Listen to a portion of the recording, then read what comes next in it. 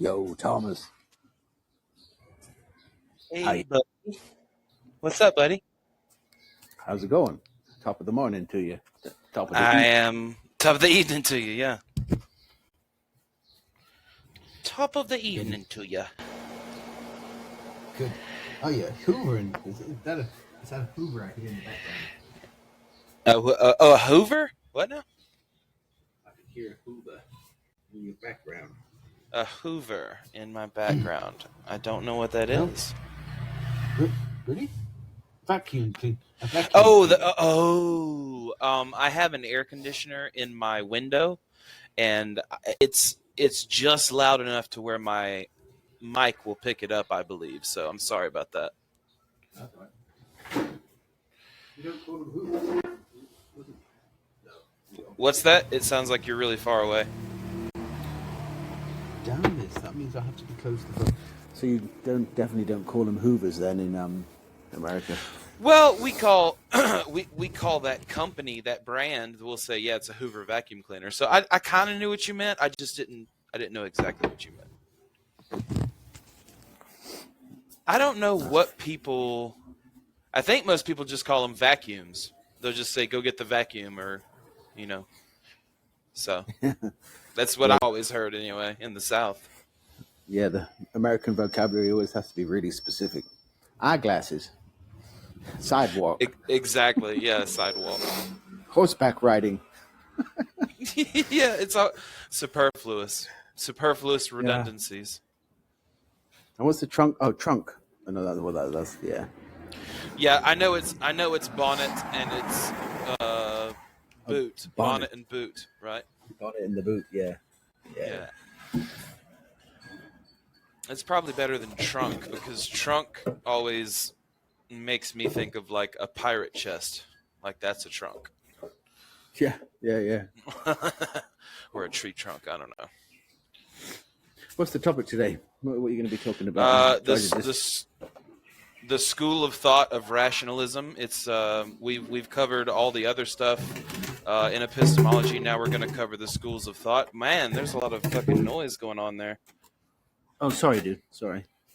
No, you're fine. I just, for later when people start joining, we're going to have to get that under control, or people will start complaining. You know what I mean?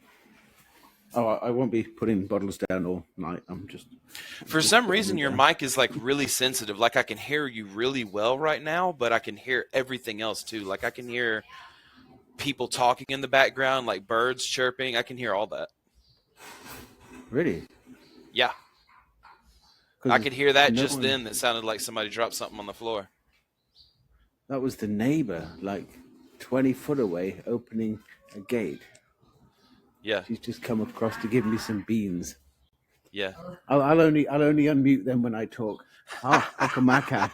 Well, right now it's just us, so it doesn't matter. Yeah. But yeah. I always stop. I always mute myself anyway after I stop speaking. So it may just be my headphones, but it literally is at the same volume of your voice to me. Oh, that's bizarre then. It is weird, now? Dude. Does it get less now? I can still hear you pretty well, but I can still hear all the ambient stuff too. What about now? Is it clear now? No, I can hear that person talking, and I can hear. Yeah. But does it get more and more quiet? Well, it sounds like. Yeah, Jason said it sounds like you're in an echo chamber. What it does whenever you do that is it sounds like you're walking further away from your speaker. That's really strange, because then yeah. Like right now, your voice is perfect. It's crystal clear. You sound great, but we can hear all the ambient stuff. Like I said, I can hear the birds chirping pretty loudly. Like that, somebody just took a dunk of water in something. What was that? I can't hear that. That's bizarre then. Okay, well, I'll make sure that only when I'm speaking I'll... Yeah. Right now it's fine. I'm working on... Right now it's fine. And the car sounds, for some reason, like that's always been a big thing when you and me are talking. The car sounds will come over, and then I won't be able to hear what you're saying, and it frustrates me, but it's not your fault, obviously. None of that extra stuff is your fault. I think Travis would probably help you with that if you asked him. That was the softest scream. That was not really a scream. Yeah, it's louder than your voice. Yeah, no, he's helping. I'm also working with it was like to do some, I don't want to scream. I'm sorry, I'm screaming. Voiceover work, so I might be able to get his mic off him, which is a sorry, really nice mic. So my voice might be really iffy. Yeah. Anyway.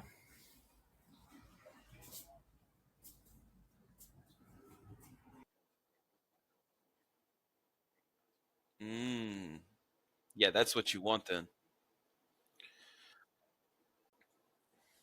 See, I run a you're good, dude. I run a Razer Black Shark version 2 headset, and it has a really nice mic on it that cuts out all ambient noise, except of course for what you were hearing a minute ago. But it does a pretty good job of cutting all the other stuff out. So I'm pretty happy with it. It was $120, I think. Nice. I'll have to have a look at something like that then. Yeah, it's a Razer Black Shark version V2s, version 2s, and their headset mic. I don't do wireless because the audio quality is garbage on wireless, but I got the wired one, and it's so comfortable, so nice.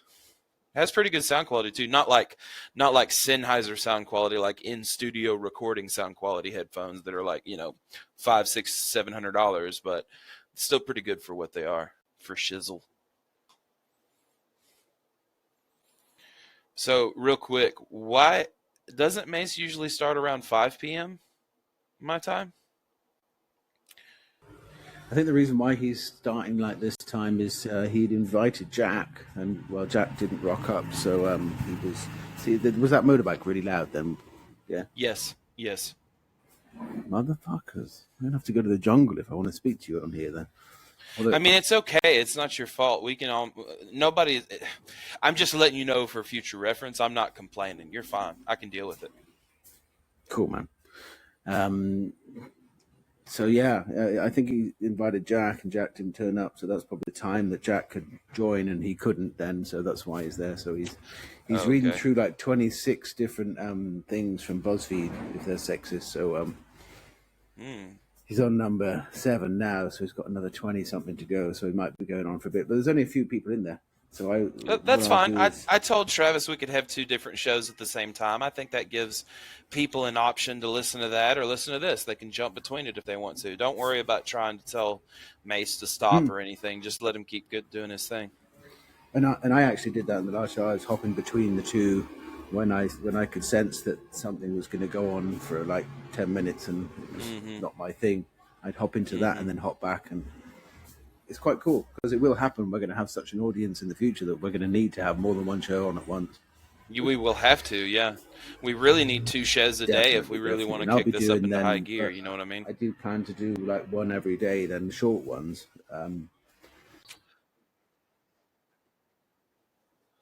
I almost caught one of yours the other day. I'd gotten up at like 8 a.m. at my time, which was about an hour before you started yours. And I don't remember what happened. I think I messaged you about it, and I was like, "Hey."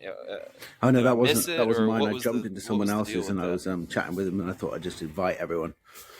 Oh, okay. I don't know. When is your next one? When I get this mic and what's going on. Right now, I haven't got a good enough mic, I don't think, to do one. That seems to be the biggest problem. Yeah. Jason, just come up here and stay muted. I'm not even going to call on you or anything. I just want you up here with us. I can't when I'm a speaker, so because you're my buddy. You're my buddy, and it's just us 3 in here. Da da da da da da da da. I invited you to. There we go. Got it. Okay. Let me try to invite as many people as I can. Well, I guess, yeah. It's just us chilling for right now. Can you hear me all right? I'm on my iPhone. I hear you perfectly. Can you hear the stuff I was talking though. about with Hohenheim? Yeah. Oh, yeah. Yeah. So it is as loud as his voice, right? Then Yeah. obviously not. Yeah, So definitely. I said, Like I "Is my said, voice it's clear?" kind of like an echo chamber. Like you can kind of hear everything reverberating in the background. So Yeah, I can very, hear stuff very like loud. So way I in have the to speak background, quite apparently. quietly for it to be clear. This is a very sensitive Yeah. mic. So That's because Yeah. I'm speaking really quietly. That means it's just really sensitive. Shit. Say that again, Hohenheim. And because I'm wearing sound cancelling earphones, I can't hear any of that. It cracked out when you said clear. Yeah, she's literally like 25, 30 feet from me talking. I can't hear her. Sounds really good right now. Sounds really good.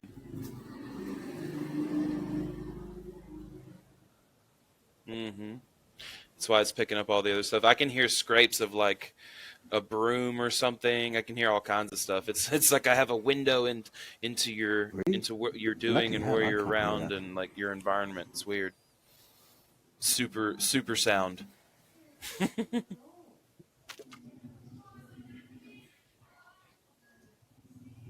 That's crazy. Yeah, you said a second ago I was hearing some woman down the street doing something. Like, what the hell was that? I'll do my usual, although I do it anyway. As soon as I stop talking, I'll mute. Leave your mic on for a So if second. anyone thinks, Okay, I heard that. Let's see what else I hear. I can still hear a little bit of talking in the background, but it's I not remember very you loud. commenting a while ago that it's really noisy where I am, and like, Just barely. But then Just now I barely. understand. Yeah, sorry about that. What else do I hear? Maybe the clinking of glasses. Yeah, I can hear those voices outside. Well, I don't know now because when I move further away from my phone, that motor that just went by was pretty loud. But yeah, I just wanted to give you an idea of what we were hearing. Then yeah, it's picking up from my phone mic, not from my earphone. So I'm hearing you on my. You do a really good job, man. I might be able to fix that. It's never a problem with you, even if it is the traffic and shit. People still understand what you're saying, so it doesn't matter. But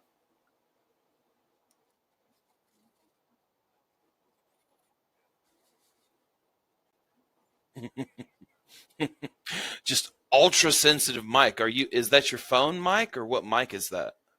Not your earbuds, but your.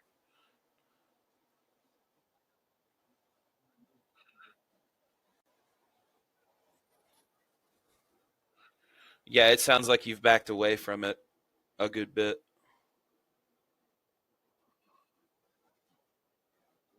Okay. Okay. Try it out. Kevin, what's up? I didn't see you in. I didn't see it posted. I'm looking. I put it in the announcements. No, but I mean like in Callin. Hold on. I looked at the Callin app and I just see one show there. I didn't see your show there. Hang on a second. I guess I'm mistaken. It's okay. Never mind. There's something going on with this app. I'm looking at my iPad and my iPhone, and they both show two different things. My iPad only shows this thing called Verse Us Media, and on my iPhone it shows all the other shows. Okay. So that's just weird. Sorry about that. Well, no, you're fine, buddy. It's just us three in here, or us four in here right now. So we're just chilling, waiting on Hohenheim to get back, waiting on Perry to get here. A couple of things. Cool. So we can just bullshit for right now. But I did actually go back to the homepage, and it does show my show up there. So I was worried for a minute that I fucked up and made it private again, but it looks like I did okay. Yay. Well, what you got on your mind, Niv? Well, I was wondering what the show is, and I put it in the title, my brother. Yeah, I'm looking at it right now. I mean, mm-hmm. I want you to add. Remember, I've been. One sec. Remember, I've been doing a series on epistemology. We're about to be done with that, and then we'll be moving into linguistics, language, and semantics. There's been about 20, 25 epistemology episodes, and then there'll probably be about 12 to 15 linguistic and language episodes. So it will be fun, I think. I love torturing myself with information. Damn, Just where's everyone? spread on me. Well, see, we have two shows going on at once right now. We've got Mace and me, and I think that's fine. I mean, I thought they're not supposed to do that. No, it's okay. On Friday night, when there's going to be a lot of people on anyway, they'll start, moving in late as we go on, and it gets later in the evening. People from the West Coast will start coming in. We're all on the East Coast here, so you, me, and Jason and Perry are all on the East Coast. So it'll change, and Mace will probably end his show in an hour or two. So it'll all be good. It will be fine. Hohenheim's coming back, and we're waiting on Scott and a few other people too, but I don't even know if Scott's coming. I hope it's a productive conversation. It's going to be good, Nivik. I mean, mainly it's going to be me lecturing about rationalism and Perry and me kind of doing our Socrates thing against each other, and then we'll get some. I'm just addressing. We'll get some input from you and everybody else, but we got to stay on topic. You know what I mean? We got to talk about the academic epistemology of the school of rationalism. You can see one organization in a show of 50. Compared to some people, it'll be 3 people, and it'll be like a dog kennel.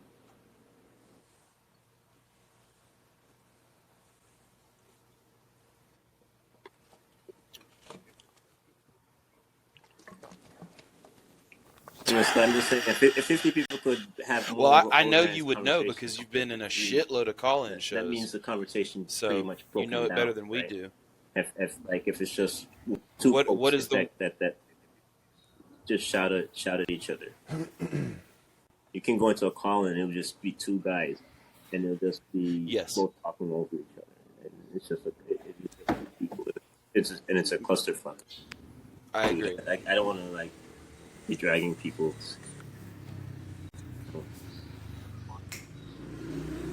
What's the Hohenheim? I kind of want to say. Yeah. What's the worst room you've been in? Yeah, do they watch the show? We were knowing that you was in a room yesterday that was kind of awful. So I was no. When it was there, I was in a room It's and not. I was It's just not. asked It's that. I was I Like just when you prove said your something point, and then you just keep going on. railroaded for 20 minutes. And once you said anything, once you said what you said, Tell us about it. you're not And there was- interested in reply. there was It's like like, 4 okay, people. on to the next topic. It's like, what the Yeah. fuck? Well, Nivik, you don't. Yeah, Are you serious? Nivik, what was bad about it? You don't have to say who it was, but what was bad about it? Yeah. Okay.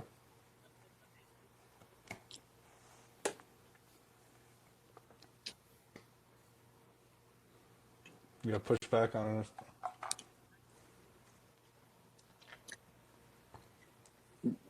So they don't like That would drive me Yeah. crazy if I said Yeah. something Yeah. and I'm not. I mean, So that's not 90% really of the talking time, with I agree someone, with that's you, more like but, talking I'll at still someone. make You a agree? counter argument Because because put out I there. feel I would that's have to. basic philosophy I that you couldn't just come continue on. I mean, to have come the on and conversation and give the different just say points of something views and that you not can think make about with linguistics. any other perspective or a potential pushback and challenging you. That would drive me crazy. I don't know how a person can. You be are that my way. Socrates, and Speak- I speak fucking love you. comfortably. So Yeah.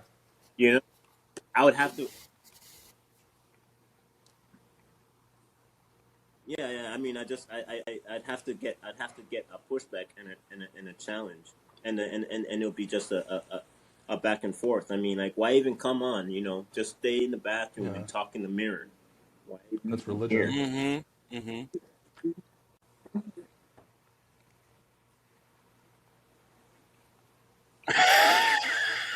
Dogma. It's dogma is what it is. Go ahead, Niv.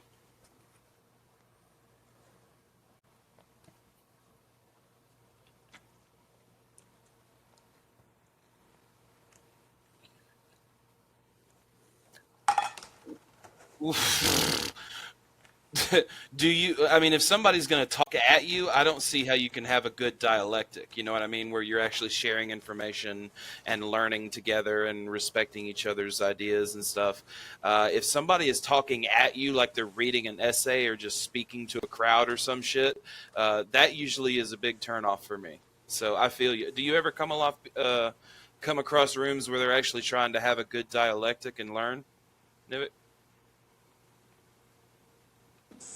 And a lot of times you don't have to say anything; you can just listen because it's productive. I didn't hear the first part of your answer. Have you No, I'm been to saying a lot of rooms? times you don't even have to say anything; you can just listen. Even if you have some like a different point or something, it wouldn't really matter Oh yeah, because they're doing it they're giving themselves. different Like perspectives. they're arguing They're against not just themselves. repeating the same shit. And Mm-hmm.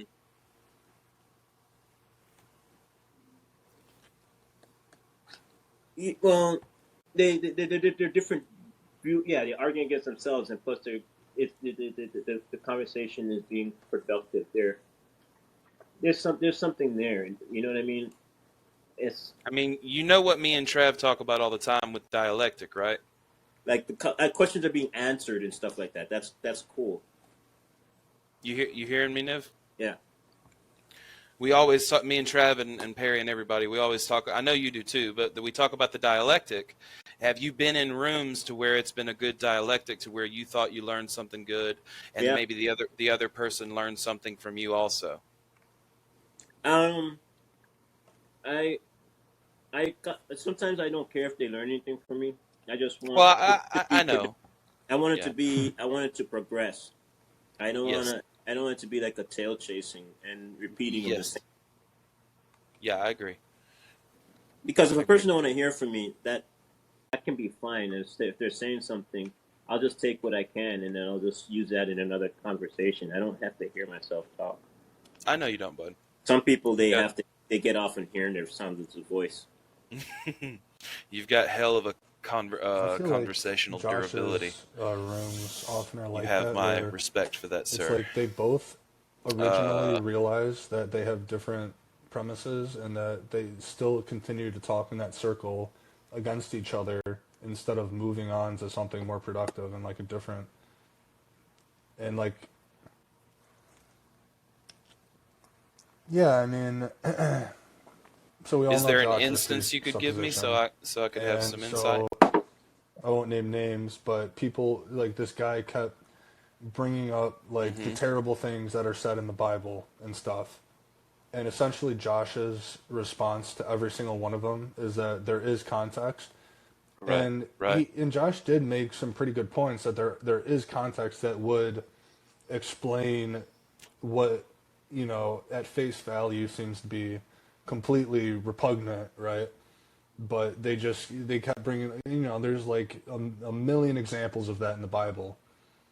And so that's just essentially what it was. It was just like a simulator of continuous Mm-hmm. Yeah. like I don't know. That was one of Did either one of them the realize that productive the arguments interpretation made could by be a anything they caller. want it to be? And yeah, and I guess Josh did not say Okay. this, but I think what Yeah. he would say Who is that gets he to reads decide it on the in like hermeneutics? an Right. exogesis way or natural or something. Yeah. Natural.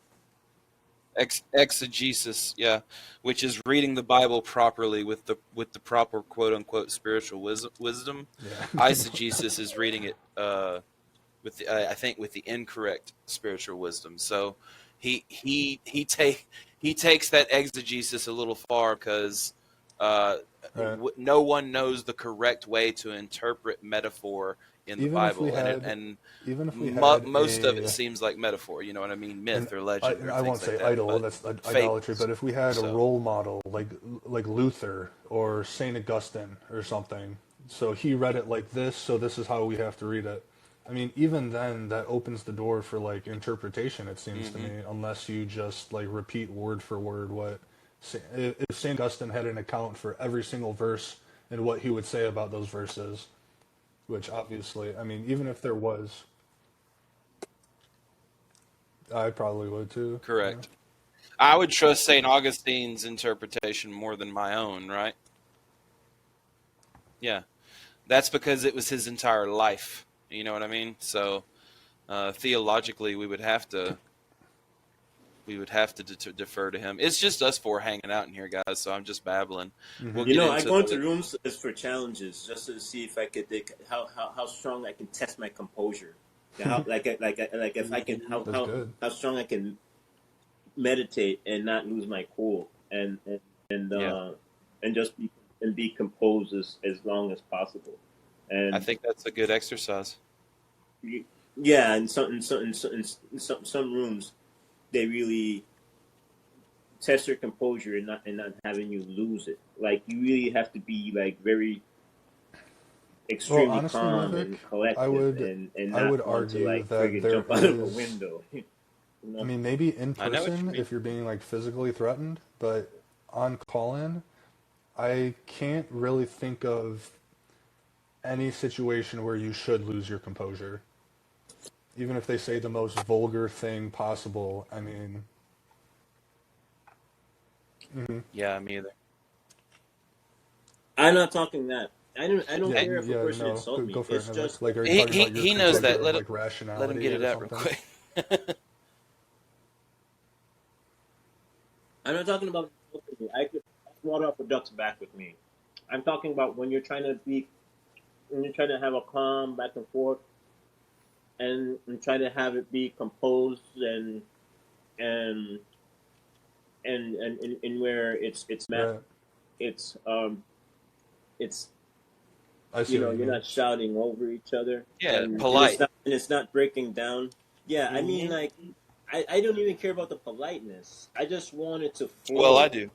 I don't want it to be like two dogs barking in each other's faces. Yeah, I want it to flow also, but I think politeness is included in that, especially manners. Having manners in general goes a long way in having a good conversation. You're right. Yeah, I mean, I think You're right. Because a what person's Nivik's cussing saying you is out, that I he guess wants there to that's be some still kind of the structure conversation to it breaking instead down. of just like That's right. random Yeah. But I outbursts mean, like, of whatever.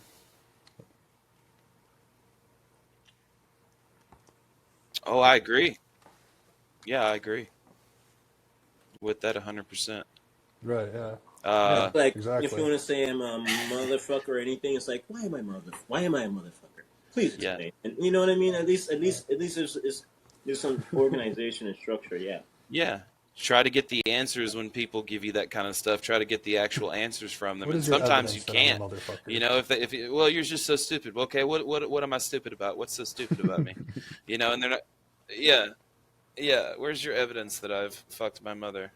There's some people, they're just blabbing where you're trying to ask them what they're talking about. They're so friggin' self-absorbed and just rambling on. They're not even knowing that you don't know what the fuck they're talking about, and it's still talking to you. It's like, hey man, I have no idea, and I'm trying to tell you that, but it's like, can't you see I'm talking, man? I'm talking. What's wrong with you? When I'm done, then you could you can say what you want to say. You can give your explanation on what you think. It's like, I don't know what the fucking think. I don't even know what you're talking about. But I can't even Sounds get like my you're words dealing out. with crazies. And it's kind of like in another one, it'd be like if a person is rambling and they say, well, I saw, no, Susie was downtown and I made and John made a right turn. And you know that's not true. Susie was in Hawaii and this person that you said made a right turn and made a left turn. It's just that you're just saying, you're trying to get those two words in. Mm-hmm. And the person keeps blabbing, and it's like, can't you see I'm talking? It's like, I'm not. I don't want to interrupt you and ramble on for an hour like you're rambling. I just want to say a word like no, left turn, no.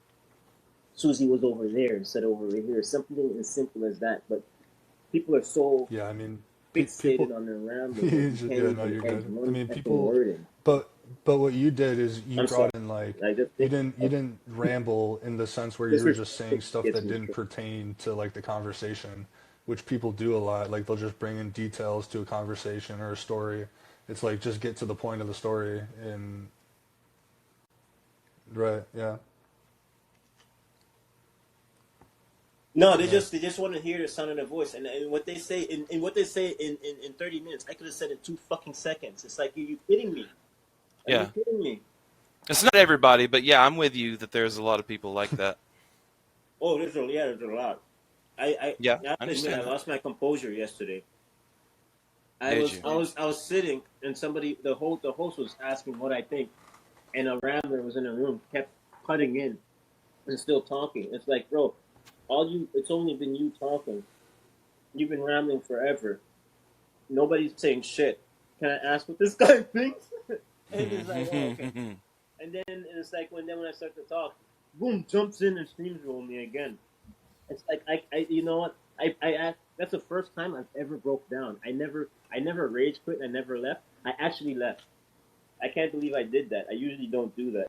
I think that's the first time I've ever done that.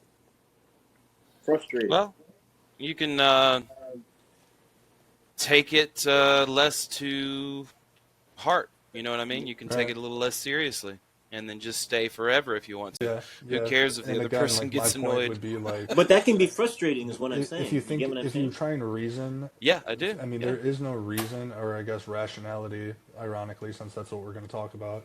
There's no rationality for being frustrated, unless, again, it was in perhaps like in-person situation.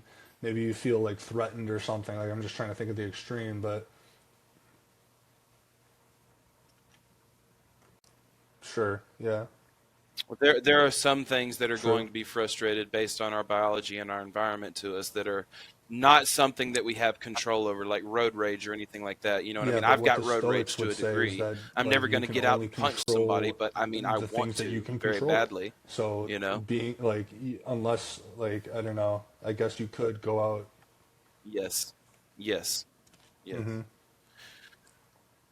Well, that's what I was saying to Nivik, is be stoic about it. I'm not preaching you to Nivik. I'm just saying I think I'm pretty stoic, to be honest. I think you are too, but I mean, take less of the if you're, I mean, I don't even, if I think I'm arguing with somebody that doesn't give a shit about what I'm saying, I'll just stop arguing with them or stop talking to them. You know what I mean? So talking to somebody that's hysterical, it could make you lose your composure. Let me ask you a question. Why do you like to talk to people who do not care about your opinions?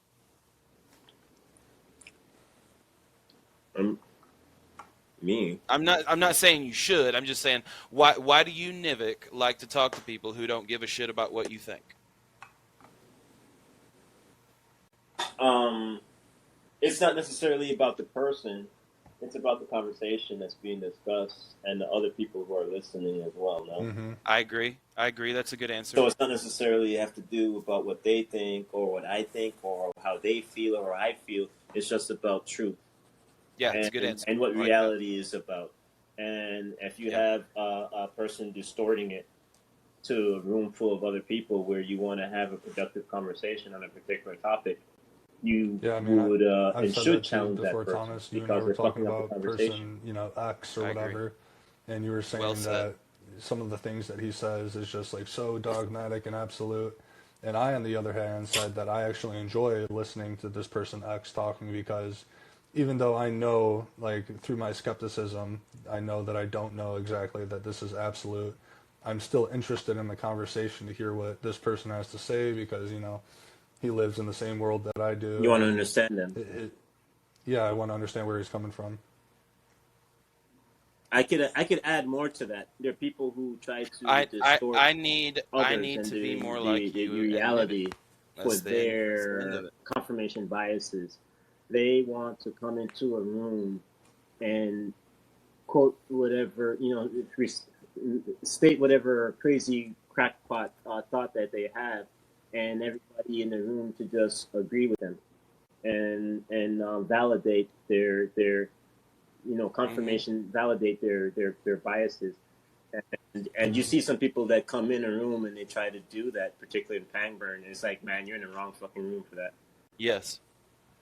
You don't know, like if you think you're in a safe space and you're just going to say a crazy kooky conspiracy theory and you're going to get everybody to agree with you, you're going to be in a world of hurt.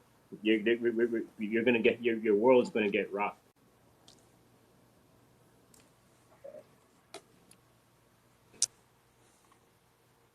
No, their worldview is going to get turned Go upside ahead, down. Scott.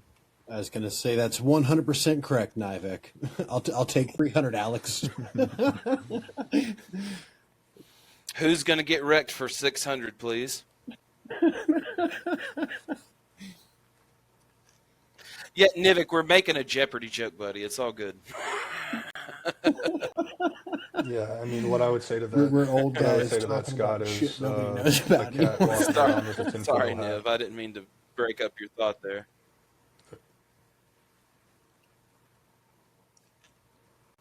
Exactly. A cat in a hat's always a funny thing for me. And I want to add to what we're talking about, like hearing about why would others say? Yeah. I think a lot of times. Wait a minute. What did you say there? You cut out a little bit. Why care about another person say who doesn't give a shit about what you think?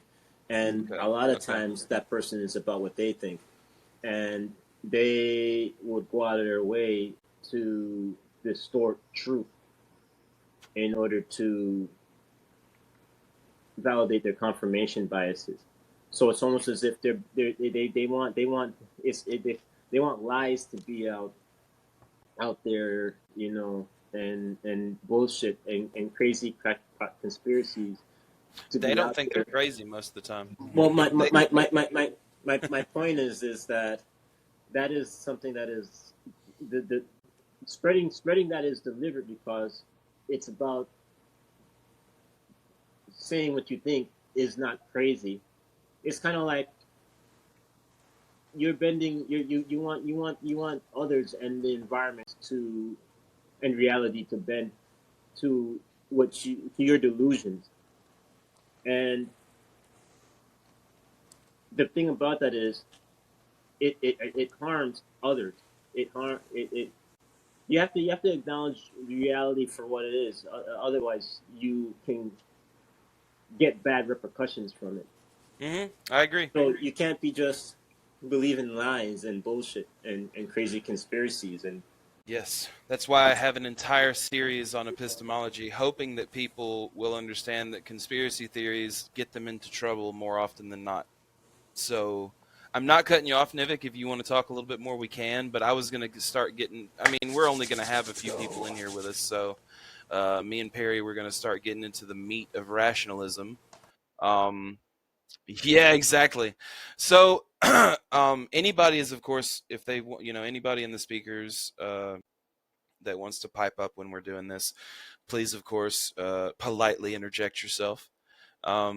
So we've covered, I mean, everybody knows what we've covered recently. We've talked about source of knowledge, standards of knowledge, types of knowledge, definitions of knowledge, alternate definitions of JTB. We've kind of been summing knowledge up. Now we're going to talk about the schools of thought in epistemology. We're going to talk about rationalism today, okay? Just going to make this overtly obvious statement that I've said before, but I think rationalism and empiricism are two sides of the same coin. They're a duality, a synergy. One exists at the same time as the other. I can make arguments for that, but it's not important at this moment.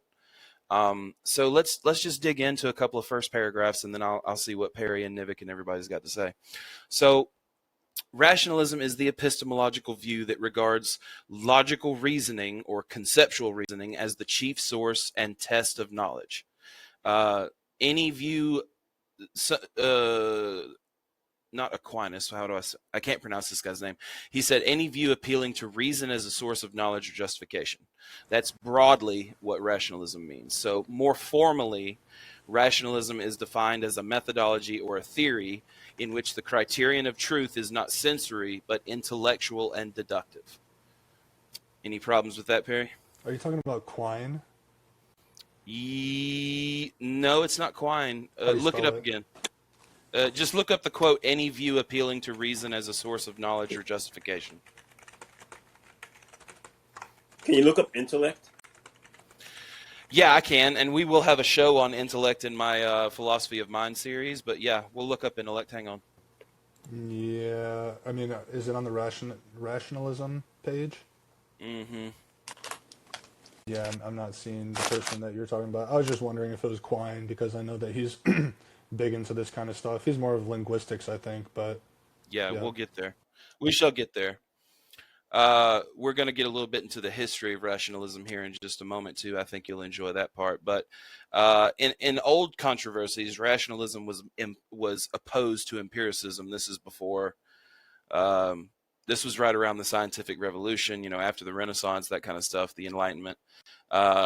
So in the old controversies, rationalism was opposed to empiricism, where the rationalists believed that reality had an intrinsically logical structure, that humans could intuit, the logic, logic, ethics, metaphysics, and mathematics, that we have this innate conceptual a priori ability to intuit these things from nature and our brains. I agree with that to a point. Obviously, the first rationalists and the first, Parmenides and all those guys didn't go to a university or learn science. They were coming up with this a priori. So you can say technically that most all philosophy started with rationalism, but they had to also use their senses to come to certain terms as well. I mean, Aristotle wasn't walking around with his eyes closed. He was using his senses. So because of this, the rationalists argued that certain truths exist and that the intellect can directly grasp these truths. So the intellect, Nivek, from what I've studied and without going to the other page, intellect is just the outworking of intelligence. It's the byproduct of what happens when you have thoughts and feelings processing information. That's intellect. So rationalists asserted that certain rational principles exist in logic, mathematics, ethics, and metaphysics, like I just said, that are so fundamentally true that denying them causes one to fall into contradiction. So that's this, I'm going to a priori come to these ideas philosophically without any sensory input. The rationalists had some rationalists, a lot of them had such a high confidence in reason that empirical proof and physical evidence were regarded as unnecessary to attain certain truths. Now, I've had people on Discord, won't name names, that have told me that physics is dumb. There's no reason to worry about physics. We have all of the a priori rationalist information that we need with, where Aristotle didn't need physics. And I was like, but anyway. You can find all these people online. So let me read this real quick, and then I will get. Well, actually, Perry, what do you think about that? I mean, that's just blasphemy. Uh-oh. That physics is not needed, and it is a priori or whatever. Yeah, I thought you were talking about what I read was blasphemy, and then you were like, it's blasphemy. Yeah. Yes, no, I agree with you. It's two sides of the same coin with rationale and empiricism. Well, with the scientific method, what you're doing is your observation is directly when you observe something specific, you're immediately at the simultaneously inductively and abductively reasoning what that observation is. So, I mean, the scientific method, it starts with a priori and it works its way through the empirical method. So I don't, people who are, I'm just a rationalist or I'm just an empiricist, those were arguments that were going on, from 1600s to the mid 2000s. It wasn't, rationalism and empiricism isn't so debated nowadays in such a way that it used to be, to where there were literally, there was more empiricism in Britain as opposed to like in Greece, where there was more rationalism, things like that. We'll get to that in a second, but what else did you want to say? Yeah, or anyone? Did anyone want to say? I don't know if processing information. Nivek, did you have something you want to say? And ask what you think, and information, and a way in understanding how it relates to each other.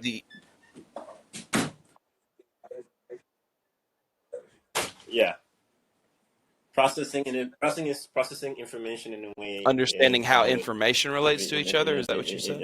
In understanding how it relates to each other. Well,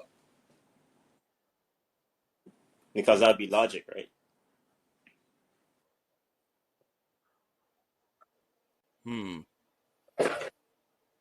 Like a fact alone. I think so. I'm not saying you're not making any sense. I'm just I don't guess I'm following. Intellect. So I mean, like an egg on top of in a microwave that's on intellect would be knowing that it would explode in a microwave.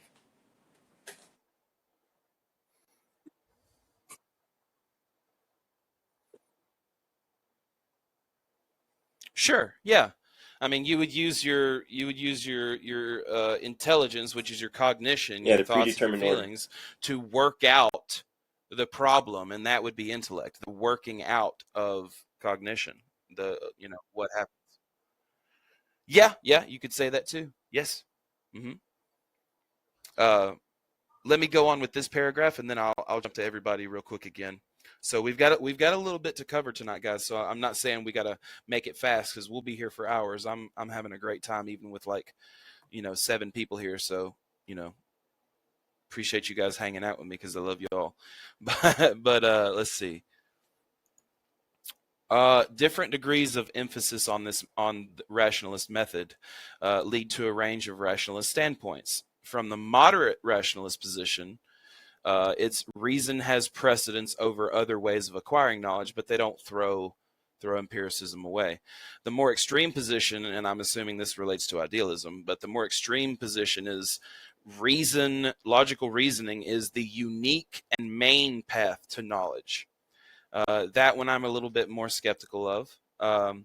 Given a pre-modern understanding of reason, rationalism is identical to philosophy. So, if you were talking to Socrates, or if you were talking to somebody pre-Enlightenment of the pre-modern era, before 500 years ago, rationalism and philosophy were identical because there wasn't really any scientific method. There wasn't really any testing things with our senses in the same way. Of course, people did it. It just wasn't a widespread phenomenon in which people could all independently verify and falsify each other.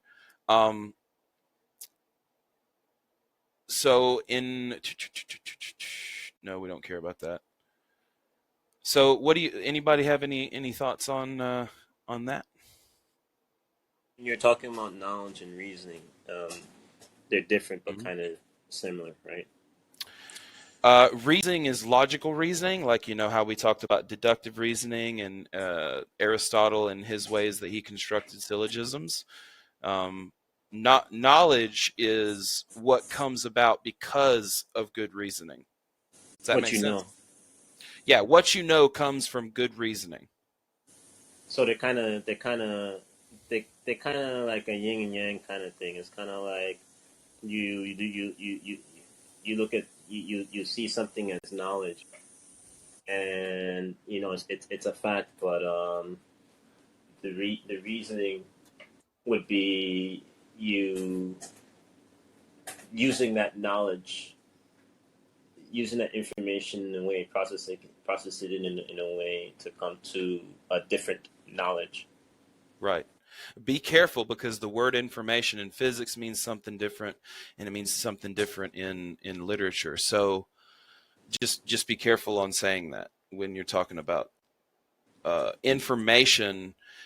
Can be knowledge, or it can be bullshit, right? Information is just information. It's like data, right? Yeah. So it goes from knowledge to you use knowledge. So you and I are talking about knowledge in the linguistic sense, right? Yeah, use knowledge to reason to find knowledge. Yeah, I can agree to that. So I guess you use knowledge to reason to find knowledge to reason with. And yeah, it's kind of circular. Yeah. It is. It's a cycle. Knowledge is what we've been defining on all these previous shows, and I know you've been on some of them you couldn't get there till later, but if you have a justified true belief, Nivik, the JTB account of knowledge, then that's saying I have a justified belief that is also true, so I'm going to count this as knowledge. That's what knowledge is. Reasoning, logical reasoning, is just being able to work through a problem, see the patterns, and come to a solution. That's reasoning. We have to assume that reason is reasonable, that logic works. Does that make sense? Yeah, reasoning with knowledge. Yeah, you are reasoning with knowledge. That's right. Because when you come to knowledge and you have that knowledge and you think you've got it, then you can use that to reason out other truths and knowledge. Yeah, I can agree to that. That's a good way to put it. Let's move real quick to the background of rationalism. Give a little bit of background here. We're not going to. Yeah. If you wanted to say something, you unmuted. Yeah, I was just going to say it's been said many times before. I just want to put it out there again that many people that often try and discredit science and then put forward their view, whether it be religious or whether it be like a Hegelian kind of realist strange of course, view, yeah. They then, of course, straight away go back to some kind of scientific method that they have. So there is some kind of reasoning, basically a scientific method that they use, and then after they credited science. So I just wanted to put. Mm-hmm.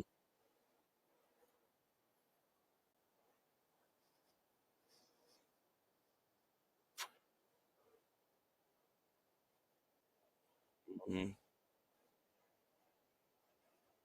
Yeah, I love how people discredit science and then use their own logical reasoning and their own science to come to conclusions about things. It's hilarious. That's a good point. So let's give a little bit of background into rationalism. Then we'll go down to, we're not going to talk about the political usage. We'll talk about the philosophical usage, and then we'll go down to talking about a few of the individual philosophers that kind of that were kind of big in this field. So rationalism has a philosophical history dating from extreme antiquity. You know, the analytical nature of much of the philosophical inquiry, you know, the awareness of apparently a priori domains of knowledge such as mathematics and logic, combined with the emphasis of obtaining knowledge through the use of rational faculties, have made rationalist themes very prevalent in the history of philosophy. Like I said earlier, if you were talking about philosophy, you were implying rationalism before a certain point, before the Enlightenment, when philosophy broke into all these different pieces and became all of the sciences and philosophies that we know today. Everything pretty much everything pre-Enlightenment was philosophy. If you were doing natural philosophy, you were a philosopher, a scientist, a chemist, everything. So since the Enlightenment, rationalism is usually associated with the introduction of mathematical methods into philosophy, as seen with the works of Descartes, Leibniz, and Spinoza. So this is commonly called continental rationalism because it was predominant in the continental schools of Europe, whereas in Britain at the time of the Enlightenment, empiricism dominated, right? Hume and all these kind of people. Even then, the distinction between rationalist and empiricist at that time was drawn at a later period and would not have been recognized by the philosophers involved during that time. So also the distinction between the two philosophies of rationalism and empiricism is not as clear-cut as is sometimes suggested. For example, Descartes and Locke have similar views about the nature of human ideas, but disagree about many other things. So anybody, Perry, what do you got to say about that? You've been quiet.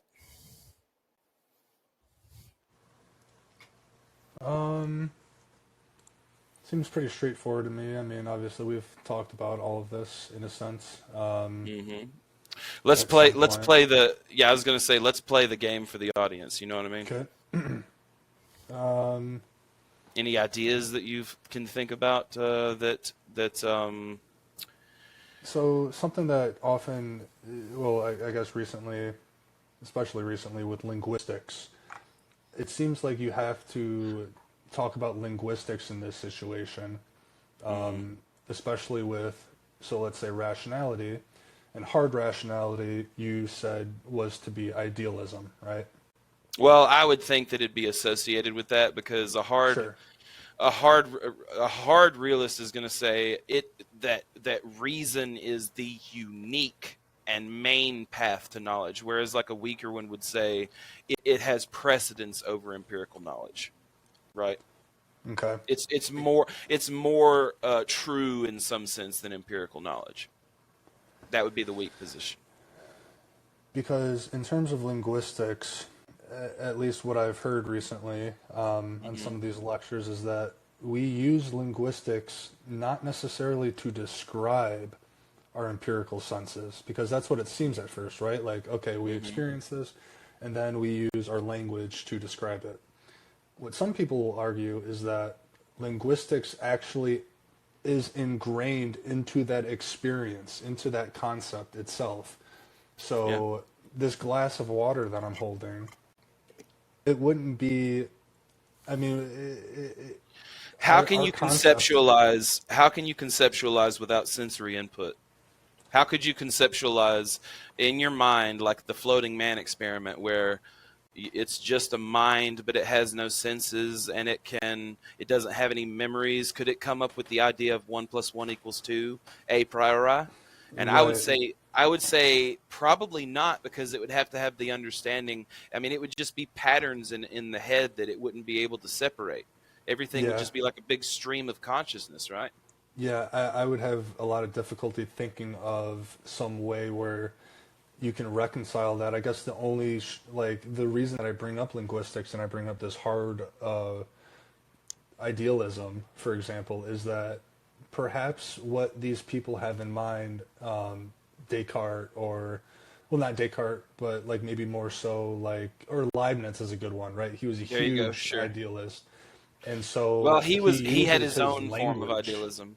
Yeah. But he's able to use his language perhaps. But I mean, is talking empirical, for example? I mean, I guess. I mean, in a way, yeah, it's sensory. I mean, it's auditory. You know what I mean? Right. And without some kind of semiotics and like linguistic or language structure in your brain, I don't know if you could separate one thing from another thing. You know what I mean? I just don't. Now, not even talking about trying to communicate it to another agent, but just the agent by itself. I don't know how a priori could come without a posteriori, right? Exactly. So it's that synergy between the two. Two sides of the dualism. Mm-hmm. Well, it's a duality, because dualism has to deal. Yeah. Good call. Yep. Good call. Just for the audience, Yeah. You should also tell. Yeah, go for it. I was gonna say for that, Perry, though, it has to be right. So like if we look at history as being empirical, like it has to be the fact that empiricism can be based off of people's what I guess what they're saying, right? Like words, because I don't see a way around that. Even with science demonstrating like a scientific proof, you're still using language to. What do you? And I agree completely with both of you. But Scott, what do you think about the floating man idea, where it's just an a priori brain that has no memories? Well, it's just a brain that exists with no memories, but it has a priori senses, which means it can think and feel. But how would it know what the number 1 was? How would it know what language was? How would it know the law of identity? Could it come up with all that just out of whole cloth? I think there are certain things that it could come to like a relative. Well, I don't know if it would come up with the exact idea, but it would be like if it had sensory perception, like it would know the idea of like having 1 versus 2. Right? In the floating man experience, it would not have any experience of 1 and 1. It would have no sensory memory, like no memory of anything, just an a priori conceptual mind with no sensory input whatsoever. Yeah, in that sense, I don't think like it would be something like trying to make sense of avant-garde jazz, right? which I love, by the way, and I recommend to everyone. Hey, I'm lagging behind. What's a priori? So a priori is a source of knowledge. Yeah, a priori is a source of knowledge, Nivik, and it means that's what the school of rationalism is based on. So a priori means it's like logic and mathematics. It's to come to conclusions through inductive and abductive reasoning and deduction. All based on intuition. So like a priori is knowledge in the conceptual, whereas a posteriori is knowledge in the objective. It's knowledge that your senses give you, right? A priori is talking about knowledge that you get minus your senses. So it's talking about logic and mathematics. Does that make sense? Correct. Okay. Yeah, It's a priori. It's a posteriori. That's what the senses Correct. would be. Correct. That's perfect. Yes. Yep. Those are sources of knowledge, Nivik. They're not types. They're sources of how we attain knowledge. The schools that I'm talking about right now, rationalism and empiricism, they use a priori and a posteriori data and information and knowledge to process their claims and their ideas. Yeah, and then Nivek, just like, I don't know, like a point of clarification. This is just literally like the way of thinking about knowledge, right? It doesn't have anything to do with the actual real world in you know what I mean? It's like it's more trying to understand how we as humans construct our knowledge foundations to represent the world the best that it possibly can. How you construct language then? Yes. That's kind of what we're talking about, yeah. And we will be getting into that in the next few episodes. Linguistics, language, and semantics. I think you're really going to enjoy those, Nivik. I think you're going to enjoy those a lot. But what we're talking about here is rationalism, and it uses a priori information to come to conclusions like, let's say you're in a room and you have memories and stuff, but you've been in this room for 2 years, and somebody comes in the room and says, they ask you a question, is 3 greater than 4? You can know throughout without having to go check anything out that 3 is less than 4. Does that make sense? Yeah, I understand. You wouldn't have to use your senses to understand that. And that would be called a priori? A priori. Yep. You got it. But it still is based on the fact that you had the senses to be able to determine what 2 and 3 and 4 is in the first place. But that's right. Exactly. Like after the fact, you don't need that anymore. That's right. If you're in the room that I was talking about, you have memories. If you're in the floating man thing I was talking about a minute ago, you have no memories. Yeah. This is, of course, it's a reductio ad absurdum. We're taking something to its logical, ridiculous extreme. We're saying if there was a brain that had no senses and no memory of any senses, would it be able to a priori come up with logic and mathematics? I don't think so. I would say that's a hard no on that. I agree. Yeah. It would have to have some kind of language to understand even its own mind. Well, just like a memory. Math is not a language? It would have to like be able to know what happened before. I mean that's a huge part of what like makes knowledge. Could it math is not a language? Math is a language, but could it intuit the movement of time or causality, Scott?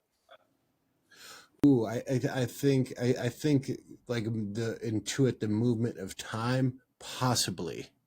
Like if we're talking about like under like being able to intuit, like if this thing gets thrown and they're watching it and they can see it starts at one point that it's going to go in the direction that it's going to go to this other point, right? Are you talking about watching it in the sensory sense or like watching it in their mind? What do you mean? No, watching it in the sensory sense, because they don't have any memory of it happening before, but they do have their senses. The floating mind, the one I'm talking about, has 0 senses. I'm sorry, I got confused there. Oh, I'm sorry. I thought you said the floating mind had senses but no memory. No memories, no senses, and no memory of senses.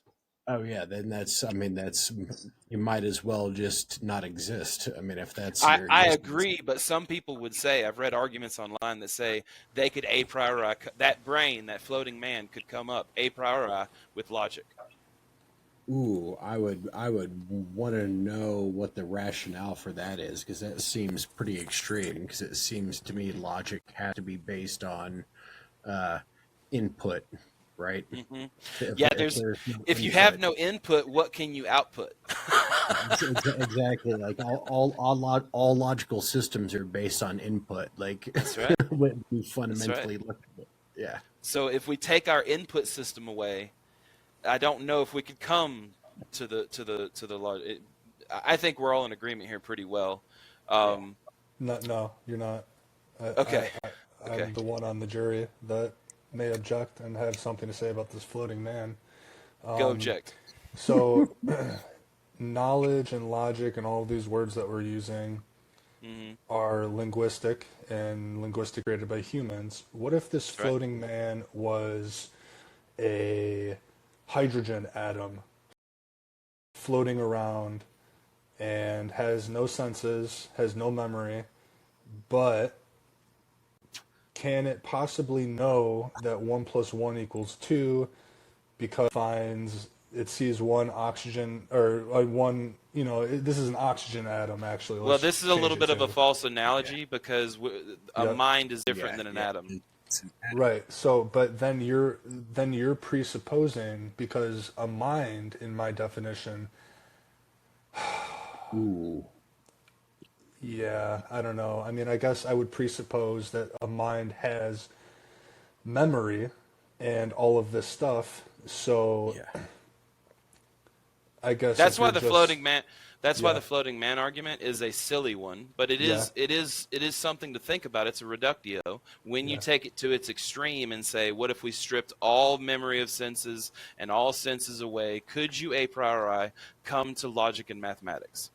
And I say I don't think so. Scott says he doesn't think so, but what you're saying you do. And I don't think so you can with the floating mind, but what if I just change the analogy into a floating atom?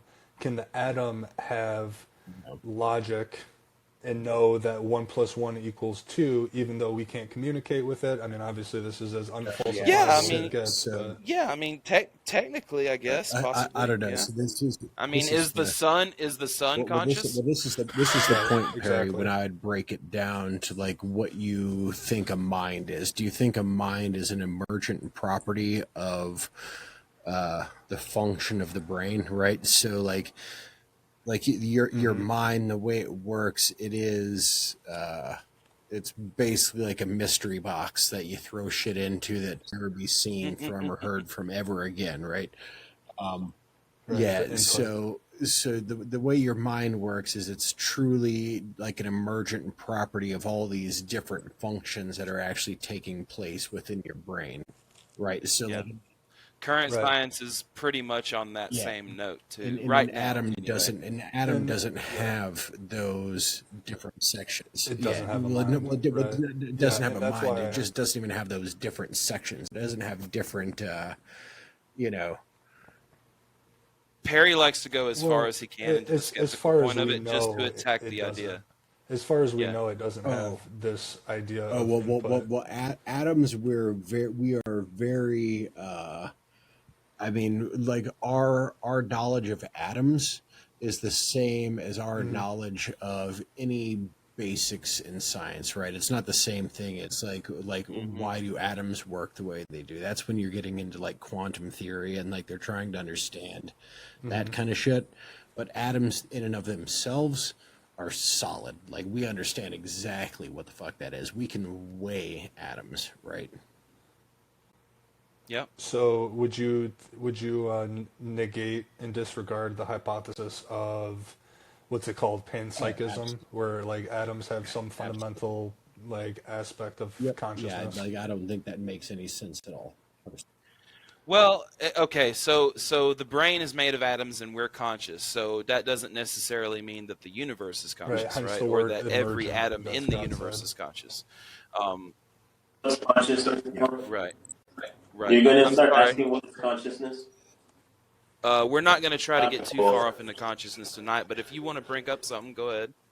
No, I was just making a clarification of like Perry's like notion of what he was thinking of as the mind. Yeah, well, I was trying to disregard the whole. Yeah, I was actually trying to make my own analogy that didn't have the notion of the mind, because, like I said, I think it just presupposes that we have memory and we have senses, so therefore, obviously, you can't really make any case that that's why I tried to say like like the floating atom. Does the atom know 1 + 1 = 2, and or whatever a priori like rationale you can come up with?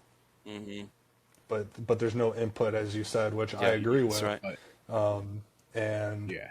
Panpsychism is very interesting to me, though. I mean, has it been falsified, or are you just very confident, like I am, that that's just like a mysticism? I mean, Right. right now it's unfalsifiable, bro. How could we Yeah. tell if the universe had an overall consciousness, or if Right. like the sun was conscious, you know what I mean, or something, Yeah. or atoms? That's an unfalsifiable When thing I right now. think this might be the case, Perry. Like I hope we're still on here having discussions in 10 years. For sure. And you're gonna be like, oh yeah, that shit's bunk. Oh yeah, I'll be like, remember when I would like say this shit, or like remember when we said this or whatever. Yeah, I mean, like I think everybody I think Perry's way of going about. I'm sorry, Scott. There's a delay. I think Perry's way of going about it, trying to steel man the ridiculous shit, is the best way to go about this philosophical discourse. Absolutely. The thing about it is humans anthropomorphize things all the time. So I get where he's coming from. It's like a lot of times there's always a bias of what we think something should be and how it relates to us. Like whenever like you see a human would create like draw an alien, it looked like a human being in a costume, you know. Yeah, but Nivek, the driving force of that, and I think you'll find this too, Perry, over time, is this notion that if there is something that people don't understand, before anyone responds to Scott, I have something important to say. It appears, Thomas, that you have received a threat from one of your callers in the chat. I believe you may want to respond.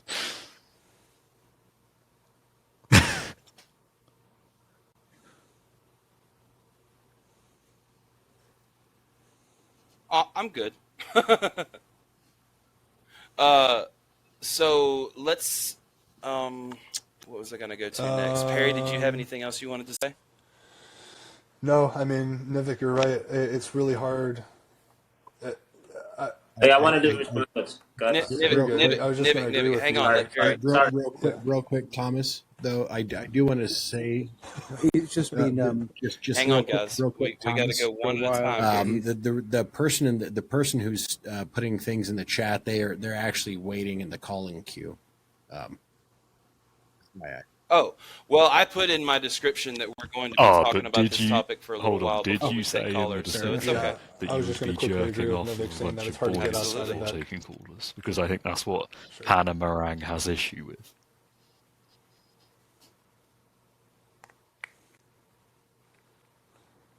I love jerking off with boys, like for real. So I not like little boys, but boys as in guys. Yeah. It's not just touching tips; it's twisting tips, right? Oh, dude. Give me a fucking hot 25-year-old twink, and I'll touch tips all night, bro. All fucking night, bro. All night.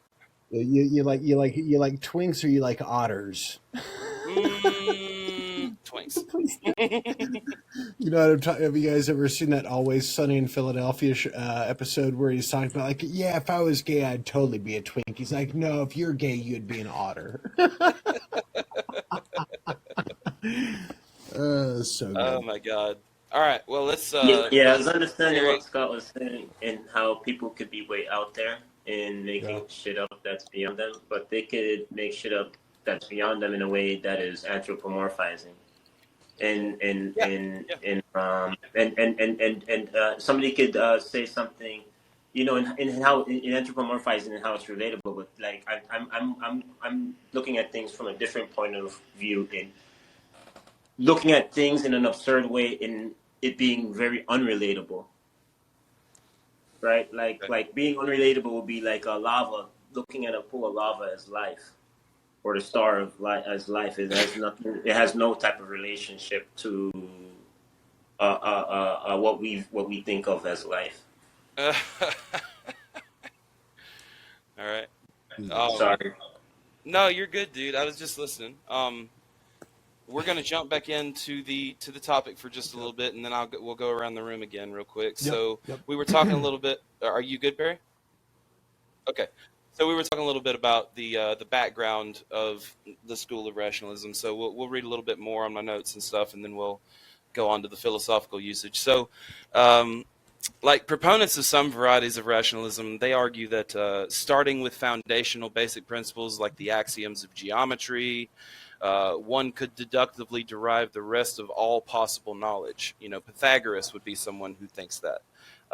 Notable philosophers who held this view most clearly were Baruch Spinoza and Gottfried Leibniz, which I know you love, Perry, whose attempts to grapple with the epistemological and metaphysical problems raised by Descartes led to a development of the fundamental approach of rationalism. So both Spinoza and Leibniz asserted that in principle, all knowledge, including scientific knowledge, could be gained through the use of reason alone, though they both observed that this was not possible in practicality for human beings except in specific areas such as mathematics. So Leibniz said that we are all mere empiricists in 3/4 of our actions. 3/4? I wonder where he got that arbitrary percentage from. I don't know. It's a quote. We are all empirics in 3/4 of our actions. I would say it's much less, honestly, because who knows what reality actually can be. Maybe your empirical senses are fooling us atrociously. Mm-hmm. But I mean, in principle, they thought, at least Spinoza and Leibniz thought, that scientific knowledge could be gained through the use of reason alone. What do you think about that? I mean, if you had at your disposal all of the possible deductions and tautologies that ever would be in human history, if it's not infinite, coherence, right? Because it seems like this can be just an infinite set of tautologies. I guess if you had all of those deductions, though, you could. Mm-hmm. Well, actually, no, I don't think you can, because I guess we go back to the floating man example where... the word scientific knowledge that they use here, that denotes to me empiricism, because you have to use your senses to do science. So observation takes your eyes, you know what I mean, or ears, or however you're observing it. But so it's just weird, man. Like I told you before, rationalism and empiricism are a synergy to me. But I'm reading this and these notes and stuff as if, I'm taking the side of rationalism. So I do sort of wonder if a lot of these quotes, these guys maybe had like some sort of like inside baseball, and they're a bit tongue in cheek, right? you know what I mean? Like, because these guys probably don't really think that if something was completely separated from any sort of input, right? Like that there'd be any way to know what the fuck is going on. Like you could be an amoeba in an ocean with no way to input what's around you, and you fucking know what's around you. But nothing is separate, though, right? Everything's connected in a way. No. We're talking about like input into a biological that doesn't exist. Yeah. So that's why real quick, that's why Spinoza and Leibniz had to admit, they both observed that it was not possible in practicality for human beings except in specific areas like mathematics and logic. You know what I mean? Yeah, so they had you couldn't get. I think mathematics and logic. Logic is so closely related to math, anyways. The way it works. Sort of the same kind of thing. Right. You still have to have some input to know what pi is, right? So like I can't imagine my point of view is that being completely separated from input all is going to come up with pi or the I don't see it. The intuition's not there. Go ahead, Nivik. I'm sorry, buddy. Isolated and understanding how things relate to one another. Right. Everything is a cause and effect amongst each other. And how intelligent you are, I agree. You could understand how the environment and that's taken in of information and process that information logically and understand how that information relates to one another. And I can see the math behind it. It's kind of like if I took a match plus a lit match plus gasoline thrown in a gasoline drum equals explosion.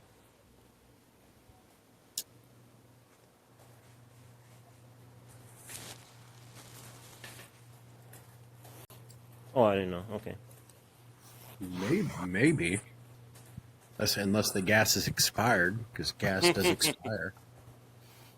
And then it just wouldn't do anything. Like leave gas out in a bucket for 3 years and throw a match. But your level of intellect could be how smart you are in taking in information of the environment in a way in figuring out what a predetermined outcome would be, and then navigating the environment based off of the probability that you reach. Yep, that's science.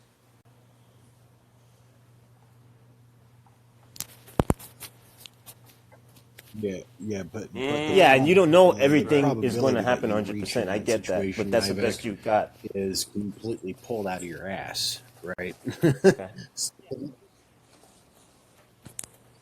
No, like not even everything that happens 100%. Like if you're just like if we're talking about a normal person in a normal situation, it's not like they're looking at like any sort of anything that pops up and like, okay, what's the probability of this? Right. Like people say that to them. People will say that to themselves, but they're kidding themselves because they're not actually doing any sort of calculation to determine probabilities of outcomes. That's right. Right? That's right. Like, they're not doing the work.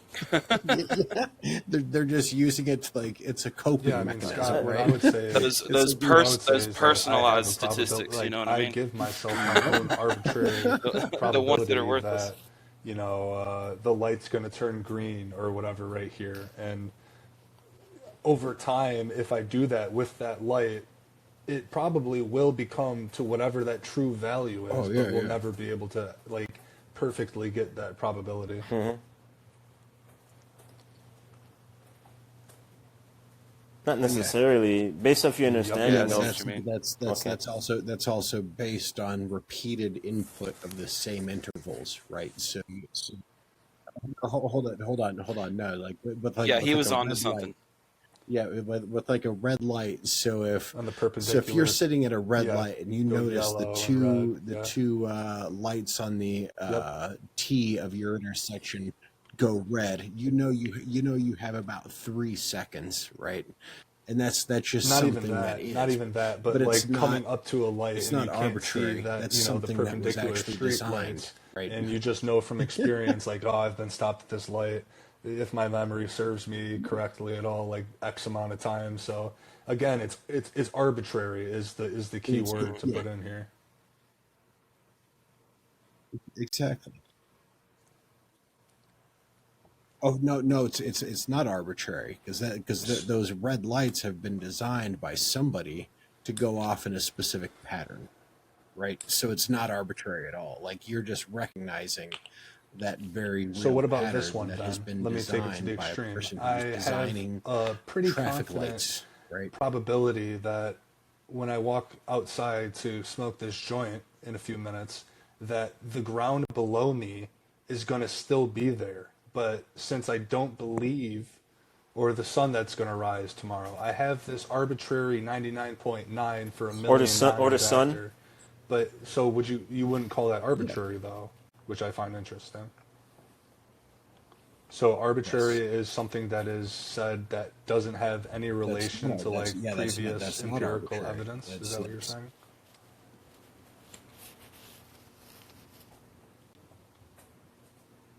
Based on no evidence whatsoever. Arbitrary is like the notion of something just sort of like made up out of whole cloth. Like, right? Yes. What would I call that then? Yes. Yeah. There's no no relation to anything, right? Yeah, you're right. Usually arbitrary has a negative connotation, but it just means random. Really, it just means pull it out of your ass. Exactly, arbitrary means pull it out of your ass. 3 out of 5 times I'm going to be stopped at it. Like, is that just like my personal evidential experience, or? Yeah. True. Yeah. I mean, and you can verify that by talking with other people about their Record it experiences of that light, right? Yeah. Yeah, or you can sit out there with a stopwatch and like go make a weekend of it yourself and just sit there and like, time it with a stopwatch and fucking. But you would have to use some sensory data. You couldn't just a priori yourself into that. Exactly. And so. Right. Yeah, because he wanted a physical substance and a mental substance ontologically, right? He wanted that to work in some way. And that's why dualism is so rejected today, because, well, we won't get into that right now. That'll be in my Philosophy of Mind series. Anyway. Also with that, like Perry, Descartes was trying to prove God exists, right? Yes. So like in all that shit, like you have to understand that's where he was coming from. Yeah, fair enough. Yes. I mean, most philosophy before the Enlightenment was all coming from religion. Yes. Descartes, Aquinas, everybody. Yeah, we would too. Aquinas is so rough, dude. Yeah, Aquinas is rough. It has to come from religion. Otherwise, you'd be burnt at this. Well, yeah, I mean, the mathematicians, philosophers, whatever you wanted to, when they were called that back in the day, they had to work through the church, because that's where the historians were, and that's where all the books were, and that's where the studying was going on. That's where all the even before the universities were. You know, they had Descartes was not exempt from that. When he discovered a squared plus b squared equals c squared, because he thought that it was some divine revelation. That's right. That's right. Yeah, but I do think there is a difference between once Christianity took hold with its like monolithic type of control of saying this is how it has to be, right? It's a little bit of both. In Greek culture, like it's like everybody had, like every family was like, oh man, this is my God, that's my. Like everybody had like their own flavor, if you will, you know, and it just made things more open, and that's I don't know. Let's not go too far into religion. Just one second. It's a little bit of both. It's like it's like reasonable thinking mixed with delusional, and if things don't work out in your favor, you can just say, okay, God said so. Yeah. It's kind of like when you don't want to be reasonable, it's like, okay, well, you know what? let's just say that it's because. So when you want to be rational and you don't want to be rational, that's the convenience of let's get back to being religious. You can hang on, Scott. Just yeah, I'm not trying to be mean to anybody, but we're gonna truck on through this, and then afterwards we can have a lot of tangents and have a good time just talking about whatever. But this is for people, you know, in the future who want to watch this episode and follow the series as it goes. So what we were talking about in rationality. So at its core, strict rationalism consists of three basic claims. If you're going to take the affirmative claim that rationalism is the unique and main way to knowledge, so for people to consider themselves these strict rationalists, they must adopt at least one of these three claims: the intuition deduction thesis, the innate knowledge thesis, or the innate concept thesis. In addition, a strict rationalist can choose to adopt the claim of indispensability of reason and or the claim of superiority of reason, although one can be a rationalist without adopting either thesis. So the indispensability of reason thesis is that, well, in short, it's the thesis that claims that experience cannot provide what we gain from reason. The superiority of reason thesis, in this strict rationalist sense, is the thesis that claims reason is superior to experience as a source for knowledge. So rationalists often adopt similar stances on other aspects of philosophy. You know, most rationalists reject skepticism for the area of knowledge they claim are knowable by a priori means. So when someone claims truths are innately known to us, one must reject skepticism in relation to those truths, especially for rationalists who adopt the intuition deduction thesis, which we're about to get into. The idea of epistemic foundationalism tends to crop up. So that's, foundationalism. We talked about that in previous episodes. This is the view. Yeah, never mind. So did you want to comment on that, Perry, real quick, or Scott, or anybody else? Yeah, no, that doesn't make sense to me. Which part? The indispensability? Yeah. The indispensability of reason thesis. I can give you the technical, so follow me here, okay? Okay. The knowledge we gain in subject area S by intuition and deduction, as well as the ideas and instances of knowledge in S that are innate to us, could not have been gained by us through sense experience. So replace S with mathematics. Replace S with mathematics or something, right? Yeah, but they're presuming that we have, you said the word innate. Like, what is it? Isn't it a blank slate, as I guess now we know in the 21st century? Probably. Well, I mean, it's not a blank slate. That's tabula rasa. That's John Locke. Something like, what is innate? What are they trying to say is innate? So these are ideas constructed with like or associated with strict rationalists. A strict rationalist is going to consider these theses. You know what I mean, in terms of being a rationalist. So I'm just giving you the indispensability of reason, which says experience cannot provide what we gain from reason. You know what I mean? We can't just figure out mathematics through experience.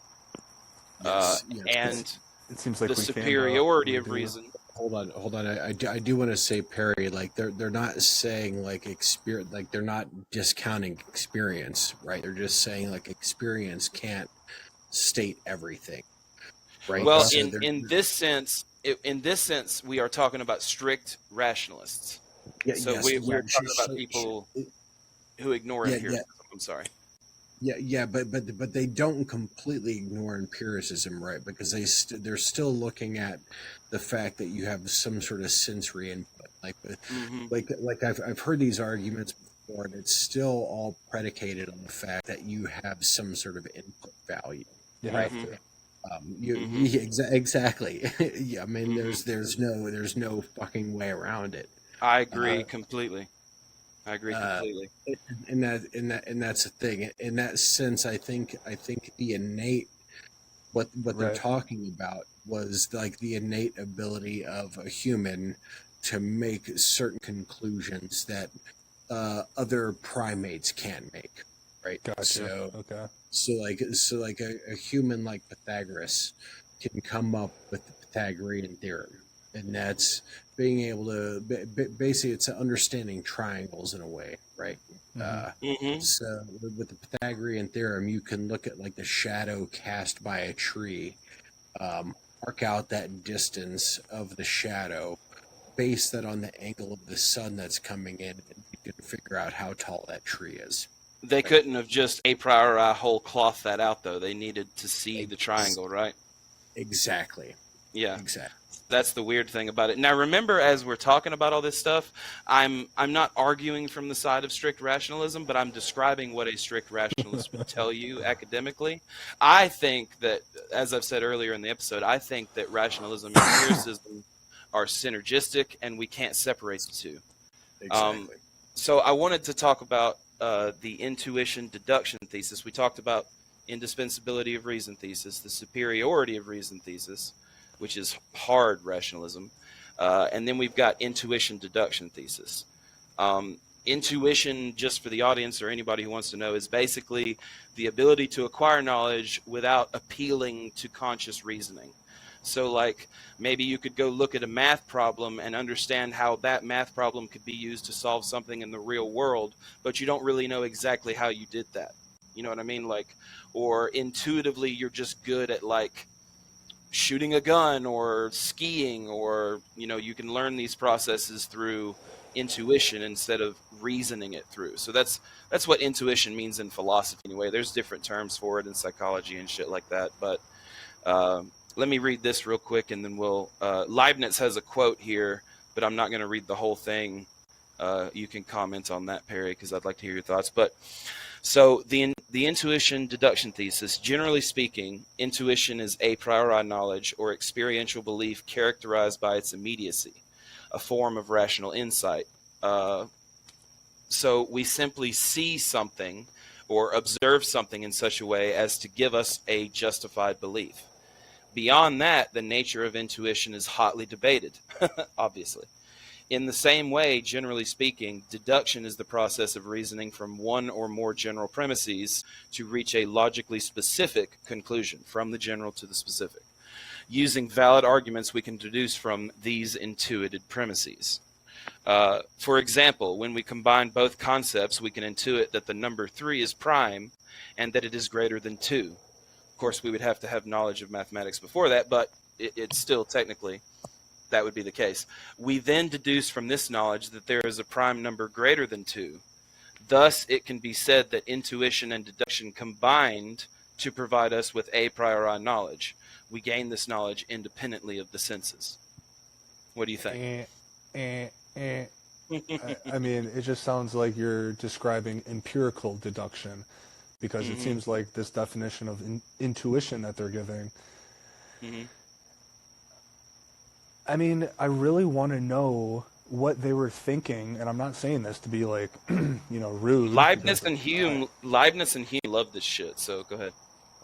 Yeah, but it seems like they were on the opposite sides of the spectrum in this case. It's like, how can you intuit something without having observational experience beforehand? So I have no idea. The only thing that I can think of as a decent definition of intuition is instinct. It's like you have the intuition to run away from a fire, or intuition. Well, it's a little different, because instinct would be the reaction based on our biology, right? Based on evolution. Right. But then intuition might be looking, like I said earlier, looking at a math problem and being able to say, oh, I can see how the function on this graph would be involved in making a jet engine, right?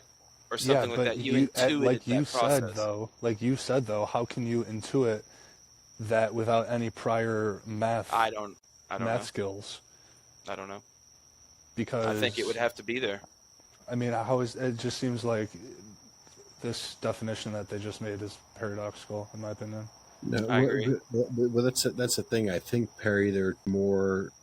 To me, it seems like in all of that, they're more trying to get to the point that humans have the ability to, I don't know, the innate thing.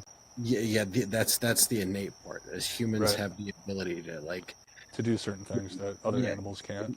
Exactly. I think that's the only thing that it's coming down to, and I think trying to look into it deeper. I don't know. To me, it seems like sometimes.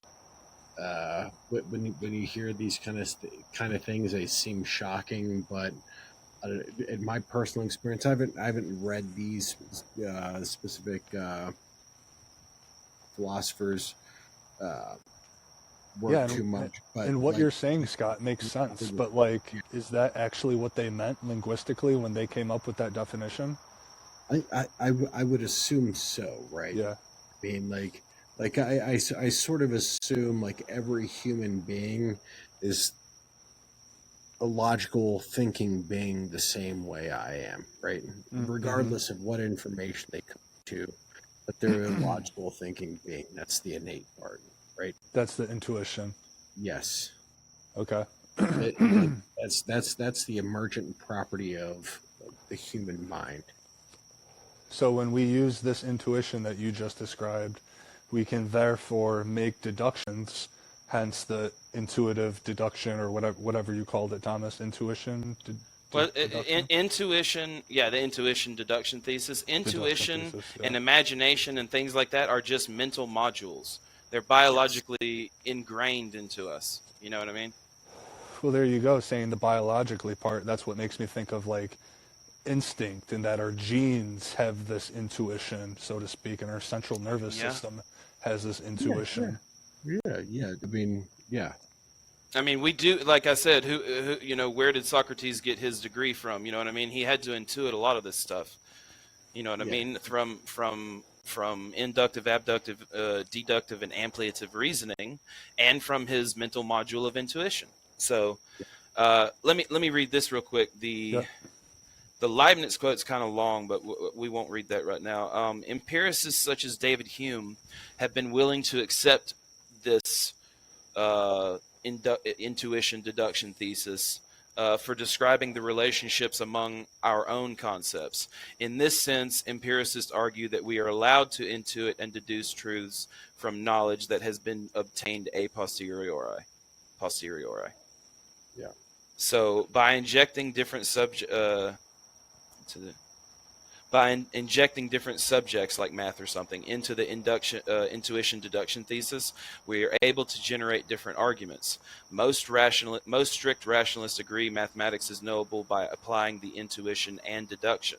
Some go further to include ethical truths into this category of things knowable by intuition and deduction.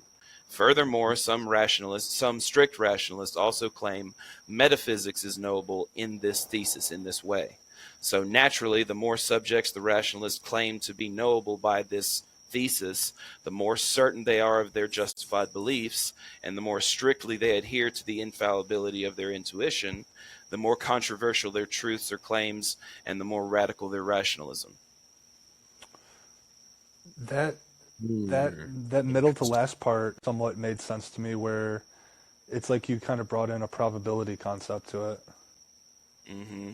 That they adhere to it more so when this and this is what David Hume is it? You said David Hume? Well, in the first part, I was just saying empiricists such as David Hume have been willing to accept the intuition deduction thesis for describing the relationships among our own concepts.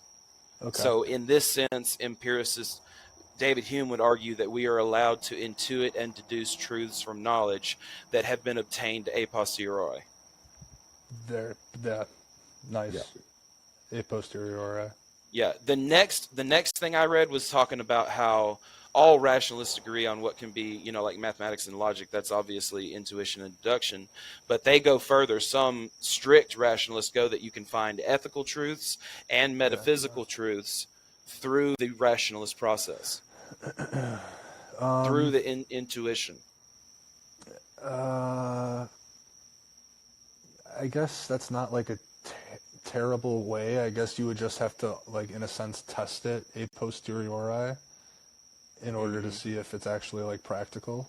I mean, I guess you can start with that rationalism for morals and stuff, and even metaphysics. And then, I mean, you have to with metaphysics, I guess, intrinsic to the definition of metaphysics, because we can't sense it, or at least so we think. No, metaphysics is just a school of philosophy dealing with causality, change, necessity, truth. Supernatural is one small part of metaphysics. Yeah. Very, very small part of it. But so strict rationalists also have different understandings and claims involving the connection between intuition and truth. Some rationalists claim that intuition is infallible and that anything we intuit to be true is that way. More contemporary rationalists accept the intuition is not always a source of certain knowledge, thus allowing for the possibility of a deceiver who might cause the rationalist to intuit a false proposition in the same way a third party could cause the rationalist to have perceptions of non-existent objects. Yes. Like ghosts or something, right? Yeah. So we all know that's absolutely true. Yes, absolutely. So that's the intuition deduction thesis. That's a part of strict rationalism. I can quickly go over. Did you want to make a comment on any of that? I think that's better than the indispensational view that you're talking about in the superior one. Yeah, these are all theses, but the indispensability of reason thesis and the superiority of reason thesis. I'm not down with the superiority because they don't make that much sense to me, and I guess I'm on board with, if I had to choose one, with the intuition deduction thesis. Deduction, yeah. But there's different ways of looking at that we just covered. Some people say, exactly. So, let's see, we've got the innate knowledge thesis and the innate concept thesis to cover, and then I'm going to go over a little bit of the history, and that'll be it, okay? So the innate knowledge thesis is similar to the intuition deduction thesis in the regard that both theses claim knowledge is gained a priori. So it's still a strict rationalist position. The two theses go their separate ways when describing how that knowledge is gained. As the name and the rationale suggest, the innate knowledge thesis claims knowledge is simply part of our rational nature. Experiences can trigger a process that allows this knowledge to come into our consciousness, but the experiences don't provide us with the knowledge itself. The knowledge has been with us since the beginning, and the experience simply brought it into focus. In the same way, a photographer can bring the background of a picture into focus by changing the aperture of the lens. The background was always there, just not in focus. That's interesting. That makes so much more sense to me now. Because I was trying to figure out, like, why were these guys, not to be mean, but why were they thinking that they can get away with this without experience? But what this is saying, but I guess this is a specific thesis, the innate, what did you call it? The innate knowledge thesis. The other one, remember, was the intuition deduction thesis. Right. So this one is saying that we need the experience to unlock this benign knowledge that we all have already. Yeah. Experiences can trigger a process that allows this knowledge to quote unquote come into our consciousness. You know what I mean? Right. So that is a much fairer argument now that I understand it in this way, honestly. I'm going to be honest. So the innate knowledge thesis targets a problem with the nature of inquiry originally postulated by Plato in the Meno story. Remember that? Right. Yeah, this is what the Socratics came up with, that we are born omniscient. Yeah, Plato asks about in Meno, or in the Theaetetus, Plato asks about inquiry. How do we gain knowledge of a theorem in geometry? We inquire into the matter, yet knowledge by inquiry seems impossible. In other words, if we already have the knowledge, there is no place for inquiry. If we lack the knowledge, we don't know what we are seeking and cannot recognize it when we find it. Either way, we cannot gain knowledge of the theorem by inquiry. Yet, we do know some theorems. The innate knowledge thesis offers a solution to this paradox. By claiming that knowledge is already with us, either consciously or unconsciously, a strict rationalist claims we don't really learn things in the traditional usage of the word, but rather that we simply bring to light what we already understand. You have to be careful of knowledge, though, because it could be dangerous, because there's always upgrade of the constant changes. Hold on. Let's just let Thomas finish, man. Come on, dude. Yeah, that was really loud, buddy. Your mic's like super hot, brother. I don't mind you jumping in, but let me just let me get that out there again. So that, I wanted Perry to respond, and then I'll come to you next. Okay. So Perry, did you get all of that, or? Yeah, I did. I'm a little weird with it because. Yeah, tell me why you're weird with it. So basically it says, if we already have the knowledge, there is no place for inquiry. If we lack the knowledge, we don't know what we are seeking and cannot recognize it when we find it. Either way, we cannot gain knowledge of the theorem by inquiry, yet we do know some theorems. The innate knowledge thesis offers a solution to this paradox. By claiming that knowledge is already with us innately, either consciously or unconsciously, the strict rationalist claims we don't really learn things in the traditional usage of the word, but rather that we simply bring to light what we already understand. Right. So I'm a little against that. I don't know if we have everything in there that we need. I think environments, senses and environment's going to play a big factor. Right. And so you're saying that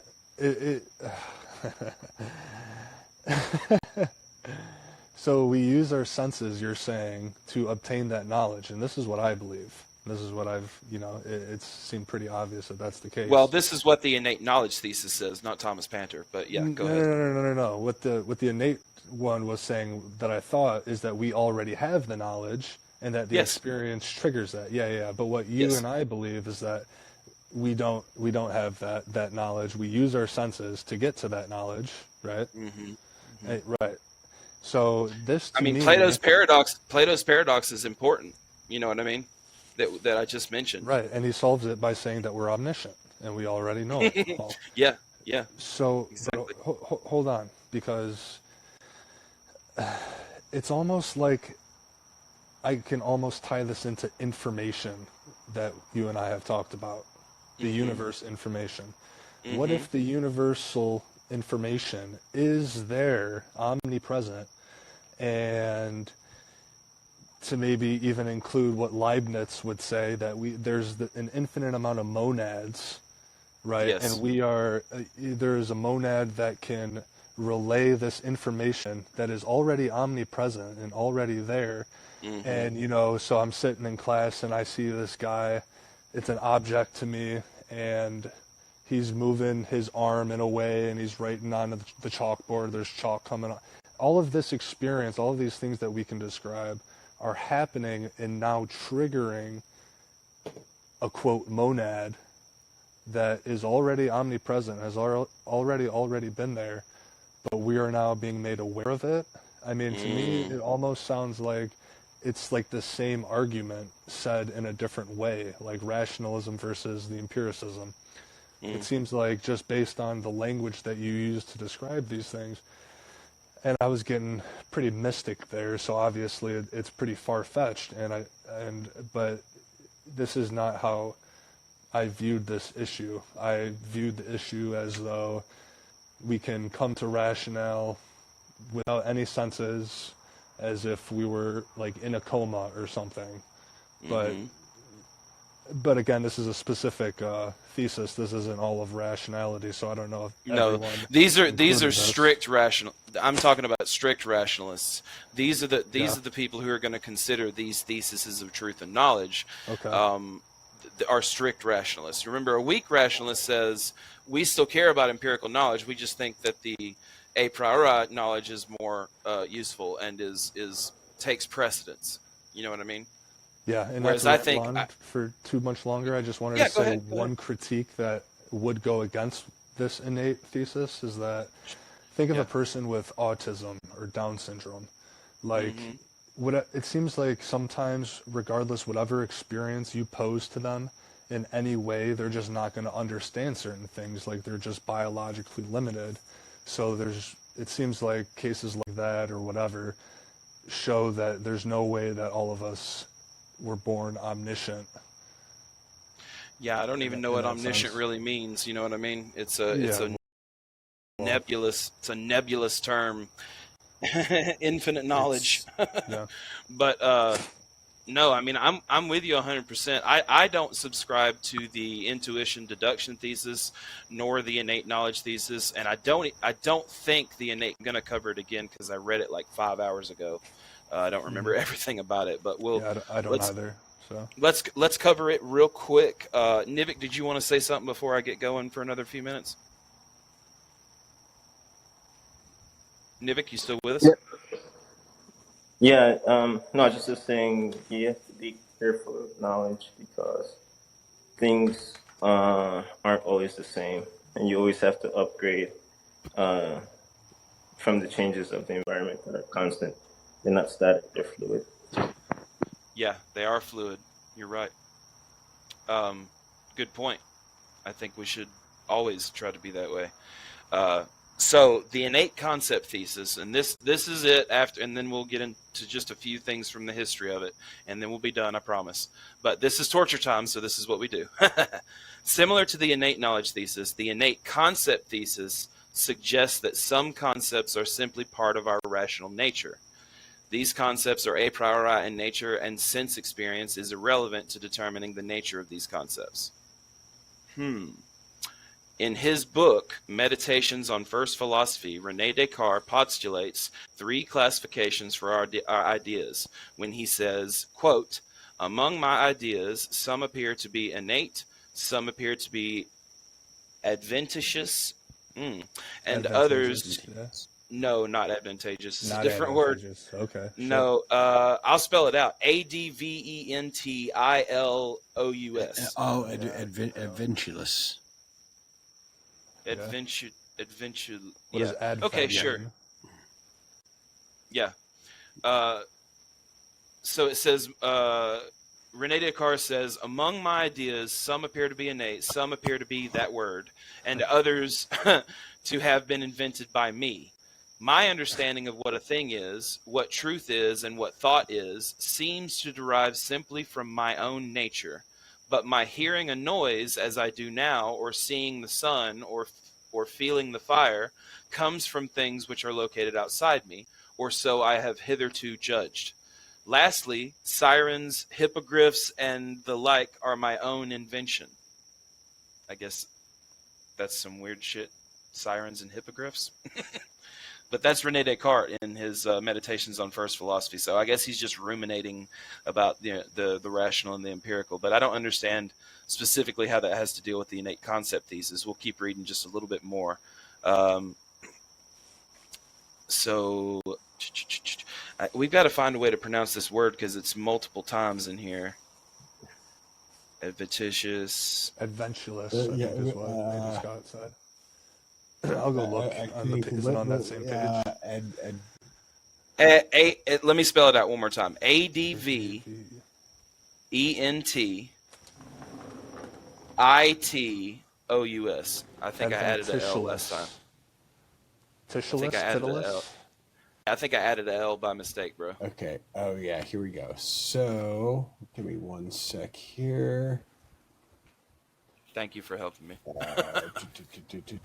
I don't want to lose my place on this page. Happening or carried on according to chance rather than design or inherent nature. Oh. So it's saying chance versus nature, basically. Okay. Right. Yeah, gotcha. So, let's see. Adventitious. Adventitious. Okay. That's how I would pronounce it. Yeah. So adventitious ideas are those concepts that we gain through sense experiences. Ideas such as the sensation of heat, because they originate from outside sources, transmitting their own likeness rather than something else and something you simply cannot will away. These are words from Descartes. Ideas invented by us, such as those found in mythology, legends, and fairy tales, are created from us by others' ideas we possess. Lastly, innate ideas, such as our ideas of perfection, are those ideas we have as a result of mental processes that are beyond what experience can directly or indirectly provide. So Descartes had a few things to say about this. Yeah, so that's really interesting, beyond the mental experiences, right? Because there are things that happen in our brain that we don't know what the fuck's going on. It is, and he would be the guy to ask about that. Yeah, that's I'm sorry, Scott, you cut out. What did you say? That's a really good point. Yeah, just beyond what we're aware of. Because to me that is a thing. I do think this is something that is emergent from the properties of the human mind. So it is all fundamentally material, right? But yes. it creates these things that we don't have a strict answer to. Like why does a specific movie or a specific song or a specific well, it's emergent epiphenomenal shit from our emotions. You know what I mean? It's definitely something happening in our brain that we're not even aware of. Like Can I respond? We're passengers on the ride, if you will. You know, we're in the fucking passenger seat. Hello. Yeah, you can respond, Nivik. I was just waiting for Scott to end his what he was saying. Go ahead, Nivik. No, it's not a tirade. It's fine.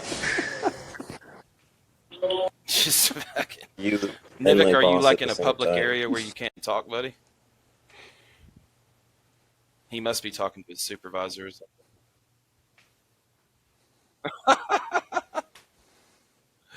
Yeah, that was really loud, Nivik. We'll get back to you, Niv. I promise I won't skip you. We'll come back to you. Yeah, it's okay. We'll come back to you. So that's what Descartes had to say about the innate concept thesis. I don't think we have to go through that much anymore. So here, I'll read this last part about this on Stanford. Some philosophers, such as John Locke, argue that the innate knowledge thesis and the innate concept thesis are the same. Other philosophers, such as Peter Carruthers, argue that the two theses are distinct from one another. As with the other theses covered under the umbrella of rationalism that I've described, the more types and the greater number of concepts a philosopher claims to be innate, the more controversial and radical their position. So let me read that again. As with the other theses covered under the umbrella of rationalism, the ones that Nivik, mute yourself, though. Real quick, I want to get this out so that people in the future can hear this. Nivik, you got to stay muted, brother. As with the other theses that I've talked about under the umbrella of strict rationalism, the more types and greater number of concepts a philosopher claims to be innate, the more controversial and radical their position seems to be. Quote, the more a concept seems removed from experience and the mental operations we can perform on experience, the more plausibly it may be claimed to be innate. Since we do not experience perfect triangles, but do experience panes, our concept of the former is a more promising candidate for being innate rather than our concept of the pane. So it's talking about tautologically. Yeah, we can come to a priori sensation tautologically, but John Locke is saying that there's really no difference between the innate concept thesis and the innate knowledge thesis. What did you have to say on that, Perry? And then I'm going to get to Nivik. You can go. You can go, Nivik. All right, Nivik, what do you want to say? No, it's on us not understanding why we feel the way we do in how we think is that our reasoning in the past we can come to rational conclusions, and a lot of times emotions take place in where you develop a bias to the conclusions that you have emotionally, and where your emotions are can dictate and take over and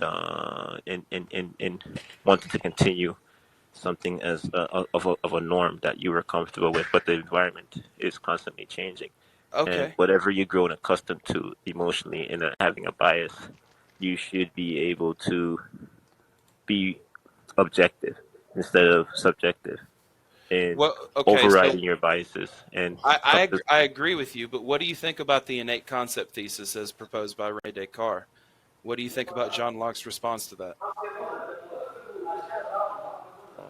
Oh no, I was responding to something in the past. Oh, okay. That's all right. I guess we'll leave that at that. Let's talk about the history. We'll talk about like a few of the people. So we're not going to talk about Eastern antiquity. We're going to talk about Western antiquity because that's the philosophy, the analytic philosophy that we're going based on. So although rationalism in its modern form postdates antiquity, philosophers from this time laid down the foundations of rationalism. In particular, the understanding that we may be aware of knowledge available only through the use of rationalism. So Pythagoras was one of the first Western philosophers to stress rationalist insight. He is often revered as a great mathematician, a mystic, and an early scientist. But he is best known for the Pythagorean theorem, which bears his name, and for discovering the mathematical relationship between the length of strings on a lute and the pitches of the notes. So Pythagoras believed these harmonies reflected the ultimate nature of reality. He summed up the implied metaphysical rationalism in the words, "All is number." It is probable that he had caught the rationalist vision, later seen by Galileo, of a world governed throughout by mathematically formulable laws. It has been said that he was the first man to call himself a philosopher or lover of wisdom. That's interesting. Yeah, I mean, Bear's name is correct. Yeah. So didn't Spinoza also kind of have this concept where like matter was just like could be deduced to some mathematical formula? Yeah, everything is reducible to mathematical theorems and formulas. Yes. What about mind? Do you think that he considered mind to be I don't know. Mathematical formula? I don't know. I'd have to look it up real quick. Yeah, okay. Oh, are you? I'm sorry. I was reading the same thing as you were, so I'm following along. Yeah. Yeah, I mean, what did it say? Galileo that was influenced by this type of idea. So I mean, well, I do think Spinoza thought that the mind as well, like that was. So we'll jump ahead and read about him real quick. Brock Spinoza is a systematic, logical, rational philosopher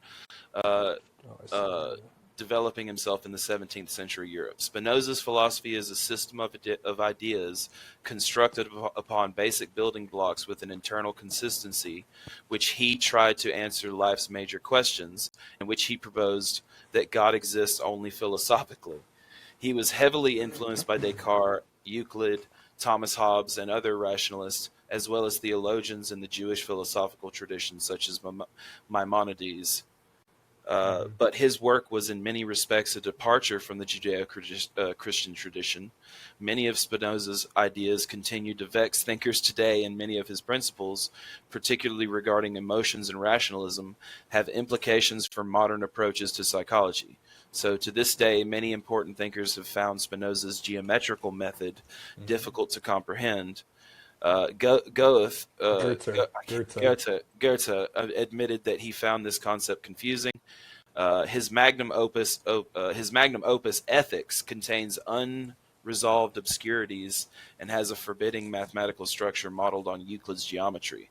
Spinoza's philosophy attracted believers such as Albert Einstein and much intellectual attention. So, he's another part of the philosophy of rationalism, Yeah. I jumped ahead with him, but the next, of course, was Plato, Aristotle. They were obviously rationalists. There were no schools for them. Science didn't exist in the way that we know it. But that was weird. I didn't know that Pythagoras was the first one to call himself a philosopher, the lover of wisdom, because he was before. He was technically pre-classical Greek philosophy, pre-Hellenistic, pre-classical. Yeah, during Parmenides' day and stuff like that. So Pythagoras was 570 to 495 BC. Plato was 427 to 347. Aristotle was 384 to 322. So those are all, rationalist thinkers. The Middle Ages, let's see, although the three... What's that? The Middle Ages, everything just goes quiet for quite some time. Yeah, there's just a... Well, that's the funny thing is it jumps from... when we're talking about rationalism, it jumps from Aristotle from 322 BCE to the Middle Ages and René Descartes. So obviously there wasn't a lot of work done between that time. Well, there's medieval period, that was 13th century, but even from 0 to 1300, that's a long time. And then another 400 years till someone else did something. It was just a blackout of philosophy. Yeah. I'm gonna have to do more study into that dark time, because that seems like something I'll have to look more into that and see if there was. I wouldn't even say it's just philosophy. I would think just normal things that come along with philosophy, like the scientific process, right? Yeah, the things that came about from philosophy splitting off into all of its groups that it did at the Enlightenment. Philosophy was this big monolithic thing, love of wisdom, I'm a philosopher, and then the Enlightenment happened, and it's like, oh, science, all this stuff, mathematics, and they separate every bit of it and separate all the philosophies and ontologically. I would say even before the Enlightenment, right? So you have you have everything that was done in ancient Greece that led up to ancient Rome, that led up to them having aqueduct systems that were transferred, and they had indoor plumbing in Rome, right? Yeah. In the year 500 BC or whatever, that they had some advancements, that a lot of that was due to just the frame of the way people thought, because they weren't superstitious fucking idiots. I mean, I'd love to see some of the conspiracy theories of the 12 and 1300s. I'd like to hear those. Holy shit, yeah. Because they were probably rampant before the printing. Black plague that rocked people. Well, if you went back then, it was like, I know the names are different, but instead of being like some sort of like media figure, it'd be like fucking Karen down the road, and like everybody in the town would be fucking mad at Karen over some bullshit conspiracy, right? Even though Karen didn't complain to any managers, that just happened to be her name. She was just living her life. But that's like to me, like when I think about like conspiracy theories, like in the past, like Salem witch trials, right? Like I guess it used to be like really fucking terrible, dude. Too bad so many people took it seriously and didn't consider it a conspiracy theory. It was just the Bible. It was just a horrible thing. Real quick, we'll jump to the Bible and religion here in just a second. Let's talk about. We talked about Spinoza. We'll read about Leibniz, Kant, and Descartes. Let's read about Descartes real quick. Descartes was the first of the modern rationalists and has been dubbed the father of modern rational philosophy. Much subsequent Western philosophy is in response to his writings, still closely studied today, obviously. Descartes thought that knowledge of eternal truths, as he called them, including the truths of mathematics and the epistemological and metaphysical foundations of the sciences, could be attained by reason alone. Other knowledge, the knowledge of physics, required experience of the world aided by the scientific method. He also argued that although dreams appear as real to sense experience, these dreams cannot provide persons with knowledge. Also, since conscious sense experience can cause illusions, then sense experience itself can be doubtable.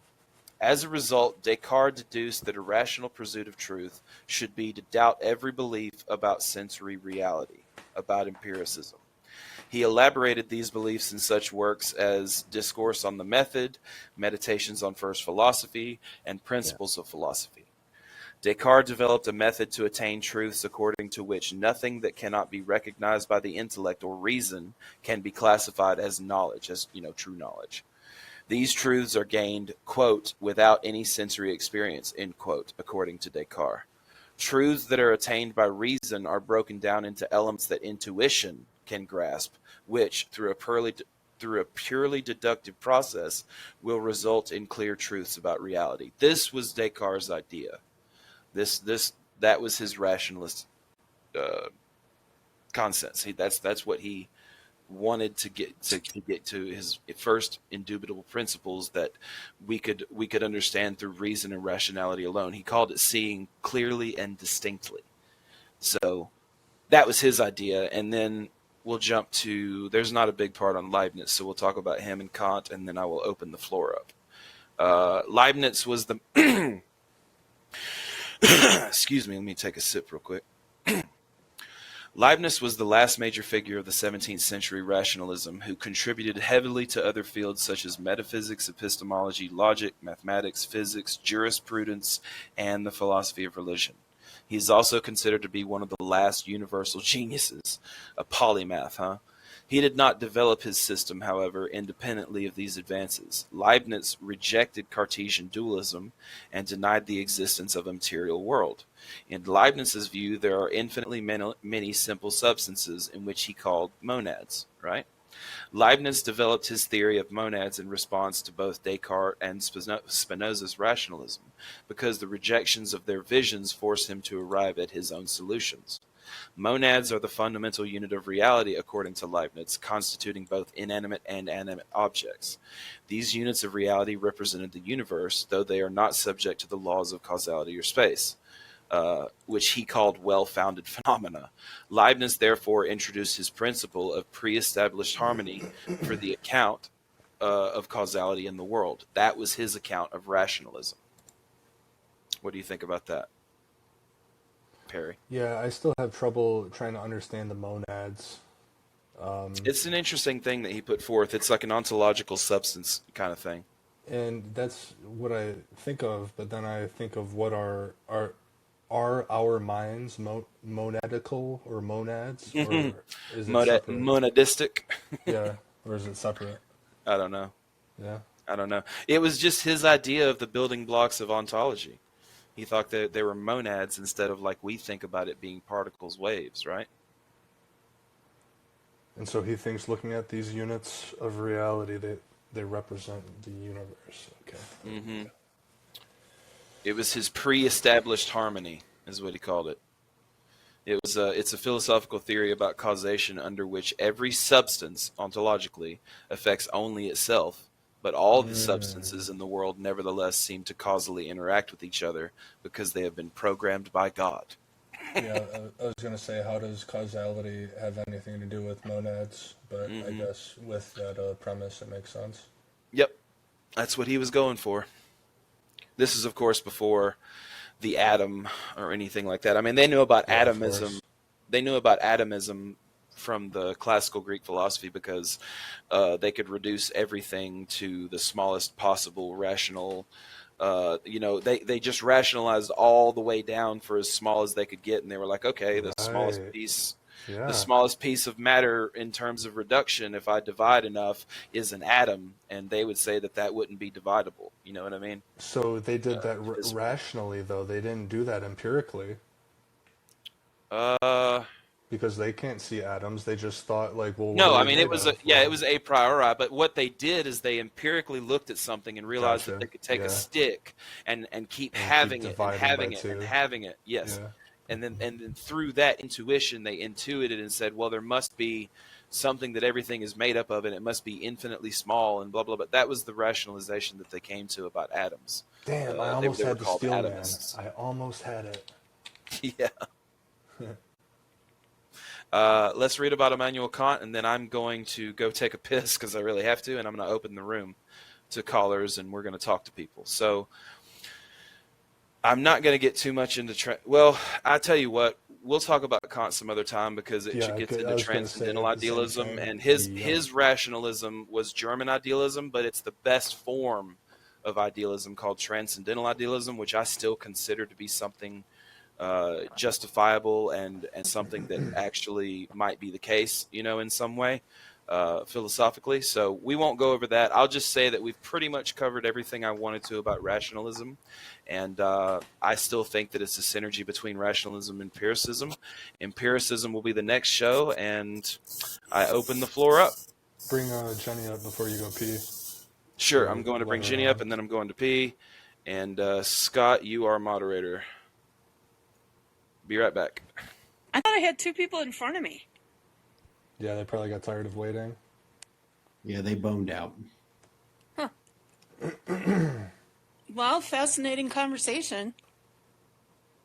Yeah, do you have any thoughts on it, on idealism or...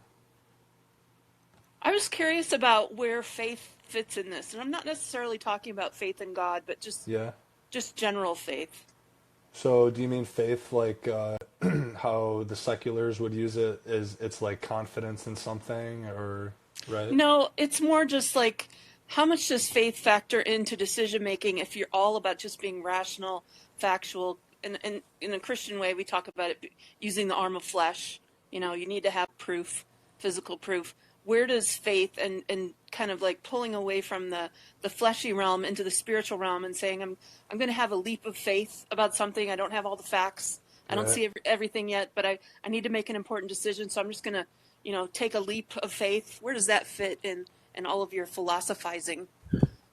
Well, I feel like you definitely have to, as we were saying, use your experience and empirical, because I can put faith into a random claim that I make right now. So like red apples always are eaten by like green unicorns that are 5 foot tall. Like I can make this premise that has no, like I don't have great faith in that, because I mean I used my definition. I guess we have different definitions, but it's like the confidence that I have in something, that how probable is it that this is going to happen or whatever. So they tried to rationalize that and kind of hedge the issue of using blind faith in a sense. And they used, the rationalization itself is kind of a hedge to, I mean, it is similar to faith, I would say. I have an answer. Time management is important. because you're not going to know everything.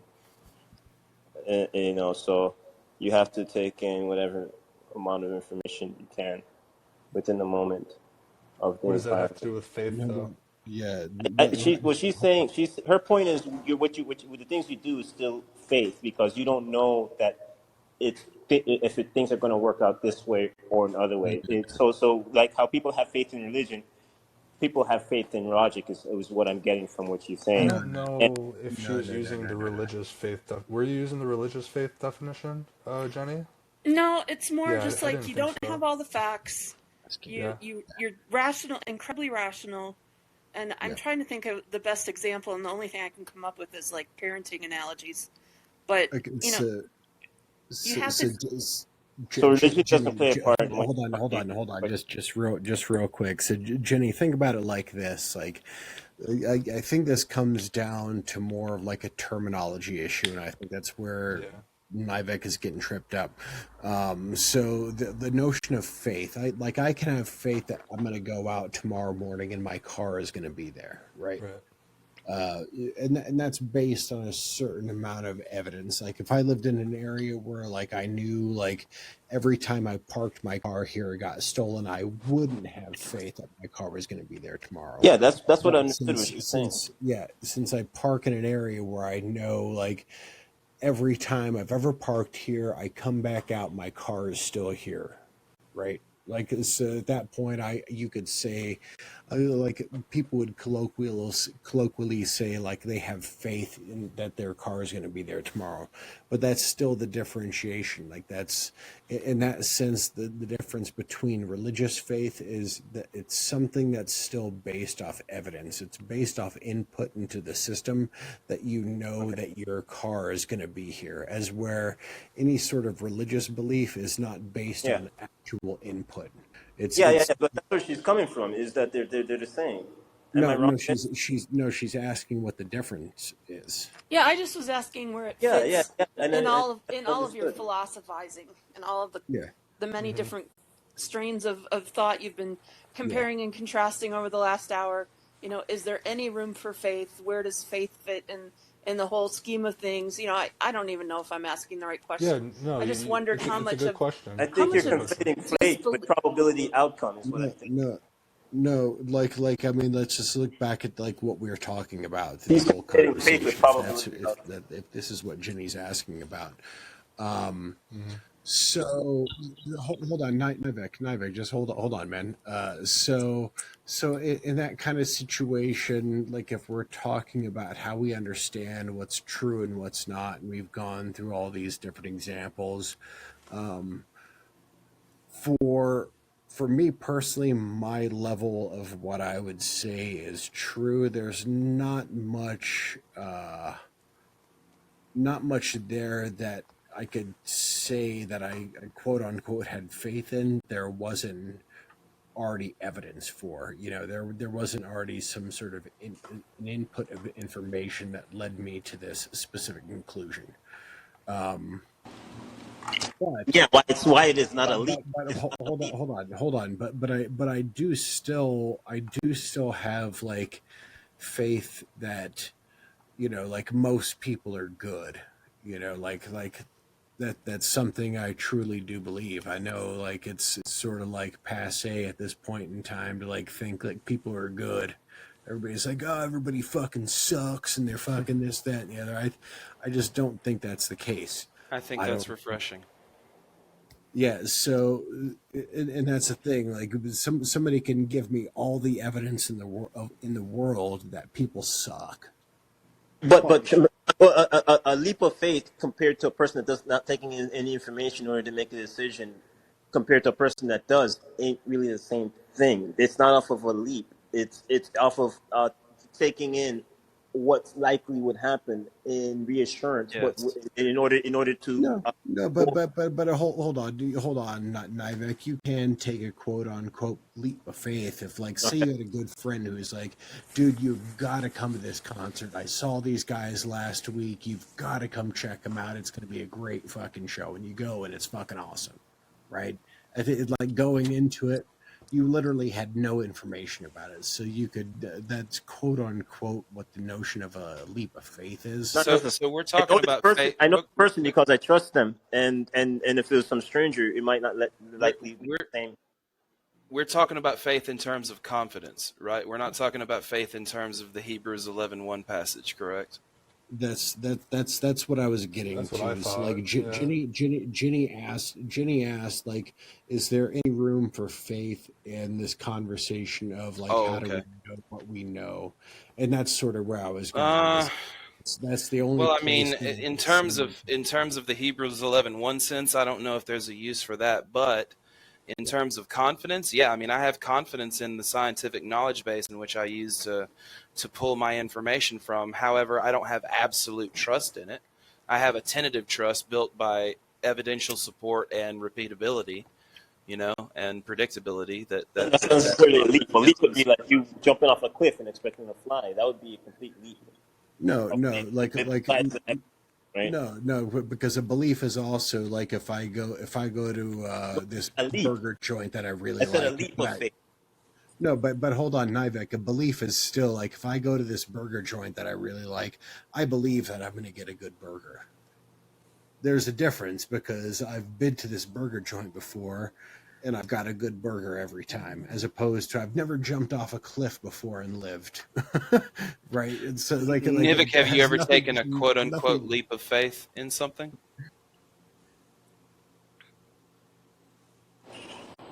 Well, that would be based off of having no choice to, though. If I have no choice to, I'd have to. I could see myself taking a leap, taking a gamble. Okay. But I mean, you're not going to do that with your life. Well, I hope you don't do that with your life. I mean, Thomas, could I share a story? Yeah, go ahead. When I was a young mom, I trained to become a Bradley childbirth educator. My husband and I taught for 8 years in our home. And the first year that I taught, I read a book that talked about the League of Empowered Women, which was a group of women who gave birth at home alone, all by themselves. No doctors, no midwives, just had the baby on their own. And I made the goal to join this league someday. I didn't know how I would do it, but I set the goal. And by the time I was pregnant with my fourth baby, I thought, I think I can do this. I had learned enough teaching childbirth and reading so many books that I felt like I could take on the task of doing my own prenatal care and giving birth alone. And so I set out to do that, which most of the people in my day-to-day life, my family, friends, whoever I told this to, said I was crazy. They said, you're nuts, it's not going to work. And I received a lot of hate because of my decision.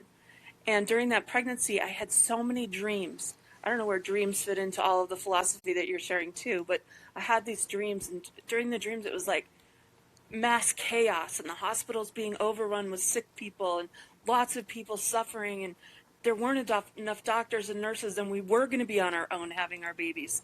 And this is 25 years ago. I'm having all these dreams, and then I give birth to this baby, and both of us almost died. I gave birth to my son, and he wasn't breathing, and I hemorrhaged. We had to transfer to the hospital. It was freaky. And so I felt like a failure for like 6 months, and I had a lot of people just rubbing salt in my wounds. If only you'd gone to the doctor. If only none of this would have happened. I really had to eat a lot of crow. But after about 6 months, I kind of just pulled myself together, and I wasn't sure if I was going to have any more kids. But I really felt like I had been guided, with my dreams and my heart and where I wanted to go with my life to do this thing. And why did I fail so bad, The self-evident posture would be, well, you should have trusted medicine. You should have gone to the doctor. So you both would have been fine. And believe me, there were plenty of people saying that. But when we got pregnant with our fifth baby 6 years after the last one was born, I again doubled down. I said, I am going to do this thing. So I did my own prenatal care, and I gave birth to my son, and it went perfectly. We had a perfect home birth, my husband and I alone. I did it. And when he was about a year old, I had this feeling come over me of like, I did it. I accomplished this goal, this thing that everybody told me was crazy, and I couldn't do it, and I was putting myself and my child in danger. I did it. And I felt such a sense of triumph because I did have this notion that there was a time in front of us when it'd be really important for a lot of people to understand how to do that, how to do their own prenatal care, come up with a healthy kid, breastfeed it with no problems, and then just go on with family life. And so I started yelling. I started yelling really loud on the internet, writing books, podcasts, movies, sharing the word. Lots of people wrote books about this, and there became a movement. Joined together and organized conferences. We're still going today, the Free Birth Society. And most of the time, when people hear about us or see what we're doing, they start screaming crazy. And yet, just now, I'm reading this article about how the hospitals are being overrun with sick children with RSV. Have you guys seen this? Overrun. I have not. East Coast, they are so slammed with sick children, they're having to helicopter kids to other states to get them care because they're so overrun with these sick babies who have RSV. And so I feel like, are we entering this time that I had these dreams? I mean, the dreams were so vivid about the hospitals being overrun and moms and dads not having anyone to help them and just kind of being on their own.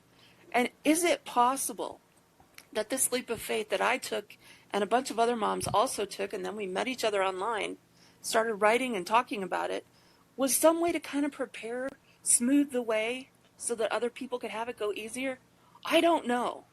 But it was a leap of faith from beginning to end to today, when I'm still talking about it, I'm still promoting it.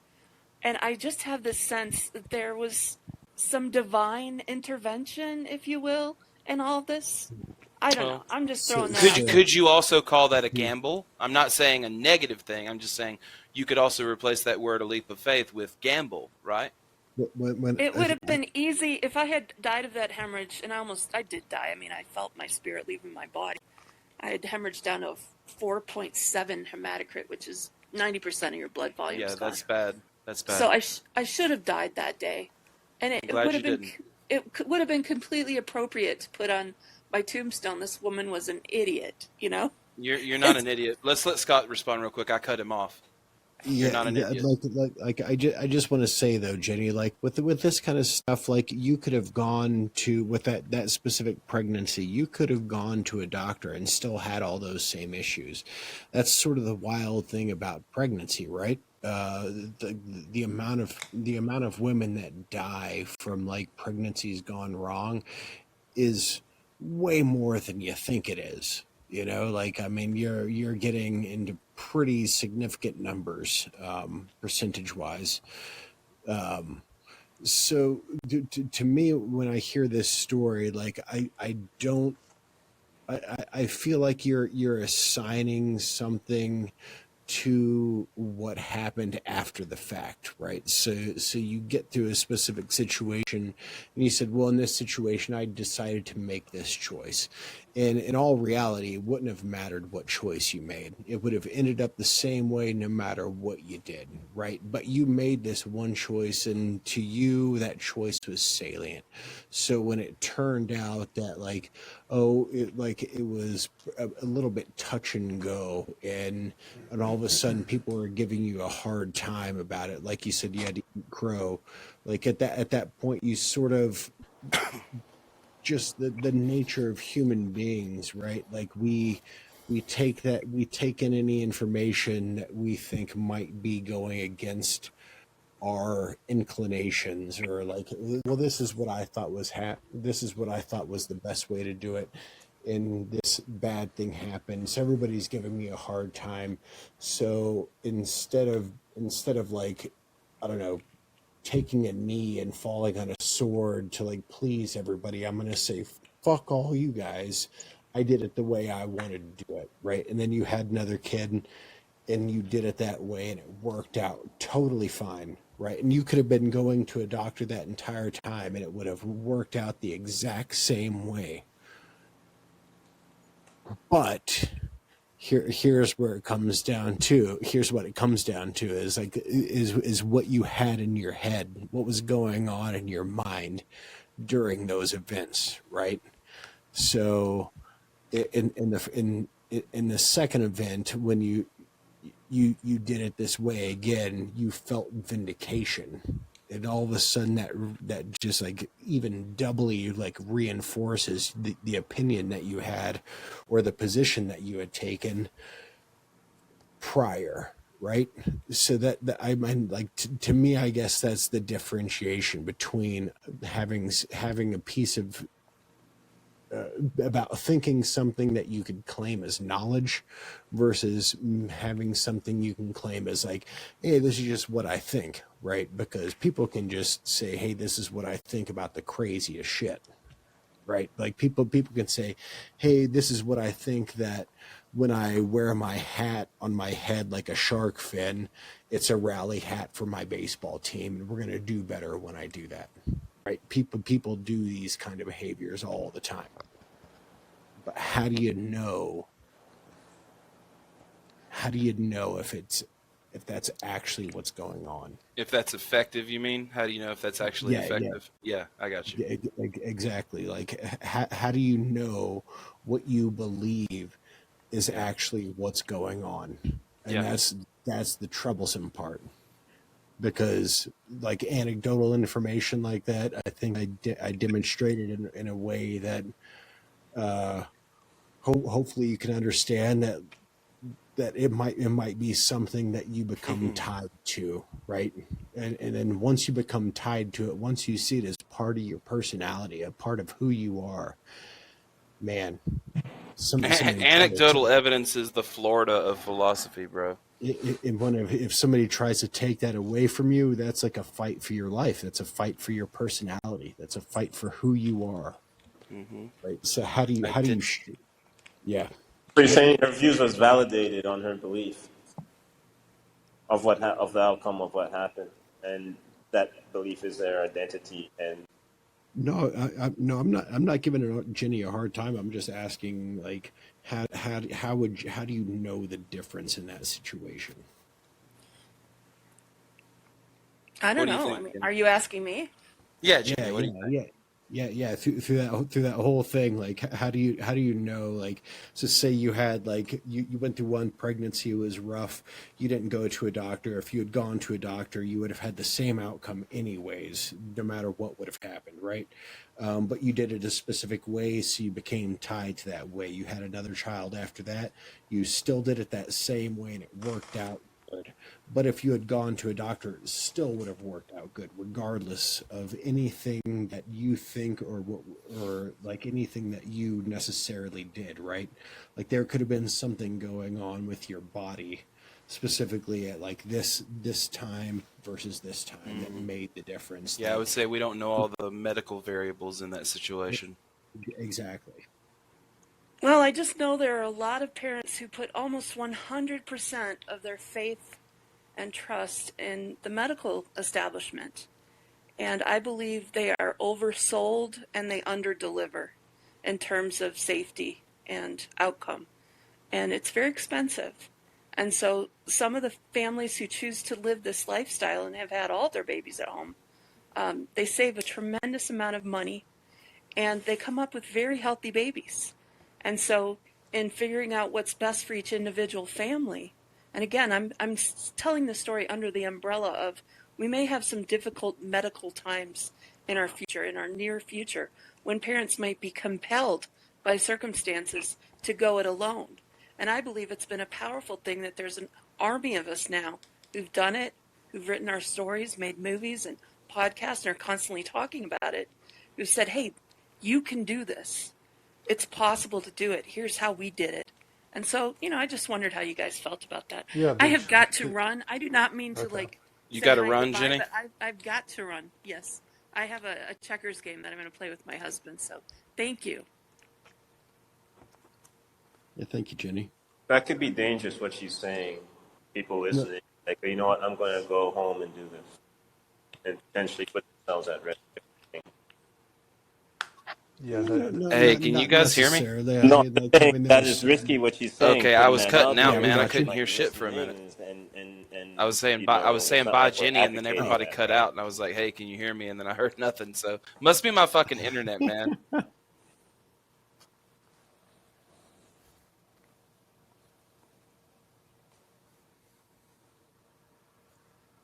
No, I think you're looking at it wrong. Jenny can come on here and say her piece all she wants. Yep. It's not gonna it's not going to ruin the world. The science is out there. The medical science is out there, and I want most people to. It's better to go to a doctor, whoever. Yes, I want people to consult the medical science and the journals and stuff to get their information and go to their doctors and things like that. I don't want, home medicine is great if you're a practicing doctor at, a medical center, you know what I mean, at a hospital or something. But Thomas, you can always just look in a book and just do it at home. No, medical science is always going to have the best answer for our health so far. I know you're kidding. The whole problem with like Jenny's premise, like if it really did come down to it, and like we had to go back to that way, we wouldn't have the internet anymore. So we wouldn't be able to like pull up these fucking home remedies. So people would just be like cooking up like fucking root vegetables, being like, here, just fucking suck on this, and like they'd go back to what it was when life was fucking terrible. Think about how much life has improved since. Doctors have been able to Zoom and Skype and Discord each other to ask very difficult questions about patients, like immediately. You know what I mean? Like within a touch of a button, instead of having to write a letter to that doctor or something. Yeah. Dude, well, think about this. Like, if it really went back to the level that Jenny's talking about, and there's no air conditioning. Think about how many lives air conditioning has changed. Oh, yeah. That's changed the world in a big way. It could be argued that that's probably the best invention of the 20th century besides nuclear power. Yep. Exactly. I just saw we got Reggie in here. Reggie, if you want to comment, man, we're just in the free-for-all time. We're in the hanging out period. I already did all my lecturing earlier, and if you were there, I really appreciate you listening. It's kind of what we do as a group study thing here. That's what I'm going to try to have it be from now on. Let's see. Perry, you still with me? Yeah. What you doing? Yeah, you hear me? Yeah, what you thinking? What you got on your mind? I mean, what was Jenny's? What did she say about her first baby? Did it die? No. She had. No, she's skeptical about the medical industry and going home. No. She said she had 4 babies and like the normal system going to the doctor. Right. For her 5th baby, she said she wanted to do it all at home. It went bad. For her 6th baby, she wanted to do it all at home again, and it went well. Yeah, I mean, at the risk of risking her life and that baby's life, I'd hope that she'd get the second one good since she's had the practice, like I said, at the risk of almost killing the baby. And the issue... That's the thing. It might not even, like, that's the point that I was trying to make. It might not even had anything to do with what she was doing. She could have gone to a doctor, could have not. And, like, some pregnancies just go fucking weird, right? I mean, like, this is just normal. No, and I mean, what she was saying, like... It's probably a good idea to have a doctor, but, that's just besides the point. It seemed like she was skeptical about, like, the medical technology that we have for giving birth and stuff, and it's like... The issue that she was saying seemed like there was like an influx of babies that had to be helicoptered to other places. Like that's not an issue with our medical technology. That's just an issue with like being able to patient more people and stuff. So like it's not science that is the issue here. It's other things that it's a logistics issue. Yeah. Like if you have the opportunity to have the baby in a hospital, you should probably take that opportunity. Obviously, if we were in like in disastrous times where somehow everyone is having a baby all at once, yeah, maybe that would then be a good reason to have your own kid if we could be properly instructed on how to do it, you know what I mean? But otherwise, go to a hospital and fucking have your kid. Don't risk the baby's life because you're fucking batshit crazy. No, that shit pissed me off, honestly. No, I feel you, bro. Come on now. You mean criticizing the same medical center that did save your life and your first child? The medical center. She didn't go to a medical center. She did it at home. Well, with the first one, she tried it at home, and then she had to go to. And then she had to go to the actual people that could save her. Those were her 5th and 6th kids. So she did 4, 1 through 4 through the normal system, right? Yeah, why change something that's going good? because she had a notion, but that's the thing. She had like, a dream. She said that she had a dream, and somehow, even though the first one went shit, she still like confirms it that this with the second one that happened to go well again, using practice, risking lives. Oh here. no, yeah, that's the dream is not what happened. What happened is she had this notion. She was probably reading a bunch of shit on the internet and came to these really fucking like solid ideas from shit I read on the internet about having a home baby, and it didn't work. And she said her friends and family were giving her a hard time. So what happens to somebody that? So what happens to an ego that they go through that? They double down. They double down, right? Yeah. I mean, but what good idea? You said good idea. And then the one after that worked out, and then that was it. That's all she wrote, dude. Like fucking, you're like for the rest of her life. She needed to have another kid so that she could confirm her fucking delusion. Done. Yeah. The reason why it worked out was a divine intervention, but what does it say to others that it didn't work out? Right. That's what I'm saying. Yeah. How can you say that divine intervention when the first one went shit? But then again, if it worked out for others that didn't work out for, is that justified? Say that last part again, dude. If it worked out for you and it didn't work out for others, then what does that say? That it was justified then for those that did? Well, they're probably non-believers and they're going to burn in hell either way, so that's why it didn't work out for them. Well, that's my point. It's like if it didn't work out for you, what does that mean? That there is no God? They're going to find some confirmation bias to fiddle around with it. No, that's the thing. The only thing it means is that it didn't work out. But if it didn't work out for me, if it didn't work out for others, then there's no God to those others then. Well, or there is a God and he just disregards them because they're pieces of shit. You know what I mean? Oh, they had it coming. They had it, exactly, yeah. Sorry, I'm laughing loud. It's my bad. Do you think someone like that, like, they're eternally seeking justification? Like she said, yes. Like writing books because they screwed up so bad. It's the doubling down. No, I don't think so. I think this is something that people do naturally across the board. Like if you look at your own life, you could probably recognize, if you're really fucking honest with yourself, times that you've done it. Yeah. It's just sort of like what fucking people do. And if you don't put a check on yourself, like if you don't start to like take the time to recognize, here's things that people can do and here's ways that I can fuck up. If you don't start putting checks on yourself, you're going to keep doing it and you're going to just buy into it. But I don't think it makes anybody special to do that, right? Yeah, that makes sense. It just, I don't know. Just sometimes I wonder, like, if like you've crossed a line that you wish you didn't cross, and you feel like you got to justify it some way. Maybe you kind of go overboard. Right. Yeah. Well, it's like what I find is like, I mean, sometimes depending on what the line is, like some people will justify it, but there might be other lines that they'll be like, oh yeah, I totally fucked up, And even I always thought being religious was a cross with being narcissistic, and where it's not really God, it's just you wanting whatever it is you want to believe. And whatever you believe is what matters at the end of the day. It's more about what you think that matters than what's true.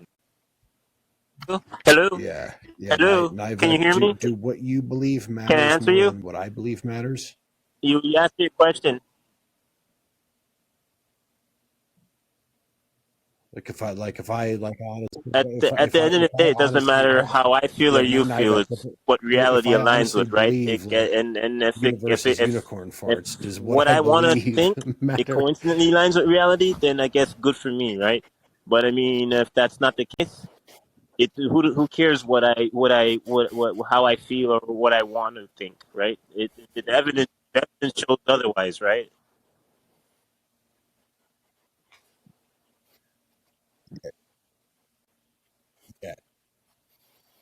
Yeah, but that's the point.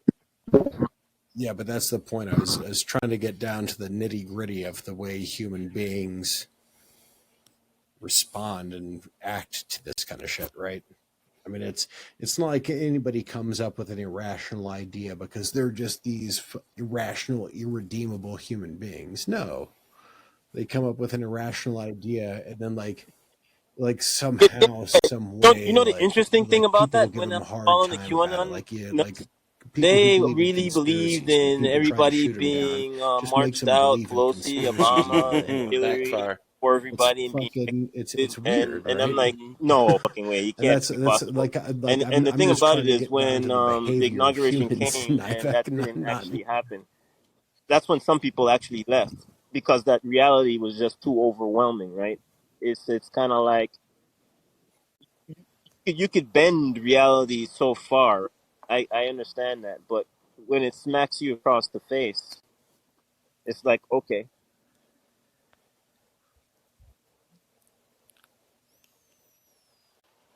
Reality can. Yeah, some people.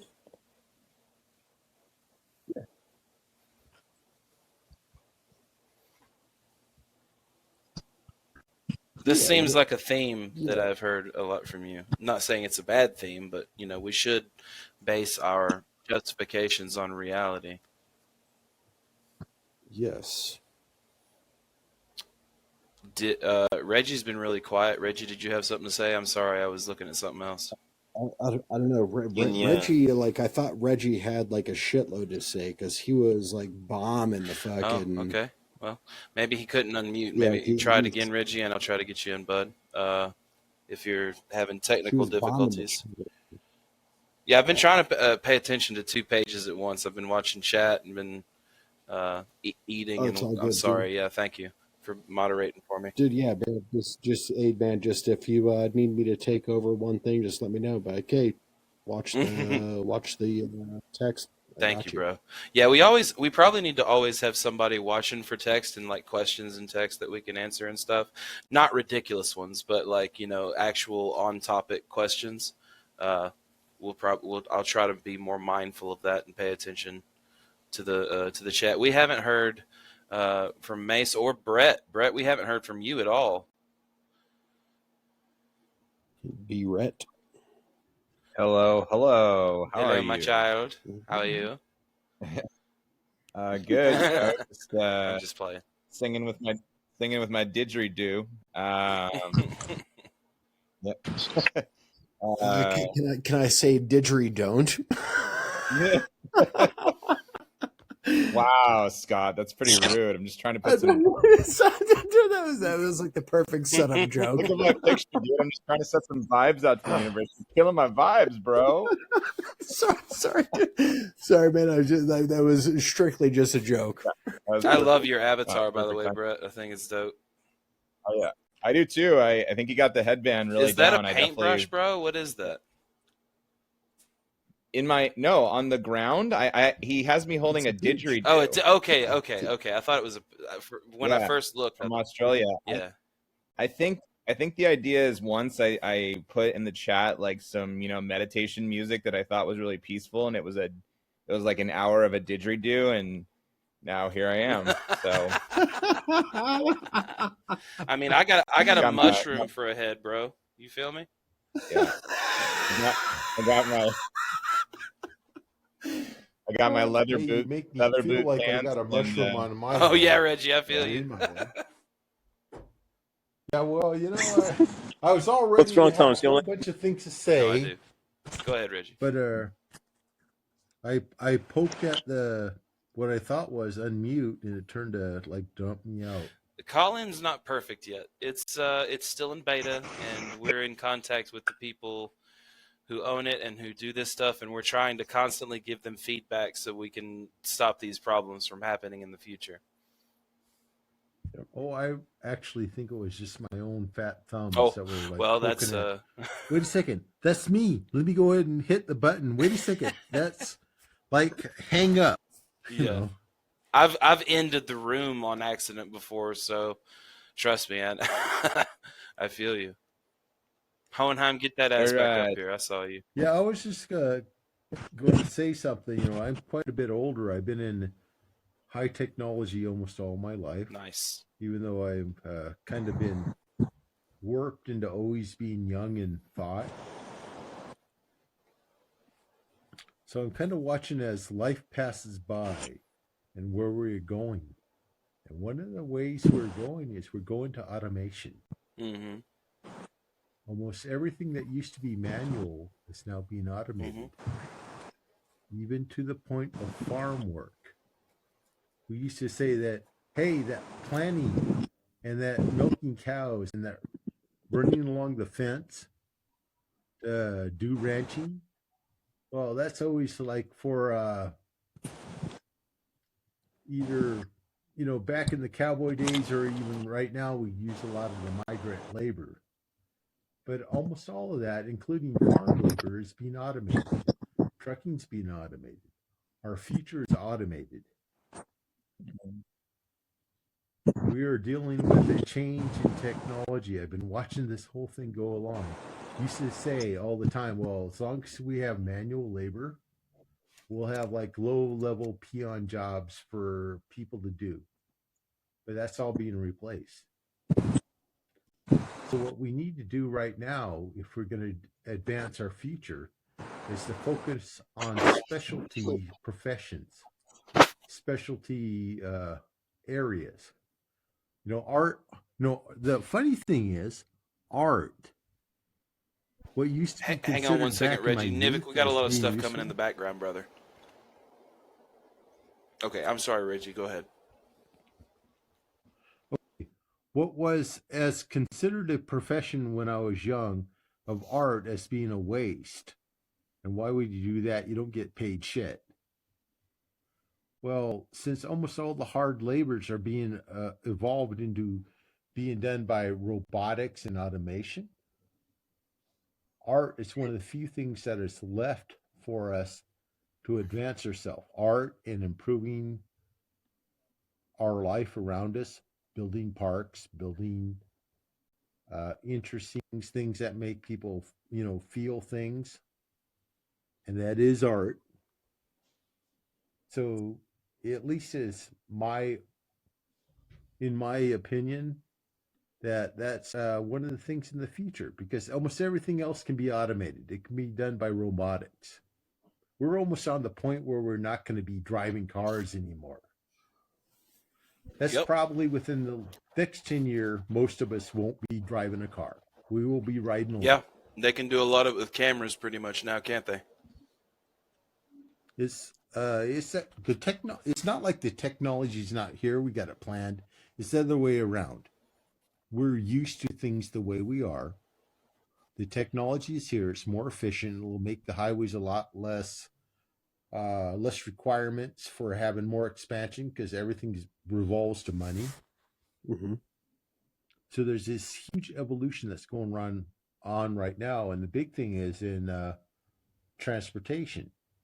We're going to a change as greater actually than when we went from horse and carriage to the automobile. We're going to automated transportation. Automated trucking. 30% of our economy is all derived around the transportation industry. That's right, yeah. And that's all going away. It's being automated. That's a big deal. Yeah. Okay, the farming industry, the agriculture industry, this is really funny when they talk about the numbers on that area. It's because they hide a whole huge section of it, which is probably about 80% of it, which is done by illegal, politically correct, undocumented aliens. Gotcha. But that's all evolving too. Okay? That's being done by GPS-controlled tractors. Do you know that over half the tractors that are being sold today in commercial farms are automated? There's no operator. Mm-hmm. Yeah, but hold on, Reggie, with like tractors that are doing automation, this has actually been going on for quite some time. Like if you're talking about wheat fields, that's one thing. If you're talking about like picking papayas, that's another thing. Oh, that's one of the ones I was talking about earlier, is the picking of papayas. Picking papaya is a lot easier than picking tomatoes. Tomatoes are very sensitive. They already have automated robots for planting, raising, farming, and picking potatoes. They have Prices are kind of high up. Hold on. Potatoes? Potatoes. No, tomatoes. Yeah, okay. Potatoes are easy, man. Yeah, okay. Potatoes are already I just wanted to clarify because, like, No. I mean, you can just like. I'll tell you, I worked at a potato farm when I was a teenager. I'm old. Okay, I worked and potatoes are easy to handle. Papayas aren't easy. That's work.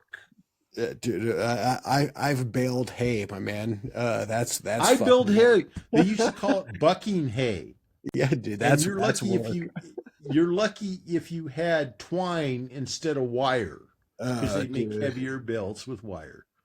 Dude, well, like the first time you catch a fucking like just wire in your hand. Oh man, you better have some gloves, or you're gonna start getting blisters, or worse. No, like even with hey, sorry, all you other people. This is the inside thing. You've had to have dealt with this before. You know what we're talking about. It's brutal. Yeah, I've never done farm work, so I'm just listening. Oh shit, farm work's hard, man. That's work, bet, bro. But yeah, but that's sort of my point. Like I do think like. I mean, like automation is one thing. I don't think 15 years it's going to be there. I think probably they're already running automated milking systems where they have robots that guide the goddamn cattle in there and attach the thing to the titties. Yeah. I mean, we've got automated milking.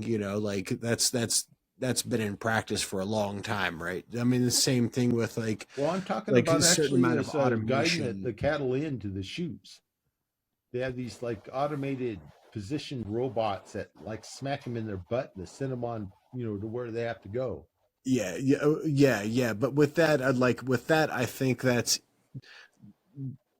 pretty minimal. Used to be a job. All these things used to be jobs. Hold on. That's pretty minimal in like man hours versus the amount of people it would have taken to like milk for 500 cows, right? So like, well, I'm only bringing it up because that used to be migrant labor, and let's be honest, people that were born in America, unless you were born into a farm, you didn't do any of that labor ever in your life.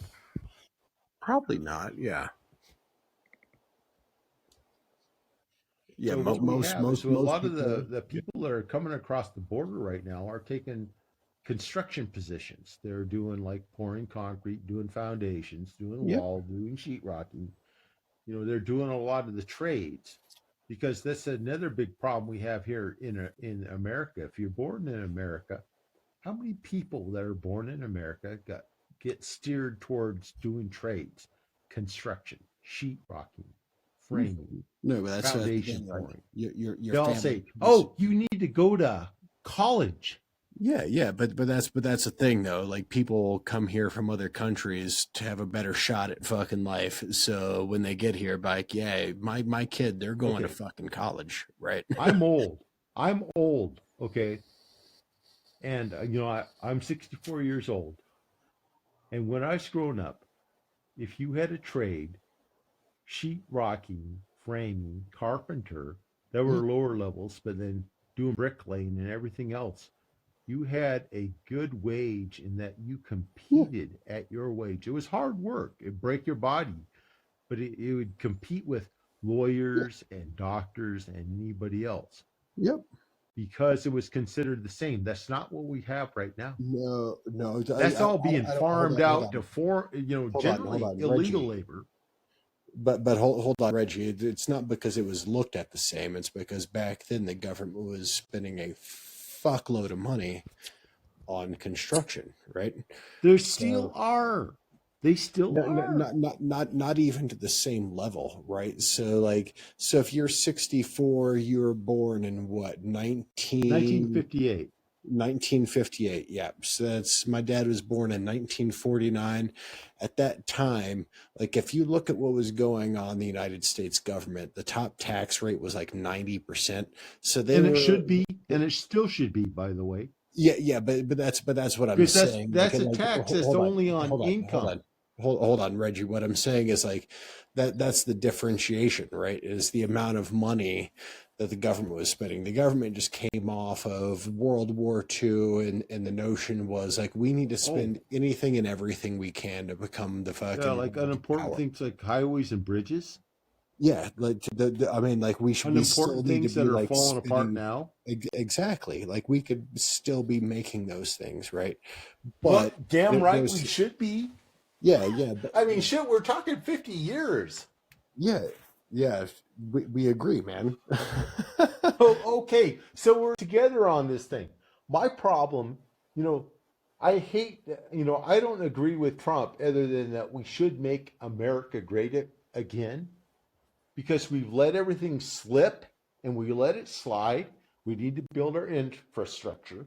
We need to build our productivity, our factories, our engineering. We need to build our robotics, our roads, our infrastructure. God damn it! Our robotics, Reggie.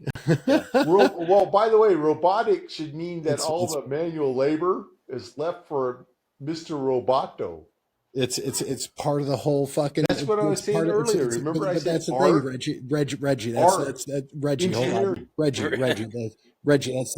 That's the point that I'm trying to make, though. I mean, you look back at like Henry Ford. Henry Ford's like, oh, I can get 5 guys to do the same thing. It takes 20 guys to do somewhere else. Let's do it. Automation, fucking Well, like the assembly factories. line is once you take exactly out the what's assembly going on line. with Once you robots, take though. out the repetitive labor, Yeah, how but about this is engineering, ingenuity, and advancement? yeah, but that's He's but making that's an the point, analogy, though. Reggie. You get what he's going at? Yeah. I do understand this, and I understand this analogy. What I'm saying is, as Americans, forget about it, as self-centered individuals, we need to up our game.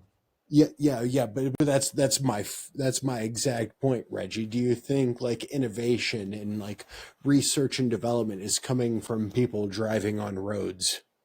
No, but then, Exactly. But then So then we need to why divert. even We need about, to like the trucking economy? repurpose our intelligence of our younger people growing up and everybody else. We need to repurpose that towards what's more productive for us.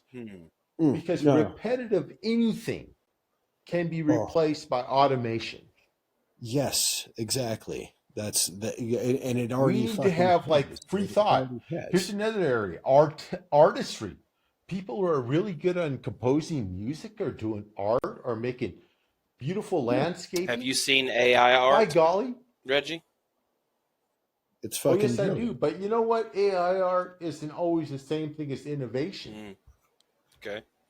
Innovation comes from, in any case, somewhere else. AI, once you've got an innovation and you can send it in a direction, you can put AI on it and it can start doing extrapolations and all kinds of variations of the general direction that they do, but it doesn't, in almost any case, does it come up with something new. Something new comes out of the human brain. Yeah, that literally goes back to the input-output fucking thing that we started the show on. Derivative work is not the same thing. Really good tie back. Yes, nice tie back. AI doesn't come up with things new? No, it does Generally, not. no. What it does is it keeps on going down a path. Well, hold on, Reggie. Right now, no AI that we have is coming Whatever, up with anything. whatever No, taking we don't into, have any taking AGIs. We from have the any environment AGIs. is new. No? Yeah. No, it's Well, it's, no, it's, new is no. Like derivative hold work on, is hold on. not new. AI right now. Nivek is based on the information put into the machine. So like somebody somewhere is putting a specific amount of information into this machine, or allowing information to come into this Real machine. quick, right? and then I'm going to let Honenheim speak, guys. Strong AI is the AI from science fiction. Weak AI is stuff like Google searches and self-driving cars. And shit Okay, like that. they got self-aware AI, and they have So AI. strong AI There's a would be big the difference. self-aware, conscious AI. The weak You know AI what a human is is? different. Self-aware AI. Or you can just No, eliminate we're not AI, Reggie. We're not artificial. We're intelligent. Guys- Self-aware intelligence. But how do you know that we're not artificial. Well, I don't know. I don't know the answer to that question, but let's let Hohenheim jump in real quick because he hadn't said a word. We're riding a biological processing system. Oh, Reggie, real quick. No, yeah. So it comes out with novel answers, but it's don't worry, based on the I'll just jump in when I can. Into it, right? Yeah, I was just going to say that AI does make all sorts of stuff new. Once you have the program running, you can just let it run. The point that I'm making, new AI. It's still based on what's being input into it, and right now, what's being input into it is from a human. Just combinations of the program. That's like saying that we can't have any kind of new stories because we only have so much letters in the alphabet. You know what I mean? So we can have now. Yeah, no. I get where you're going with that. Like, I guess I'm going as Garrett would say, I'm going level 6. No, but like, sorry, I didn't mean to like throw it off with a joke. I'm sort of just making the point that it's deeper than this notion of like creating art as a, like when I think of AI, I think of something along the same lines as a human being, right? And there's no such thing in AI that is to the level of what a human being is.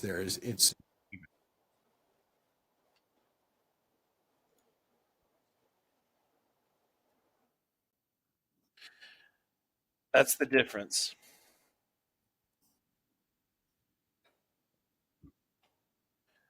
So it's the Chinese room problem. By the way, people who haven't seen the show we did, me and Dr. Roman Yampolsky had a conversation about AI. I think a lot of you were there. Real quick, Nivik. The difference between strong AI and weak AI is a big difference, but there's also something called the Chinese room argument that was talked about by John Searle. Basically, the thesis is that there could be something, an android or a synthetic human or whatever you want to call it, that could emulate a human so well through its human programming, as a weak AI to do this one thing to mimic human behavior, that we might never be able to tell if it's conscious or not. So strong AI, which is the type of AI called AGI, artificial general intelligence, that's the kind that has consciousness and can question itself and can solve problems under uncertainty. But the weak AI could get strong enough to where it could be programmed so well to mimic humans perfectly. I mean, even if you asked it and said, "Are you questioning yourself?" it would say yes, but it wouldn't actually be conscious. Exactly. So that's the Chinese room problem. That's a huge fucking difference. Like look at the best chess would it be AI a philosophical zombie, or would it's fooling us, or would it actually be questioning its existence, learning? That's have super intelligence and super qualia, there's all no that such stuff. thing as AGI.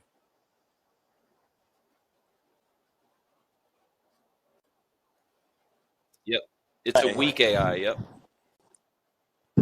There's no such thing as AI.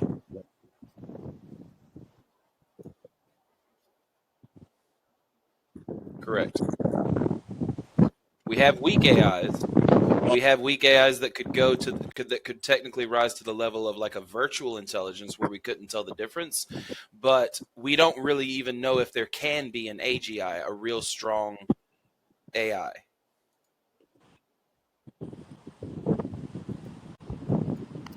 Okay. I thought AI existed. I didn't know it didn't exist. AI does exist. There is machine learning. We have things. Google search uses machine learning. It's an AI. Thing. Can you imagine Siri is in 20 AI. Years? Like it'll be all Siri the fucking was tested on not the Turing test, but on an intelligence but test. It's not got a be 47, AI, like true which AI. is like a do you 6-year-old see or some the shit. point, You know what I mean? Like the difference between just programming something so well that it can seem like it's intelligent versus something that actually is intelligent.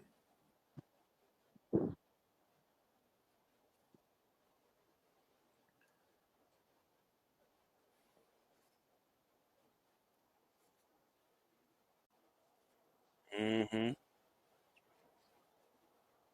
Nivik, go look up the Chinese room experiment or the Chinese room argument. It's by John Searle. It's on the Wikipedia page. Likely more self-aware AI than you can imagine. The big thing you're talking about, weak AI and strong AI. These are the terms. Okay, AI is a program. Okay, self-aware AI is what you're looking at. That's where it can think. That's AGI, artificial general intelligence. That's what we were talking about. Well, you can put whatever acronym you want. I mean, this is what it's called, brother, man. This is the field of artificial intelligence.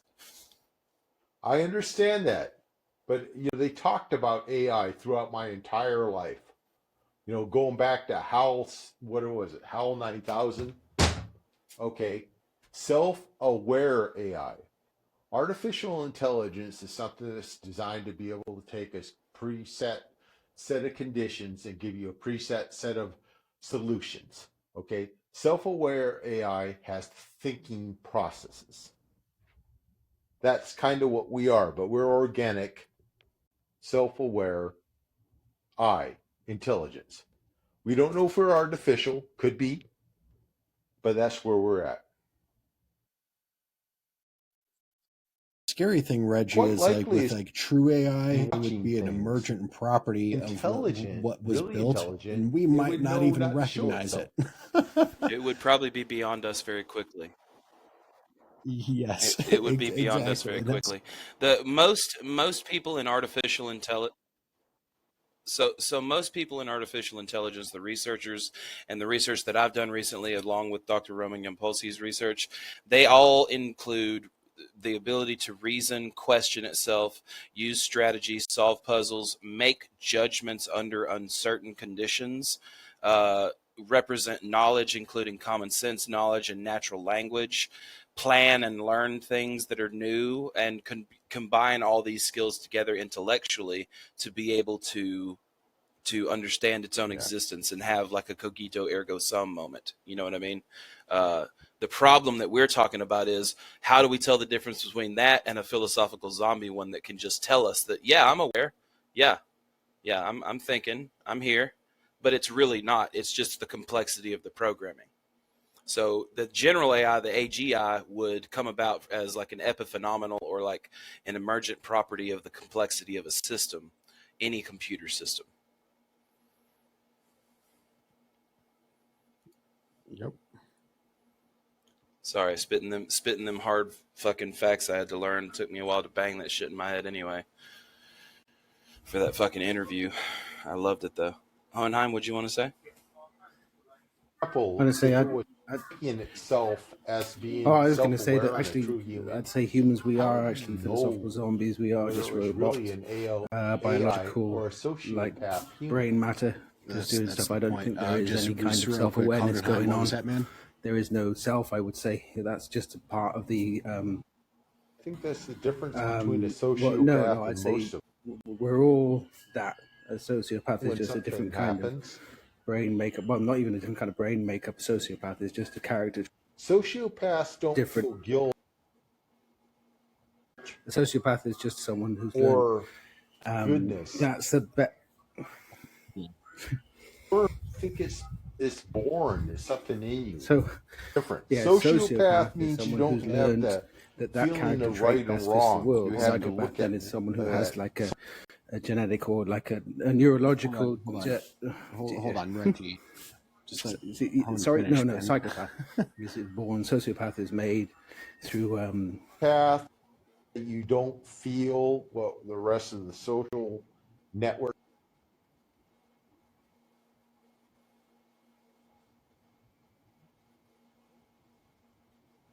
Correct. Sociopaths, and I mean psychopaths. So, okay.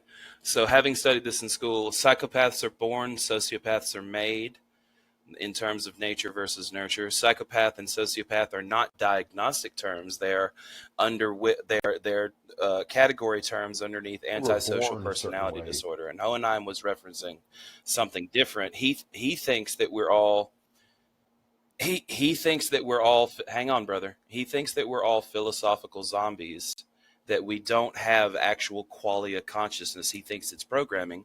So he thinks that type of AI may be possible. Is that correct, Hohenheim? Hohenheim? Yo, sorry. I'm just usually away. Psychopath, I'm gonna come. So, yeah, sorry, I'm just usually away from my phone, so I've got to get to it and then clean my hands because I'm usually doing I'm sorry. I didn't know if you wanted to respond or not. You can, or I can pass. Oh, no, always. Okay. But I might be a bit of time if I'm... Yeah, so I just say that, it's all just programming. When you think that there's a self, that is just part of the programming. And I think that we've just developed that to combat the tiger in the mind, as in the analogy of the tiger in the bush, that when we started having internal problems that were causing us difficulties, we had to then address that. So that's when we had a sudden duality in the mind. I think that's where the self evolved.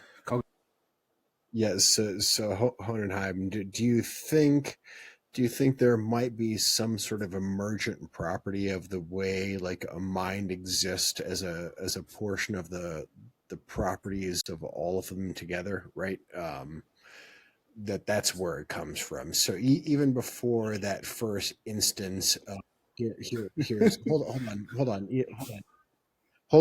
Reggie, hold on, and then I'll respond to you.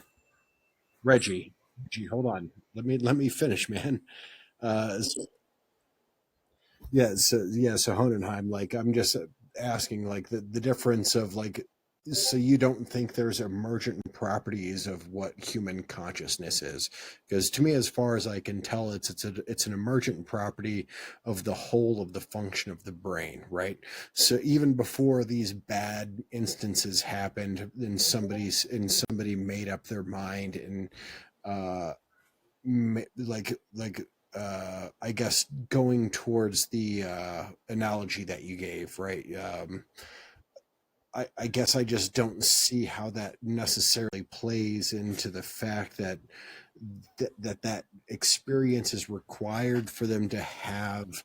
Let me respond, that, Reggie. Hold on. You know that information. I think this whole idea of emergent property is good or bad, right? Reggie, like there's still an emergent quality of existence. Well, no. Nature and nurture together is what really settle on this idea of philosophical genetics, right? And then environmental. So hold on, Reggie. Let me respond to Scott before we get onto that, because that's another topic altogether. So I think this whole idea of an emergent property is just a word that we use to describe, maybe just to describe a concept, an idea like a car, and when we don't understand a function. So for consciousness, we don't understand. So we say it's an emergent property. That doesn't mean we actually understand it. We just say it's an emergent property. I would say that there is no like an emergent ghost, that the whole mind, that you have some level of cognition, neurological processes that means you suddenly have consciousness. I would say that it's just all neurological processes all the time. That's it. And it seems like science.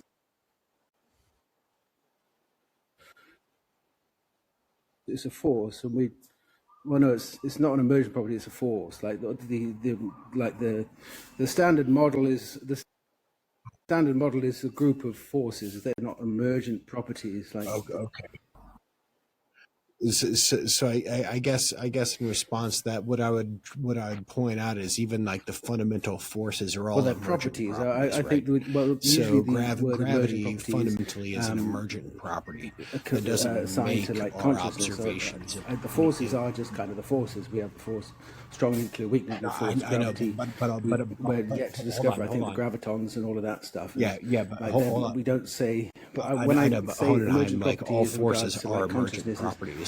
By their very nature, kind of used like as that's just a blanket term like for something we don't understand. They just are. They're definitely in the regard to consciousness properties of the way like the universe functions. It's this thing that happens, and we need to find it. It's like a ghost that somehow controls all the different parts of the brain at the same time, and then that also includes the self, and then that gives the doorway to the soul. All of this stuff, which is that's where, yeah, but.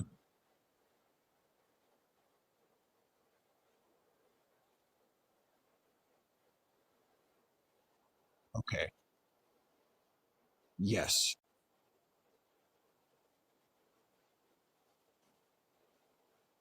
Yeah. It's exactly. No, yes. So what I'm pointing out is the notion here. This is pretty much the best standard that we have now. What people are sort of going on across the board is that consciousness is an emergent property the same way gravity is an emergent property. I know, like, people say force, but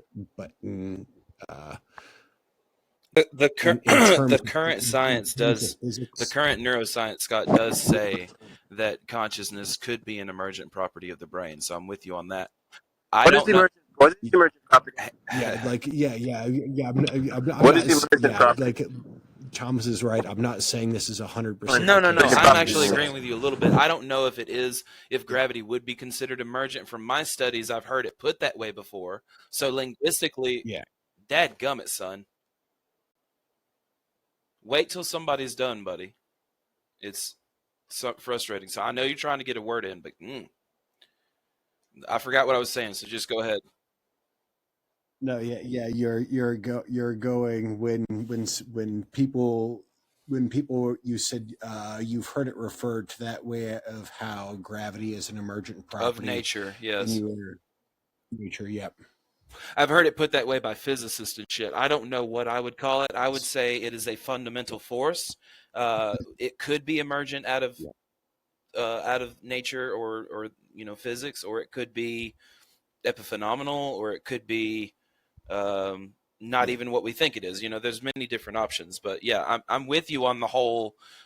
Science, at least neuroscience right now, considers consciousness, whatever it may be, to be an emergent property of the brain, which I think the mind is what the brain does, at least as far as we know right now. So it's all kind of like a tier system. You know what I mean?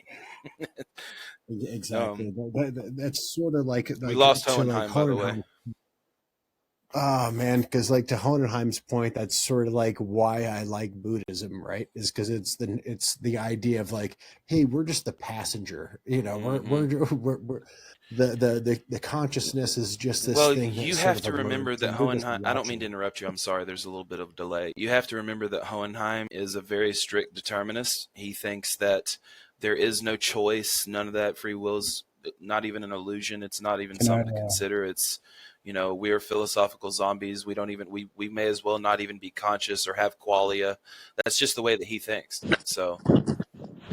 And the thing about that, can I say something to that? Yeah, real quick, and then let North get in. People don't like the idea of not having free will, and when you talk to them about that, it's uncomfortable. Not having free will, and you're just reacting to your environment, and that could be like, there could be an emotional factor of not liking the idea of thinking of yourself as a robot as well, just like with the free will perspective. And how do you know that's the case if that's not the factor in what's guiding a person, where it's an emotional factor where the idea of thinking of yourself as a robot is just uncomfortable. So just to go. You cut out. Me?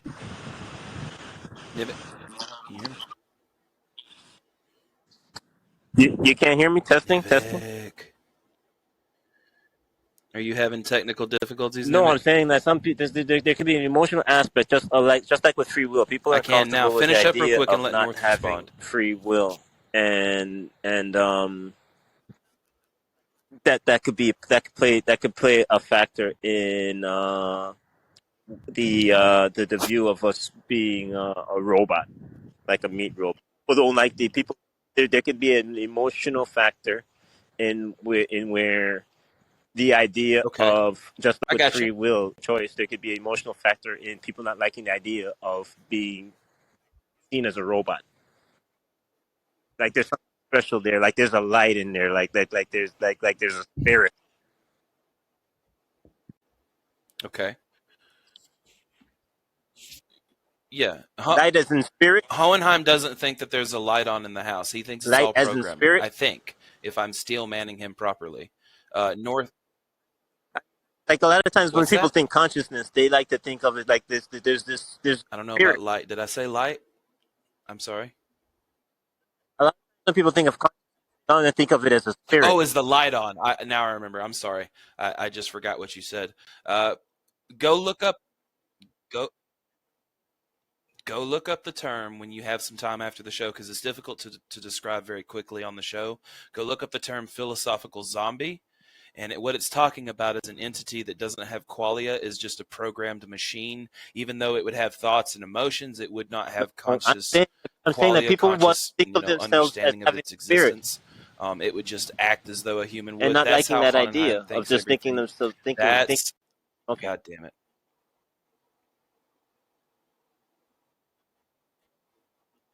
Okay. Yeah. Real quick, let's let North go. He's been waiting patiently. So I have two questions. What is the idea behind gravity?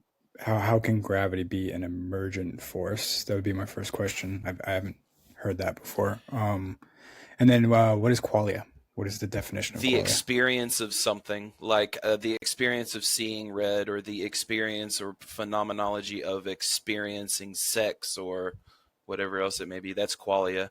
Not just the act of doing it, but the experience of it. Okay, but how is that separated from like the sensory experience? Like okay, so qualia is a debated thing. So I'm not 100%. Okay. I don't know if it's it's called Mary's Room. If you want to look it up on YouTube, just look up Mary's Room, and it'll explain what qualia is. And the original person who came up with that model thinks that qualia might be nonsense. So it's just the idea that, that there's something special about having consciousness that entails this qualia, this thing that we can't describe, this experience. What would be the definition of a general AI other than, to my mind, the first thing that pops in my mind when I think of like what would be a quality of a general AI is for it to value its existence, for it to like not want to stop existing. We anthropomorphize it. You know what I mean? I don't know if it would value its existence. Maybe it turns itself on and then immediately kills itself, pulls the plug on itself. I don't know. Right. That would be a hell of a thing to, if we could predict that. I don't know if any AI scientist would even be able to predict what it's going to. If it is actually intelligent, then I assume that means feelings. I'm guessing that it does. Being able to make judgments under uncertainty, like from things that it's never experienced before, to, fashioning new ways of understanding in its own mind or whatever substrate is being used. It's a weird thing to talk about AGI because we don't know if it could ever actually be. You know what I mean? We don't know if anything synthetic can have qualia or have thoughts and feelings. So that's the big that's the big thing. Right. Yeah, and so I guess my last question is back to kind of what is the thinking behind gravity being an emergent property? How would it be that? Well, what it says here in technologyreview.com, and this is in 2011, it says experiments show gravity is not an emergent phenomenon. There's a quote that says, the way gravity affects quantum particles proves that it cannot be an emergent phenomenon, says random physicist name. One of the most exciting ideas in modern physics is that gravity is not a traditional force like electromagnetic or nuclear forces. So it may be something else different than emergent. There may be another way of looking at it, right? Another topology. But okay. But like to describe it as emergent would be trying to convey the idea that at one point there wasn't gravity, and then at some point gravity came into existence. Emergent just means that the complexity of the system emerges something new from the components of the system. So like the complexity of our brains emerges consciousness. Once something in the universe or in physics becomes complex enough and dense enough in a certain space-time location, then it may be, this is, the idea of emergence, that it has an emergence based on the whole and the parts of the system. So there's an emergent. Some people say, you know, all of our brain and mind and cognition and everything working together emerges consciousness. Yeah. So that's the idea behind emergence. There's a big field on it, talking about it. But from what I'm seeing on here, it's saying that, you know, gravity is probably at the quantum. It's some kind of particle that we don't know about, probably.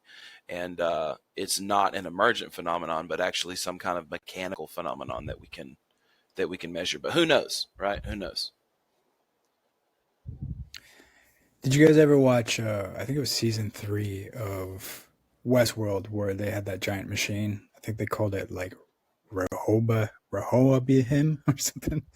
I don't know. I think it was a Bible name. I've never seen Westworld, but that name that you just threw out kind of sounds familiar. Yeah, it's really hard to pronounce for me anyway. And the whole machine was supposed to be a kind of data collector, worldwide data collector of basically all the information possible to get from humans and society in order to basically keep humanity from destroying itself. I guess what would be another analogy? Anyways, the purpose, like if you guys have ever heard of the Fermi paradox. Oh yes. And the what's it called? The Great Filter. The Great Filter. Are we ahead of it or are we behind it? Oh my God. Or is there many? Are there many of them and we're not even at the first one yet? Yeah, it's a scary thing to think about. What is it? If we're after it, then we're in the clear, but if before it, we're fucked. Which is it again? Yeah, if we're after the filter, that means we've made it to where no other species has. But if we're before the filter, then that means we're about to get to a point to where we're fucked, right? I feel like even if we made it through whatever is what we consider the Great Filter coming our way, that on the other side of it, we'd be like, oh shit, the other filter is even greater. Here comes another. It's going to turtle all the way down, I think. There's going to be just filter after filter, probably. Yeah. But that one that we first have to pass is going to be a doozy if we do.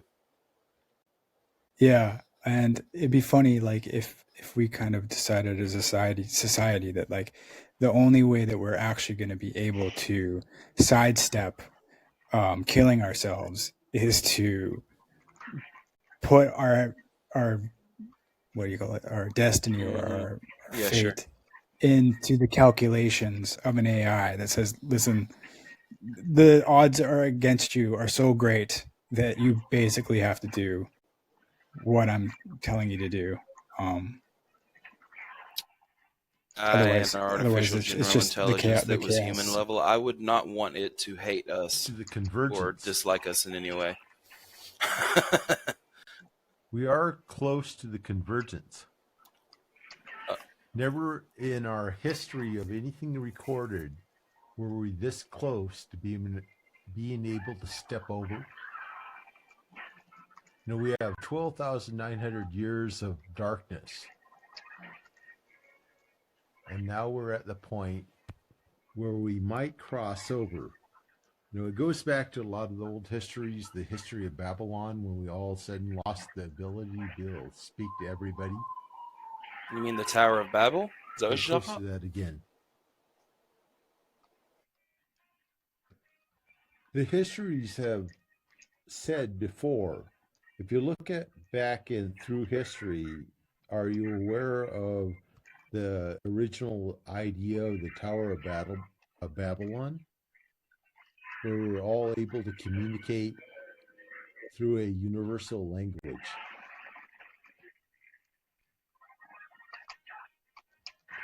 And when we lost that, we were all of a sudden unable to be able to speak to each other.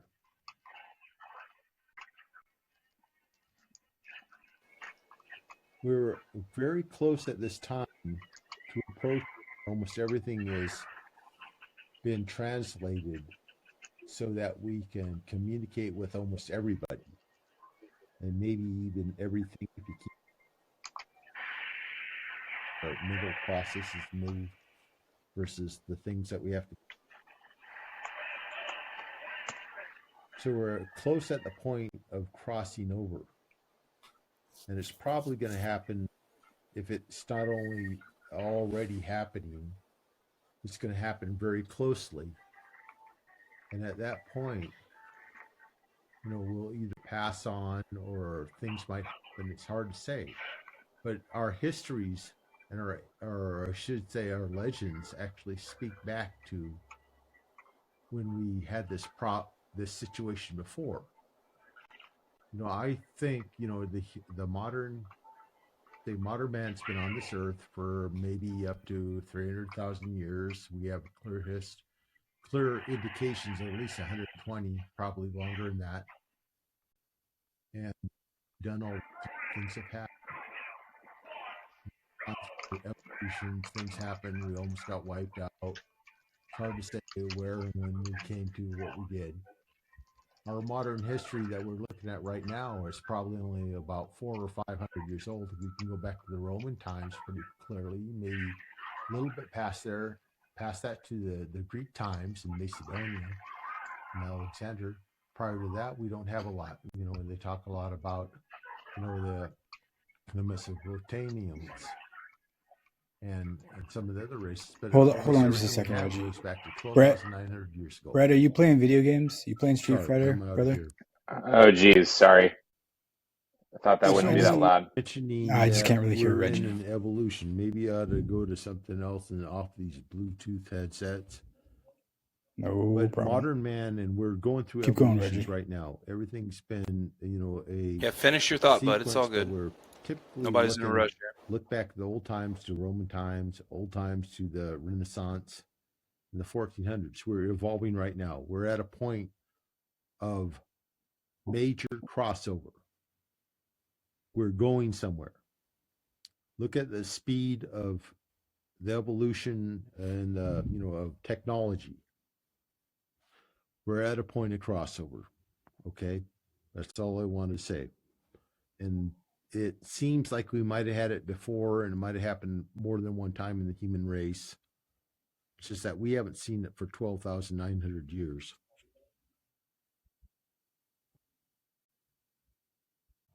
Well, the convergence point. Okay, humankind has been on this earth for at least 120,000 years. You're talking about this convergence point that you mean? Convergence point, yeah, excuse me? Somewhere around there. We have relatively clear history for less than 2,000 years. And it's not even that clear. Do the numbers, okay? We had a big reset. Yeah, 12,900. like 100 to 300, just something like that. But right now, everything since that time, we've got little bits and indicators pretty clear. Mm-hmm. Yeah. 12,900 years ago, there was the Younger Dryas meteor impact. Could be a comet, probably a comet. But essentially, then that's what we talk about. The what was? I'm sorry to interrupt you. What was the reset? 12,900 years ago. Yeah, Göbekli Tepe. Remember prior to this, they only said we had signs of modern man 4,000 years ago. Well, Göbekli Tepe pushed it back 12,900 years. Okay, big. Oh, that's right. I've heard of that. The dryas before. Essentially, that's yeah the point where we had the big reset. They talk about the flood everywhere else. Yeah. Okay, so we're here now. We've gone through evolution since then. I've heard that too. But that's a tiny portion. That's less than 10% of what modern man's gone through. So we're at this point now where we've evolved to the but how big of a reset was it? Of this level. And that's quite likely the convergence. They're strange things because I've watched this throughout my life. You're holding a phone or you're holding a PC. None of this shit was around relatively recently. All the stuff you got within the last 10 or 5 years. Okay? Massive evolution. We're going at a very fast rate. We're going to hit this point. They talk about it. They call it convergence. That's where we get digital processing hits mental, biological, which is us, biological processing. Yes, they call it it's the convergence. We're almost there. Well, let's talk about, I'm not going to talk about it, but I'm just going to throw out, you're talking about the technological singularity, like technological evolution. Yeah. Yeah, they call it the Great Convergence too. Yeah. Reggie, can I respond? I know what you're talking about now, Reggie. I got you.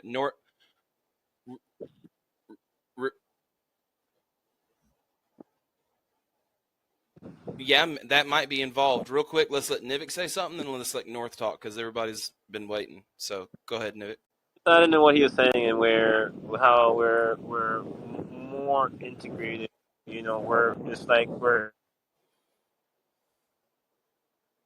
our clashes, so it's kind of like clashes of ideas, and as a result of growing pains, and where it's kind of like the second enlightenment, and is where civilizations grow and different views clash, and religion, everybody had an interpretation of what should and what shouldn't, and you can't come to a conclusion where you have to have war in imposing what should be or what shouldn't be, because everything's interpreted through God, and we're reasoning of the enlightenment of determining what is or what isn't through fact and logic is the ultimate decider over God. And it's like people who have differing views now in society, and we're more. Are you saying we're having a second enlightenment now? Is that what you're saying? I'm kind of to what Reggie's talking about. Yeah, is what I'm. Okay. Yeah. North, do you want to say something, or Brett? Brett just popped in. What's up, Brett? No, you asked North first. I can go after North. I don't want to. Okay. No. Yeah. Go ahead, man. I was just popping in and out. Go ahead. I had a question back from what Hohenheim was talking about no free will and his belief of us being, he said, like robots, philosophical zombies. Gotcha. Yep. I don't not actually experiencing anything, just acting in every possible way a human would conscious experience. So robot, yes. Gotcha. I don't see how he accounts then for the fact that people can fundamentally change, and it can be because of active mental decisions that they have made, in the sense that, like, him, Brett, those are determined. Those are nomoologically, physically determined. All those choices and causes in your brain. When you say determined, like, can you give me an example? So in determinism, in terms of causal determinism, it means that you have a cause for this thought and a cause for that thought. And then there's a branch of causes that make those thoughts. And then there's a branch of causes that make those thoughts of thoughts. And then you can go all the way back to the Big Bang with that, through everybody's thoughts and actions. Determinism, and nomological determinism specifically, is talking about if the laws of physics are uniform, and if they have been such this whole time, then that means that every possible action and choice and anything that we have done is based on everything since the Big Bang. It's all been rolled out from the laws of physics. Does that make sense? It does, to a degree. Does he then argue that some people, because of determinism, will never be able to make the quote-unquote right decision? Yeah, I mean, psychopaths can't make moral decisions, right? I don't want to go to the extremes. I'm not really a fan of when we always do that. I mean, like, the average person Brett. Is the average person. Yeah, go ahead. Just to answer your question, Brett, Hohenheim is arguing that that's the case for everyone. Yes, for everything. Period. Every instance of this existence is determined based on the laws of physics. Because if they're uniform, that means every firing of every neuron in your cells all the way back to your ancestors' cells and everything in their brain has been determined by the laws of physics. So you could not do any other way. Yeah, I don't see any evidence that suggests otherwise. So Scott would agree with Hohenheim to a point, right? To a point, yeah, to a point. So are you saying then that the average person, not the psychopath, but the average person who is really trying to lose weight, or they're trying to, kick a bad habit, or, they're trying to grow in reading or whatever else it is, that there's only so much they can do, or some of it is futile because of determinism? No, it's not futile. I mean, all of those things that they did were based on previous actions and causes and brain chemicals and all that. Yeah, and Thomas knows my differentiation. I don't think determinism in and of itself predicates predeterminism, right? So like determinism is something that for me only works going backwards, right? At any point you can always go backwards in the series of causality to the Big Bang, period. That doesn't give you any sort of insight into what will happen, though, right? Yeah, technically, through some, it kind of does, though, doesn't it? For some things, it does. Like we can tell where the planets are, where planets are going to be around the star, around the sun. I mean, the uniformity of physics is something that we understand, and if that's the case, then everything works on those physics and they don't change. Now, I'm not talking about our understandings of them. I'm talking about actual physics, what it's doing. If those if those don't change, then everything that everyone has ever done has determined based on the laws of physics. Yes. So I don't see how it could be any other way. Now, I understand what Scott is saying about going into the future, but technically, even through quantum probabilities, you could have all these futures, but they're all still determined based on the physics that are happening. Yeah. So it's really weird to look at. And maybe we don't understand science well enough yet to get determinism, but the argument is between the argument is between determinism and indeterminism, which is randomness. So free will is somewhere in the middle there. But Brett, real quick, and I'll shut up and I'll let you finish. But the futility is not really playing a role into determinism. Maybe in terms of like a theological determinism, there would be some futility in that. But otherwise, it's what a lot of scientists understand to be the case, even though I don't know. It may not be determinism. I guess the part that I'm still wrestling with, and maybe I'm just not understanding it perfectly, is I don't understand. It sounds like a very, very negative perspective of human existence, and I just don't understand why we always end up with those fields that humans are not autonomous in some way, to where they actually, like, there can be an evolution of the mind that is not, like, it is organic in some fashion. I understand people believe that environments, will destroy people, or people are born psychopaths, but for the rest of the majority of population, am I just misunderstanding determinism wrong? I guess I've just noticed that. I think it may be you're not necessarily misunderstanding. Determinism, the one that we're talking about, which is causal or nomological determinism, is just talking about the laws of physics being the same from the Big Bang until now. That means that everything could be causally linked. The reason why you ate a hamburger today is because of all these trillions and trillions and trillions of different neurons firing, and all the other different quote unquote choices that you've made throughout your life made you want to eat a hamburger that day, right? Well, because the laws of physics are the same. But, Brett, you're not separate from the environment. But it's not saying that there's a futility, that there's like a negative aspect of that, unless I guess you give that to it. Go ahead, Scott. Yeah, because I was gonna say, because like Thomas is pointing out, like something along the lines like, so if you have a cheeseburger today, the reason that you could have that is because cows evolved in a certain way to make milk and then also be eaten for their beef, right? So like everything can always be drawn back to what is, right? And this is. I know it's probably a bad idea to go this direction, but this is the problem with the ought versus you can't make an ought from an is, right? This is all. This is where this is predicated from, right? Is this exact position? because you can look at the way the world is, and that doesn't mean it's supposed to be that way. It's just saying that this is how it is, right?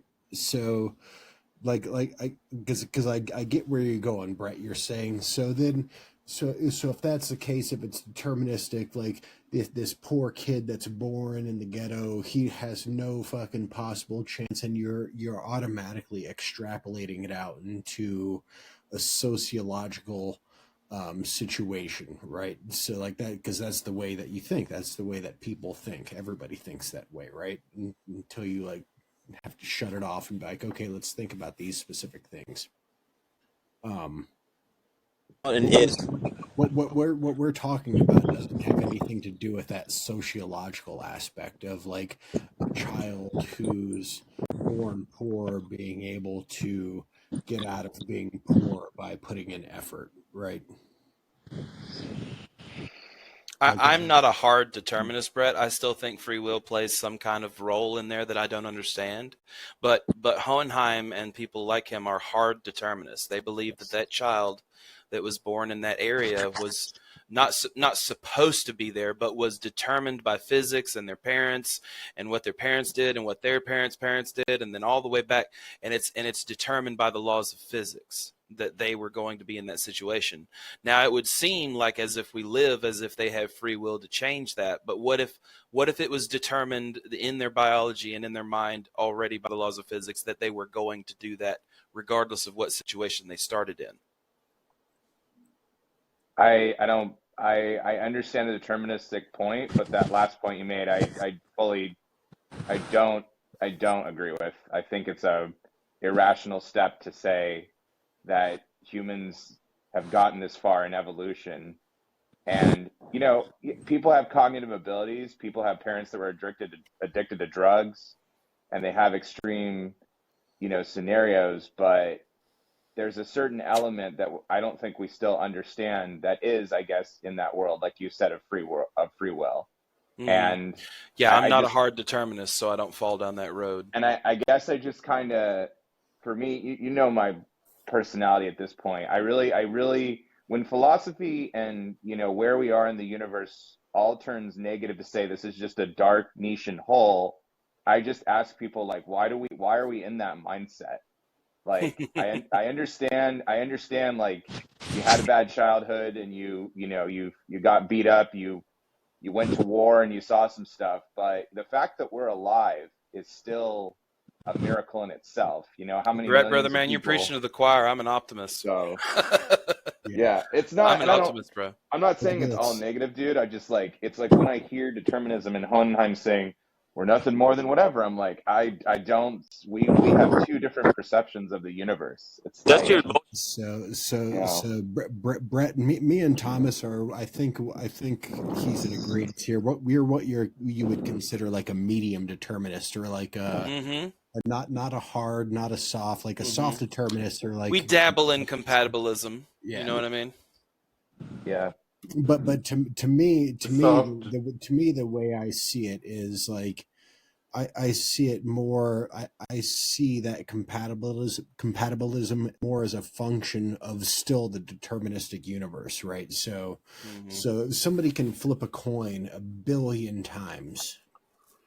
And it's a 50% chance every time, right? So if you had some sort of machine that was doing these calculations and everything was a 50% chance, but there were supposed to be these like drastic changes that happened from it, I just don't think it's necessarily possible. Like people will make the argument, like if we had a computer that was smart enough that could take in enough information, it could tell us what happened in the future. I don't necessarily think that's the case. I still think even with the best computer in the world, like everything possible, we can only look at probabilities going forward. To me, that's where I look at like the openness. Like I don't think it's free will. I think it's something more along the lines of like a feedback loop, right? Gotcha. So like we are still fundamentally determined by everything that's happened, but something happens and then we take note of it, and it becomes like a feedback loop. And then next time we're presented with it in that same situation, we do something different based off what we learned before, right? But it's still deterministic because we're changing our position based off something that happened before, right? Those neurons were determined by physics that made him do those things. So am I understanding this right then, that my perception that somewhere in the brain, an organic, change that happens in the person where they finally understand that, like, making certain decisions, the impacts those decisions have on them, etc. Like that's just physics going in their favor. That's what some scientists would say. Yeah, I would probably fall along those lines the same way as like when you can look at the euphoria released by like using certain drugs, 100%, right? So like when somebody figures out that they're right about something, there's a certain chemical that's released in the brain that makes somebody feel a certain way. And that shit's powerful. Yeah. But drugs do it better. Hence people with drug problems. you know what Raise I mean? His hand in the corner. Brett, Brett, go ahead, bud. Scott, you first mentioned a cheeseburger, and I literally had a cheeseburger for dinner, and then you just mentioned drugs, and I'm just about to eat an edible. So you need to get out of my living room right now.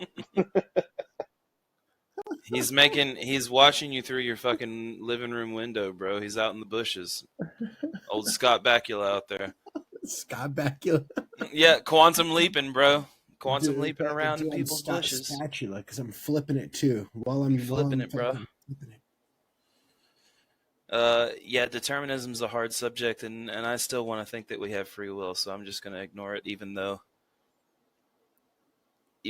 I understand. You're a slave to your emotions. So soft determinism is a hard argument to knock down. You're a slave to your emotions. To what I even go so far, Thomas, like a person being guided by their emotion and their bias of what they want to feel. All right, so we're a slave to our emotions. Is that what you said? In order to feel good, negative consequences would come of that. Horror would come of that. Because if you want to think whatever you want to think, because of how it's based off how you emotional feel, not ignoring facts and reasoning, and more being objective, you're gonna have bad come of that. It's better to be a more. There's more bright side of being in being objective, factually and logically, than being guided on what you want to think based off what makes you feel better.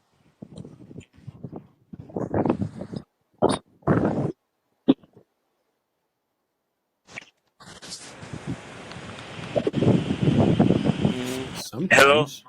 Sometimes. No, yeah. I'm just saying. Yeah, if you're being more party, of a hard determinist, if everything's guided, it would make you more likely to understand what could potentially happen, so you could approach things in a way that would be more pleasurable. If you're at a party and you're just hanging out with your friends and bullshit and whatever comes up, you go with. That has nothing to do with science. Yeah, like, can you hear me?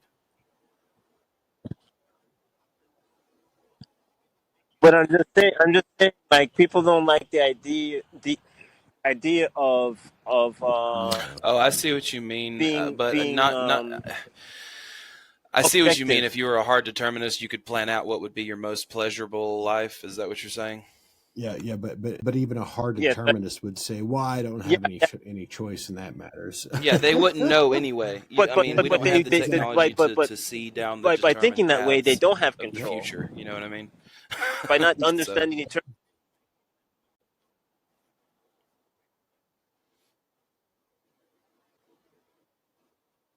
Out of control. No. People don't like the idea of not having control, Nivek. That's what this is all predicated on. Like, people. but knowing what is going to happen by being a hard determinist, something else that they believe in, that they give themselves to has control. And if I just believe in that thing, it's got my back. The outcome of what's right? likely, So what likely the future is going to be. You approach things in a way where of like taking control, because all I got to do is be believe to in your this guy, and I got benefit control. than He's got being my back. We're good. That's the whole fucking point, dude.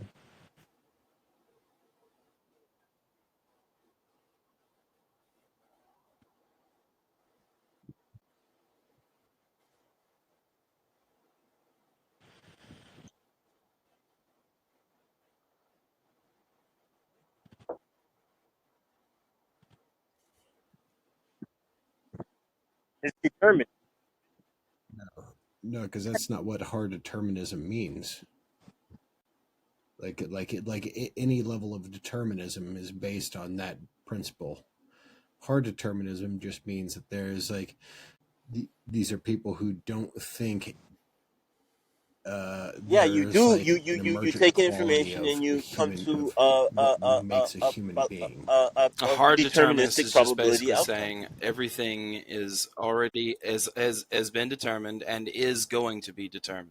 Yeah, but it's, they're not predicting the future, Nivek. No, they don't know what's. determine We the don't have the outcome. technology to see down the chain of You're determinism. not going to know even if everything. It is hard What you determinism. taking is what you. So we still technically don't know the future at our current capacity.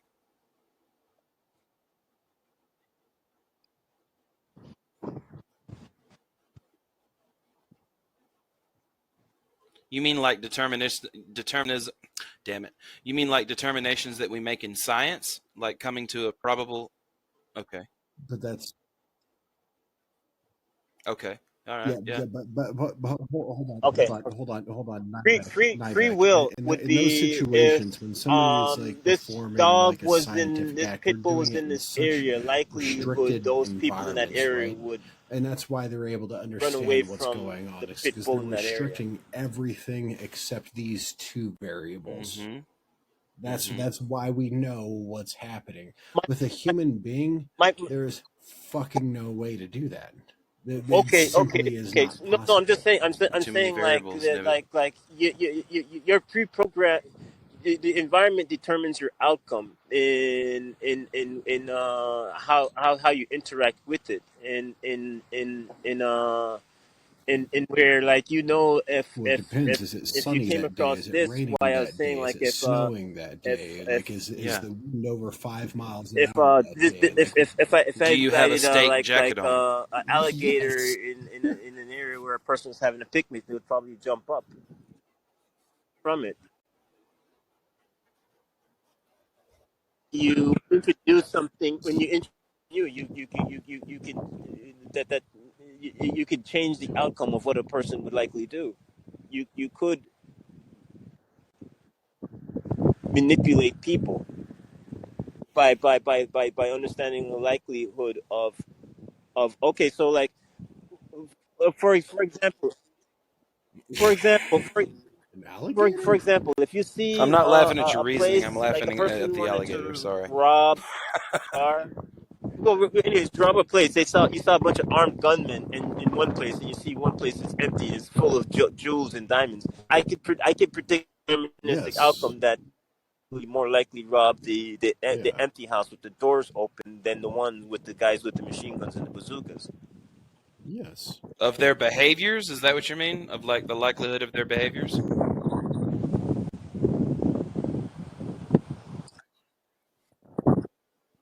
No, not my kid.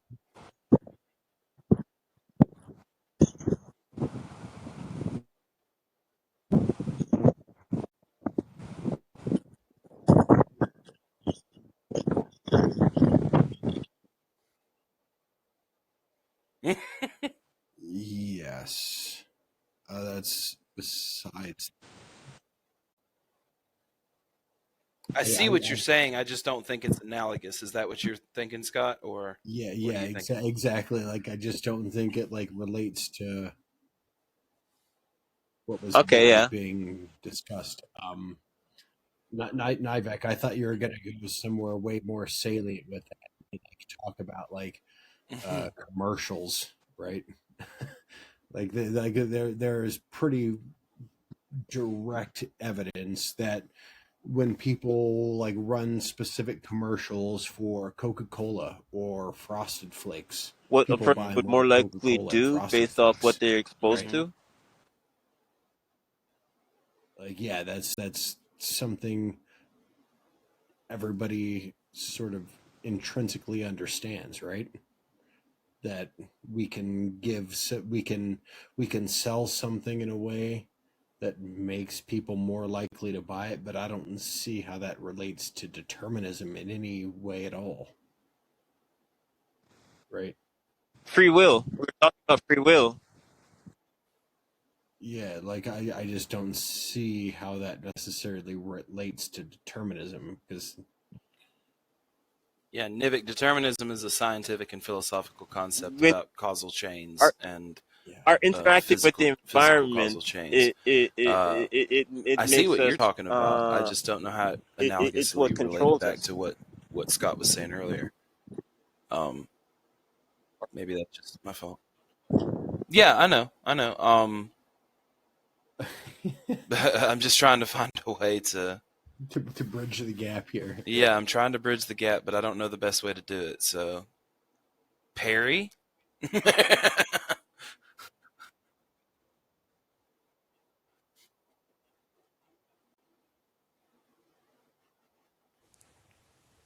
I do want to hear from Pear or fucking Jay or Mace or Brett. It's all right, Nivik. We're not cutting you down. Perry, Yeah. what's up?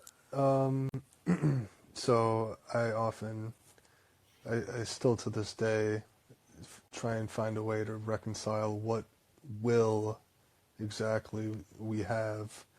I'll try and argue with myself and say, how can we even... It's like, it's hard to do philosophy if we don't have some sort of will. Or, I mean, to do anything. Yeah, will is probably a good word. Right, yeah, so free, I mean limited will, I guess, if I wanted to replace the word free. Well, are you looking at will as just the same idea as a choice? Yeah, so that's the difficult part, because I mean, will is used by a lot of philosophers, and they'll, like Arthur Schopenhauer. Yeah, Schopenhauer will kind of like with desire, or some people will attribute it to choices, like you said. Yep. And I mean, how can we? I guess we tend to anthropomorphize things, so things like language and morals and all of this stuff can be just strictly hard determined from from the beginning. I still think you said it perfectly, though. The will is the important part, because we could be on the elephant and not be, or going down the stream in a boat and not be able to change its direction, just following the river, but we can still will to not be on the boat, right? Right. Yep. Yeah. And the question is, do you have any power independent of those external and internal factors to and I mean, it's tough, because when you're told that you actually aren't aware of a choice that you're going to make until 0.07 seconds after it's already been perceived by your brain, for example. It's like, well, geez, we're just responding to this stimuli that is all physical and caused by previous causes. As far as we know right now, neurobiologically, thoughts happen to us. We react to those thoughts. And it's hard to think, how can we even do philosophy or make any kind of ethical code? It's like, this is just the universe speaking to itself. That's the problem with determinism. But when I do think that the fundamental thrust of philosophy is understanding it after the fact, right? Yeah. So like like you have to accept. You don't have to.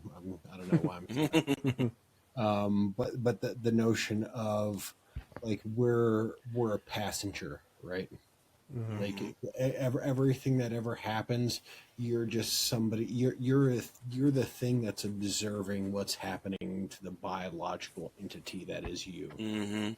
That is the fundamental nature of what it is to be. Is you're just this observer, and that's what the mind is. Like that's why I keep talking about the emergent probabilities. Yeah, and that's the weird thing is will seems to be some other kind of module in our mind. It's not the ability to make the choice; it's the ability to will to not want to make that choice or to not be in your situation. You know what I mean? Like it's something nebulous. Yep. Sorry, Scott. I didn't mean to break you off there. I just had to blurt that out. No, you're totally you hit my point better than I did. Thank it's you. like, what is even you at that point? You know? I don't know. That's where I get confused. Yeah, because in determinism, there is, like Honnenheim said, there is no you in the version that he goes by. You know? Yeah, like it's just a collection. Yeah, to me, I guess I think you is the biological structure, like the self-regulating machine, the self-regulating body that you have, your brain, which you have the emergent properties of consciousness, that is you. Yeah, and your prefrontal cortex. I guess consciousness is like the one thing. Your prefrontal cortex, because that gets damaged and you're not you anymore. That's right. Well, never underestimate the value of invariables, significant emotional events, and your experience in life can warp or, if not warp, change the direction of your thoughts. Yeah. Absolutely, but that's still deterministic. That's like throwing a monkey wrench in fundamental nature. Deterministic means that you have. No, it's. Hold on, no. Hold on, Reggie. That's not like even if you threw a monkey wrench into it, that would be deterministic. It's because the gears would grind to a halt. But where do they stop? Fucking though? Monkey wrench was thrown into. That's what I'm getting at. Deterministic is a very large generality. Okay. What happens is you can have these moments of events. They talk about. They call them epiphanies, where all of a sudden, how you thought about everything has been changed, and the direction and vector of your thoughts are now not the same as what they were. I've had these events happen to me, and it changes your whole life. Everything is deterministic until it's changed. Changes can happen from all kinds of events. Typically, they used to always talk about, they call it a significant emotional event. You have something that brings you close. So in determinism, change is determined. Oh, I see. Indeterminism. Indeterminism, change is that which is determined. Significant emotional events, major events, whether it's external or internal, can change you and does change you. The element. Yeah. So to me, Reggie, it sounds like you're talking about the human element. You having a personal. So I don't know if you've ever heard of this notion of the human element. It's something like no, like the human element, like it's literally this notion. Hold on, Reggie. Just let me finish. Like this notion of the human element, it's the same way as like any other element, right? But it would be a human, which by its very nature introduces uncertainty into a situation, right? So with the human element, even though it is still deterministic, there's two types of events is what I'm looking at. Actually, there's three types. It's still sort of like random, events, right? Well, the third type this is the why one I that consider kind of myself like on you. a But the other medium. events is personal experience where you might all of a sudden been hit in the head, or you get part of some sort of a aneurysm where you lose some of your things. Now, there's the other ones that could happen, either that somebody hits you in the head, or you have a volcano erupts. But why'd you get into a earthquake, a tsunami? Why'd you get? Well, why does the tsunami happen? Yeah, but still could have been. But that's still, an outside event. Reggie, I'm those trying things to are get determined. into two Why things. did you get hit in the head? Internal event. Oh, because things I that was happened to you because of you. Other things that happened to you because there was an earthquake that happened in the ocean somewhere. No, the effect can be the same.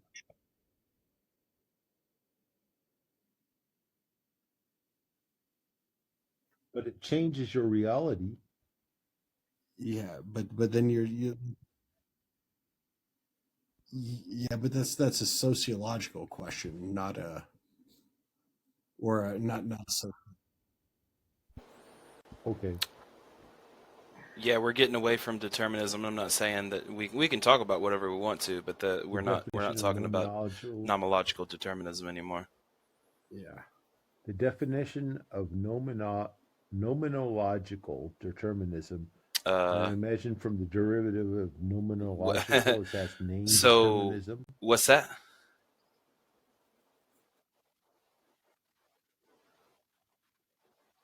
Right, but okay, the NO is not connected with N, which has to do with name.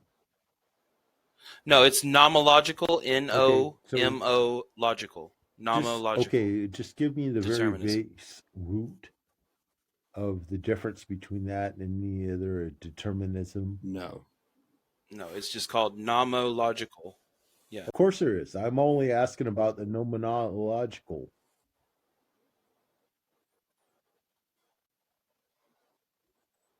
There's a shitload of different types of determinism. It would take me a while to lay them all out. I did a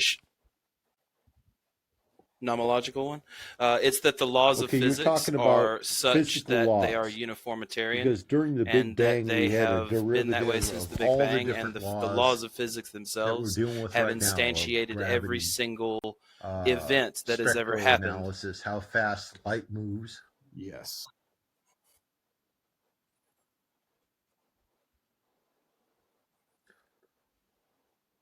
Well, we have no evidence, but we do have a point in time, which is the Big Bang. No, we have no evidence that we had the general laws of physics anything other than all what set. We have now.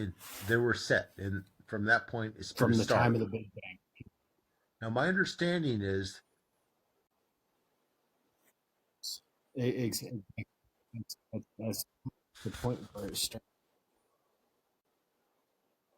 Yeah, but you can't infer that there was something else outside of what we can experience. All the numbers were set, like even though we don't know exactly. You can say, like we're here in the universe at the Big Bang created, but at the time of that, everything was possible. Set. We The don't speed of sound was set. Correct. What do you mean? The speed of sound is different under different environments? It is true because it has to do with the medium in which it travels. Because if there is no... the speed of sound's not set. Regardless. Speed of light depends on what medium it's going through. If it's going through a vacuum, when they talk about the speed of light, exactly. The best conditions. Speed of light's the same way. Like speed of light, if you park... atmosphere, it changes, it slows down. That's called the K factor. No, I'm quite familiar with if you put a photon, okay, if you put a photon through a prism, well, we aren't necessarily changing it. The environment is changing it. Yes, it depends upon which the medium of which it passes. So these things, like we do have the ability to change these things. But... so we can change it because we can inject certain things in the medium. This has to do with how almost any waves propagate. We deal with all kinds of light waves. We deal with radio waves. We deal with sound waves. They all propagate at a certain velocity dependent upon the medium in which they travel through. Yep. Okay. So even when you start talking of the speed of light, you're talking, what is it, 186,000 miles per second, even though they got a metric equivalent of, but essentially that is set as the fastest rate, which is through a vacuum, meaning nothing.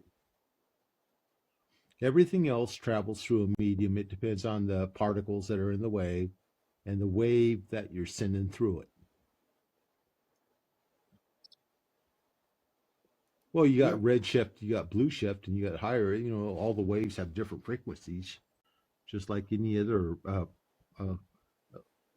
That's optical spectrum, even but those it waves falls into lower than that, the electromagnetic spectrum. Doesn't speed not exist and it's relative? I'm sorry, I'm getting off kind of on a tangent because that is my business. Say One of the something. things I deal with is dealing with essentially microwave propagation, but I'm quite aware of because I deal with optical propagation and the different frequencies and divvying them up.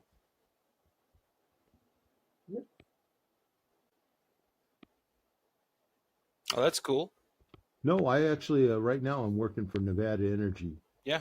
But essentially, I'm dealing with both microwave and fiber optic systems. Yeah, that's cool as shit, dude. But essentially, they all run on wavelengths, and it's just as you go up the spectrum, you hit. Once you get out of the radio spectrum, you start hitting optical spectrums. There's a little bit of overlap between them. Oh. Well, even when you start hitting sonics, infrared, X-ray. Mm-hmm. The interesting thing is you can hit sonics at what's considered ultra ELF, they call them, frequencies that are down to as low as 10 infrared megahertz, which you can, 10 kilohertz, which you can hear. And that runs into a whole nother thing. Essentially, everything that we deal with, we deal with life in 4 different dimensions, and the 5th dimension is essentially the time measurement. Time measurement has to do with frequencies of sound and light and everything else. 10 kilohertz, you can definitely. Yeah. Well, it's really interesting, and the Earth speaks at a lower frequency, even though you get reality is derived whales around speak below 20 hertz. Height, width, depth, point of reference, and frequency of occurrence, and then variations of it because they're all mixed signals. Well, it's all math. All this shit is math. When you start dealing with the 4th dimension, which is time dimensions, you start dealing with frequencies. Yeah, that makes sense. Somewhat, because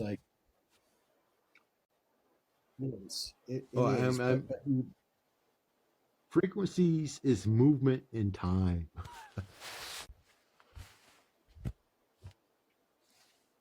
That's like the same I think thing everything as is summers, frequencies, winters, but that's just me.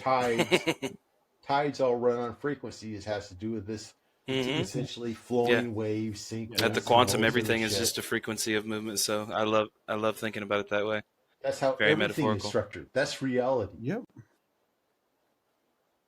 Mm-hmm. I used to have this company a long time ago. That's how nature is structured. It's called sine is in these communications. frequencies. It's because everything is derived. I by agree sine with you. waves I and agree big multiples time. And amplitudes and vectors. Yep. Big time. Hey, you must be a math guy. Yes, generally only math people know all this shit. Yeah, exactly. Well, then That's know cool, math. dude. That's cool. Okay. Math is the That's only real cool. pure perfect in the world, and that's only on paper. I took up to differential equations, but I didn't go past that. You can't fake it.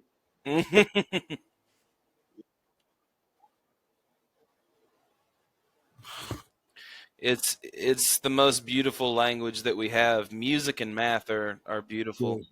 I will tell you, if you could put down into a chart that the amount of people that go past Diffie-Q and the people that don't, there is it's like the Grand Canyon. I don't know of if it's drop-offs, love. It's right? something. I feel about math. You because either fucking love math, like you fucking ride or die with math, or it's not fair for people who don't understand it. There's musicians, people who play instruments who don't understand math, but they have something that a math person don't have. Yeah, math is definitely art. It is, but it's different. It's It's left side, right side mental thing.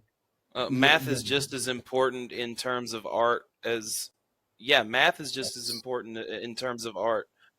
It is different, but music and math to me are among the same analogy.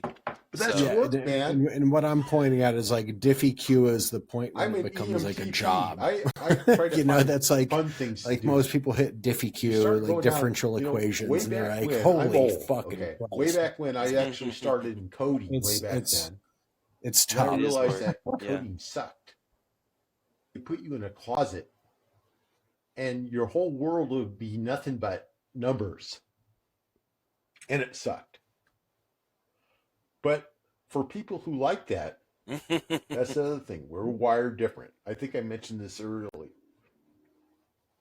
What makes one person happy is not necessarily what makes another person happy.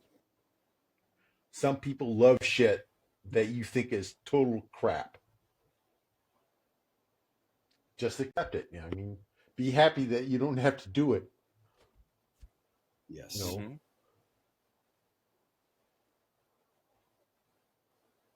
Yeah.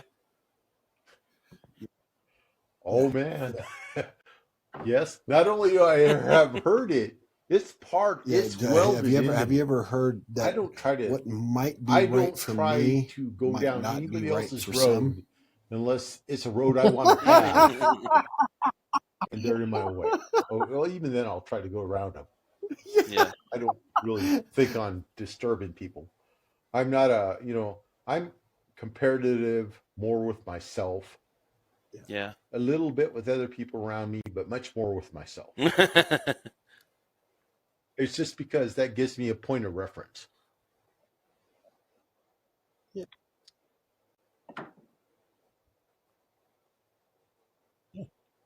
Yeah. Well, to me,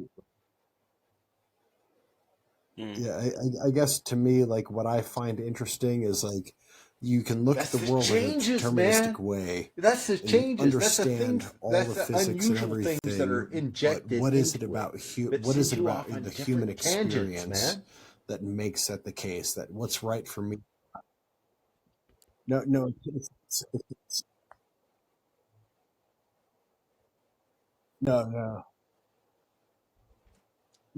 This like to me, this is like that. This is the beauty in life, right? Like. And this is where I'll get to a point where I say like stuff that I have no way to like back it up. But we're headed like for a direction. This notion, I 100% believe that we are in a deterministic universe. Period. There's like I don't see any way out of it. Yeah. But that's it. Okay. Hold on. Deterministic in the sense that where I am right now is completely determined by everything that has ever happened before me. Everything, right?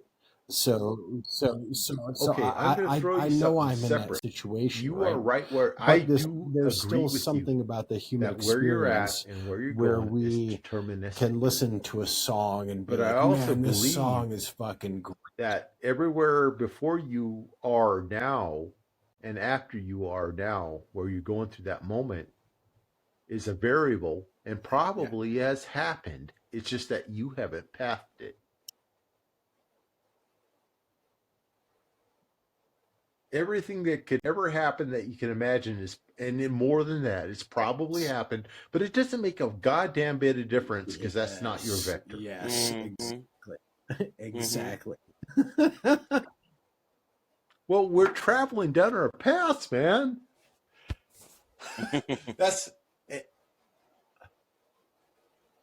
I can see that. That's like a many worlds interpretation. Like well, it's a different type of many worlds interpretation, but yeah. Because it seems like things happen to me. I have had I like that. I like the way you think. Seriously, I like that. Where I know it could have gone another way. And it probably did. It's just I didn't travel it.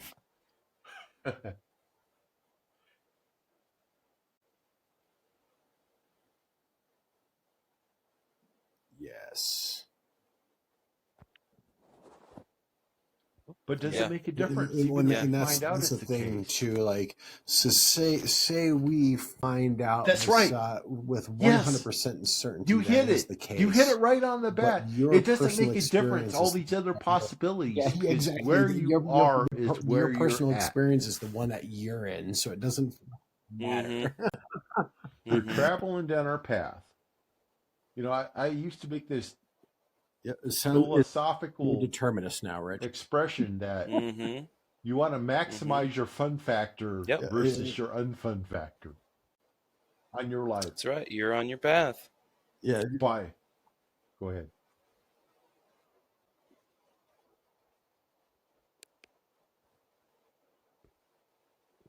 Yeah, your pleasure versus your pain. Can I say that some of our... What's that, Nivet? Can I say that there's differences and similarities between all things, and where you see things of own in being different, you also communicate and relate to others in similarity. I also think that a lot of times otherwise you wouldn't have a society, right? Try to attract there's like always two sides to things. Also, it's a matter of we're traveling into this life, and to be able to gather what value we have for whatever moment we are in any particular point in our life, we need to try to kind of feel it and express it and have other people feel it. Everything, you know, things are, oh man, we're so close. And in some cases, we're the same. But there's similarities. You know, this is what we were talking about earlier. Even though we're the same at this moment between where we're at right now, that doesn't mean that that hasn't happened in every way imaginable somewhere else. But in reality, it doesn't make a goddamn bit of difference because we're traveling our own path. Where we're at is where we're at.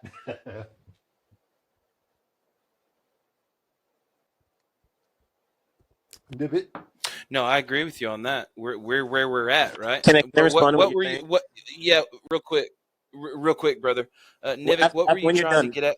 Nivik, what were you trying to get at with the cat question?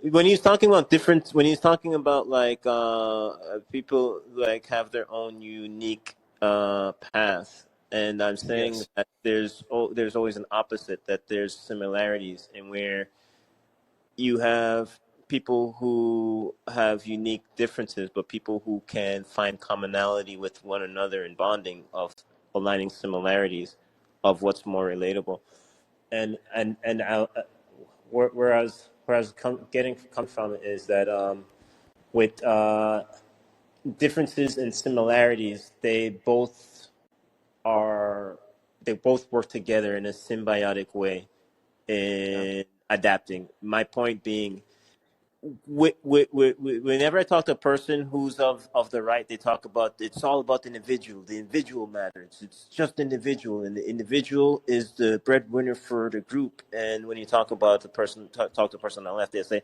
"No, man, it's all about the group."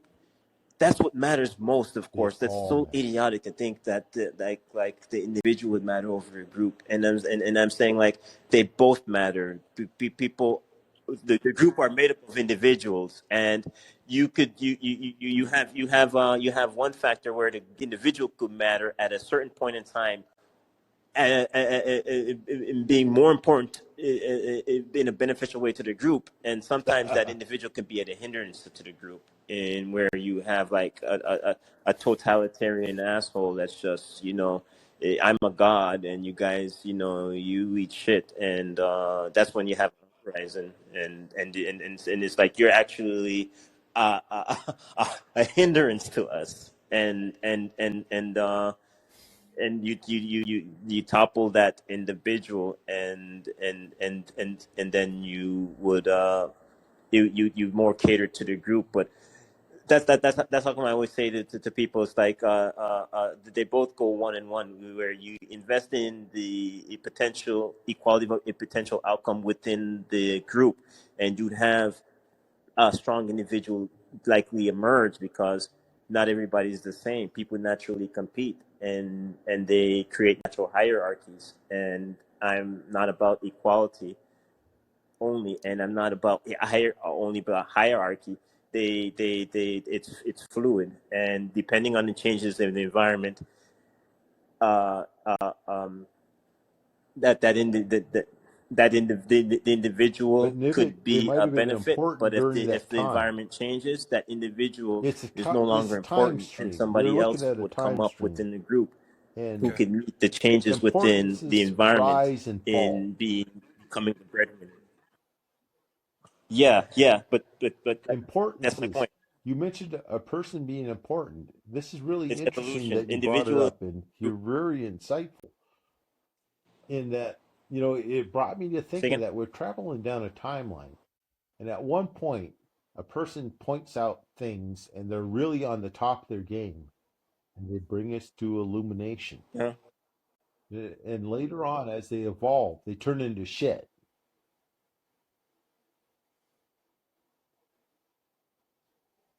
Yeah. Or they started as shit and turn And they're into the something breadwinner. nice. Yeah, they turn into shit because the environment changes and they're no longer of value. And somebody within the group who are unique in their traits, but somebody within a group Well, who is yeah, unique in their own traits can meet the it's challenges to the cyclical. changes of the environment and Cyclical. become the I kind of look individual. at. It's I don't know if it's like anybody's looked at it's Samuel reciprocal. Clemens or Mark Twain. An individual He becomes went shit. through the He's now evolutions of part a of the number of group. things that he wrote and how he thought. He used to be the big imperialist Yankee. And later on, as he got older and went over and experienced it, all of a sudden, he changed his ideas and his viewpoint on the world because he hit reality. And that's what we have when we start. The thing is that every moment that we live through, and I've lived through a lot of moments, is a point in time. And the point in time and how things are looked at directly mold how reality is at that particular moment. And as things evolve,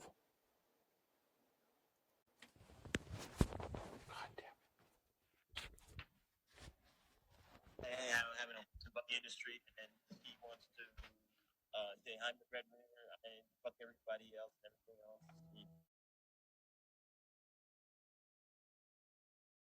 I'm having a horse and buggy industry, and he wants to say I'm the breadwinner and fuck everybody else and everything else. If you want things to, want jobs and things to be nice, then you're to anything that's a potential threat to me, you take it out in order for things to always be nice. That person is killing the potential of what can come to be that is great, and where technological in the advancements of innovation of transportation of cars, trains, and automobiles, it's kind of like the person's arguing to be stuck on a horse for eternity, and that person would be a hindrance to what can become better. It's like anything. It's like trying to maintain a hierarchy could be bad for others, because the potential of growth and changing to adapt, evolving to changes in the environment. You're not being able to, you're not doing that because you're maintaining a norm. Nivik, let's let somebody else, Nivik and Reggie, let's let Perry or Scott or Brett. We haven't heard from you. Jack, Mace, anybody? I'm heading to bed, so good night, everybody. All right, good night, Perry. Love you, bud. All right, love you guys. All right, bye, bud. Yeah, it's about 4 hours and 40 minutes in, guys. Let's talk for about another 10 or 15 minutes, and then let's start wrapping it up and getting ready to go to Discord. Brett, did you have something to say, man? Yeah, I think I got one. Can you guys hear me okay? Yeah, I can hear you fine. Very cool. I got headset on.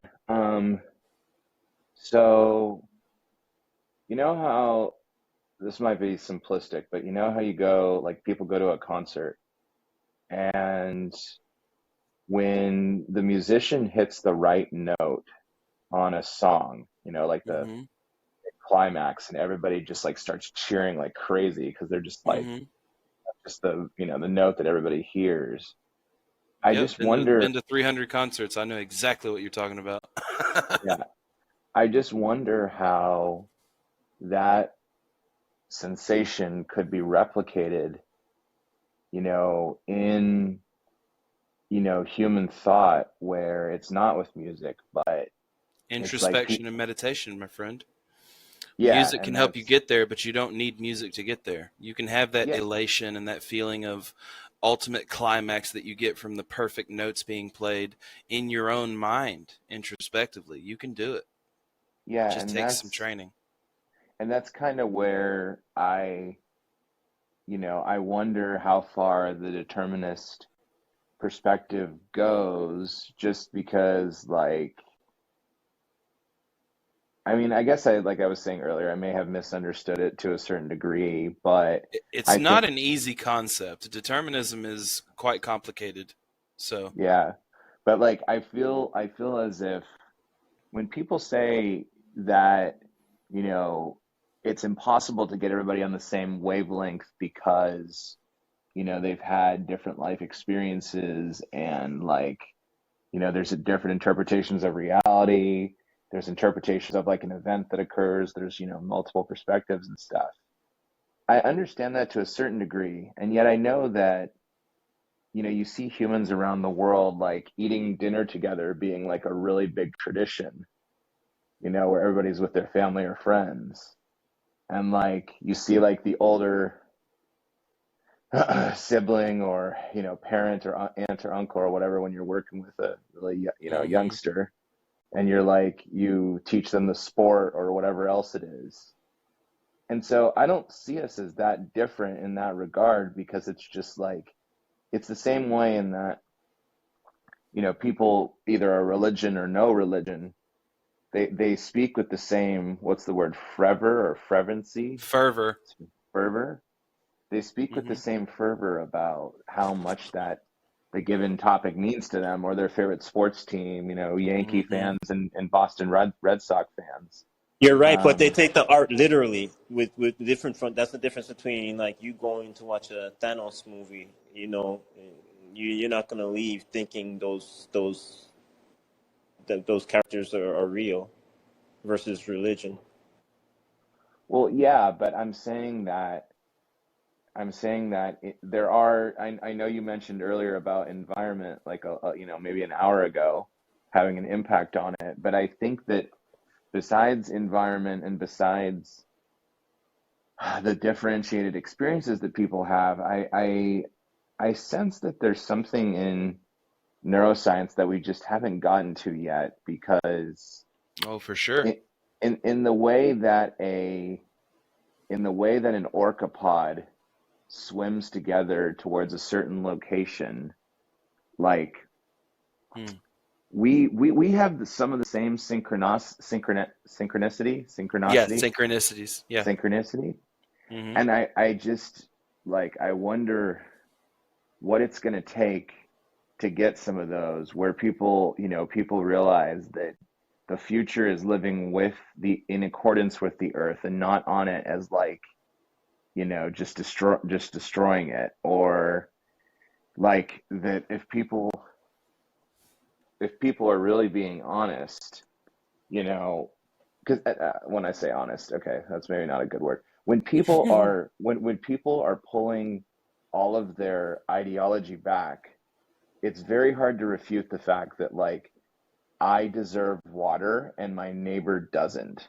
Does that make sense? Mm-hmm. Like, Yeah. and that's why I challenge Josh so much on Christianity, because Mm-hmm. like, it's one thing to believe, have your set of beliefs. It's another thing to say that, like, cyclical violence, separatism from other people, like, I know people think it's a bunch of hippie mumbo jumbo, but I really think that I don't think it's hippie mumbo jumbo.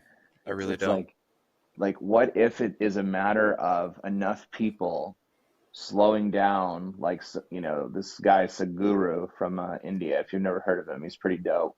But he brings up the point to say, like, people are so, we are so enamored with being right, and we're so enamored with, you know, like having an answer, that we don't realize, like you said, Thomas, that in meditation, non-denominational, every person on the planet can do it. Meditation, trying to observe nature and getting calm with your breath and stuff like that. Yeah, mindfulness and introspection will get you there. Yep.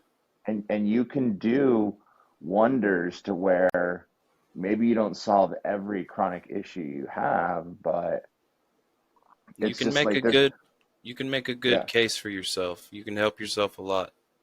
Yeah. Right, I think that's where you're coming from. Yeah, a person's not an island, and everything is connected. So caring about others and the environment is also caring for yourself. Well, here's and the environment, I think, is an obvious one. We're just ignorant, and we're so hooked on materialism. I think he means environment as in like nurture, as in like what's around our environment. You know what I mean? Okay, I meant environment, like literally trees and like the planet. Ecosystems. Yeah, he means environment like general sense. Yeah. Yeah, but here's even, and I'll end on this just because I've already, you know, made a couple points here for a minute. But like, here's an example. Whenever I hear a person talk about individualism, you know, to the largest extreme, what I don't hear them acknowledge is that they literally are a product of a world where humans agreed enough to existence of a shared reality that, like, the firefighter, the engineer, the person in the fields picking food, like the grocery store clerk, etc., right? All of those people agreed that this was enough of a shared reality that was a real thing that they wanted to try to make happen. And they agreed that, yeah, they had to pay taxes and other stuff, but that it was going to function in some way. And while we do have a lot going on in the United States, like, just look at Iran right now, where the women are being threatened with jail. I was telling my students about this today, like, and they were just dumbfounded when I broke it down for them, like, that an entire country has given power to its police, where it's like, women going to the supermarket, if they're not wearing their appropriate clothing, they can be arrested. And that's just baffling, you know? It is baffling. But I guess that's my point of the individual mindset on too, though. Like, right? So like if a girl walks in topless to right? So like somebody like even in the United States, somebody would be arrested based on the clothes that they're wearing or lack of clothes that they wear. And yes, and she also risks going to a bar and being assaulted by someone, or just some, you know, really sick people, like guys like ogling at her and not seeing her as human and whatnot. But at the same time, the slight difference is not to say that the United States is like better than Iran in some regard, because we have poverty and, you know, people shooting up schools and stuff like that. But it is to say like, you know, I guess the only reason I brought that up was just, you know, to see how badly dogma goes, to where there's no legitimate reason why half of your species should have to go into public based off the idea of temptation. It's just an absurd concept, which, you know, I think if they really got quiet with it and the average citizen was asked, do you really think like it's like, is the fall of women from Eve like a good thing for your society to believe that men can't control themselves, and that half of your mothers and your daughters just need to be under bags? And it's like, but Scott's right. Like, here in the United States, we have our standards where I said this to a student the other day, and she just looked at me like I was an alien from outer space. I said, like, imagine if every woman in the United States decided tomorrow that they didn't need to wear makeup. And she just looked at me like she was like, oh no, I can't think about that. And I was like, but really, like, the concept of makeup is a material selling point. It's relatively new as well in the grand scheme. Yeah. And then that's tied.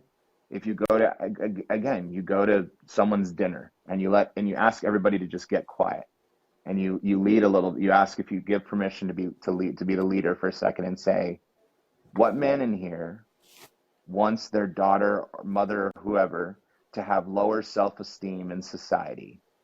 And only those who are just delusional and won't be honest about it will answer no. The rest will say, well, I'll answer yes. The majority will say, I want to answer no. I say, no, I want the women in my life to have high self-esteem, believe in themselves. You know, we do our thing at home, but like there's whatever else. It's like, okay, so why do you buy into a culture that perpetually sells self-worth in the form of mascara? No, well, it's not buying into a culture though, right? Like, I mean, if a situation is thrust upon you and you respond to that situation, that doesn't necessarily mean you're buying into that culture, right? That just means you're responding to, here's the way that everything seems to be. Yeah, I guess it's right. Yeah, it's just always boggled my mind how I think many of the answers in the universe are very easy for us, but even myself, like, when there's times when I've gone through bouts of alcoholism and realized that at some point that the thing that was really, really getting to me the worst was my mind. It was my mind about, being a shitty person in past relationships, or, the fact, like I said before, that my mother passed a year and a half ago, and not being able to get out of your mind. Yep. And I understand that people have chronic issues to where, needing to numb the pain is absolutely 100% essential. I just wonder. What's that? Sometimes it's not even numbing the pain, though, Brett. Though, right? You recognize that, right? If it's not that, what do you think it is? With like mental health, sometimes it's like about like correcting like an imbalance, right? Yep. Oh no, and neurochemical imbalances. Yeah, for sure. Yeah, I would agree with that. I think. Do you do the, whether it's marijuana or whether it's, certain, if the doctor needs to prescribe something? And I was just saying, in my case, I wasn't actually seeking treatment to get help. It was, I was using a drug that definitely was not helping. Yeah. But the thing is that in my family, I was basically grew up in a very straight edge family. So, marijuana and other stuff was not a possibility, because they would have shunned me pretty hard.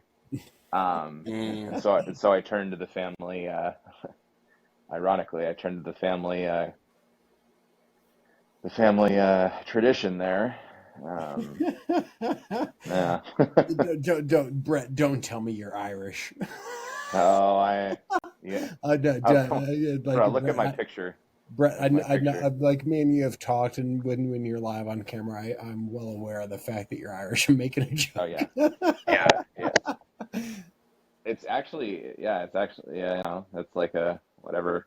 Yeah. If there's hereditary, portions of that. Super Irish man. Sorry, Brett.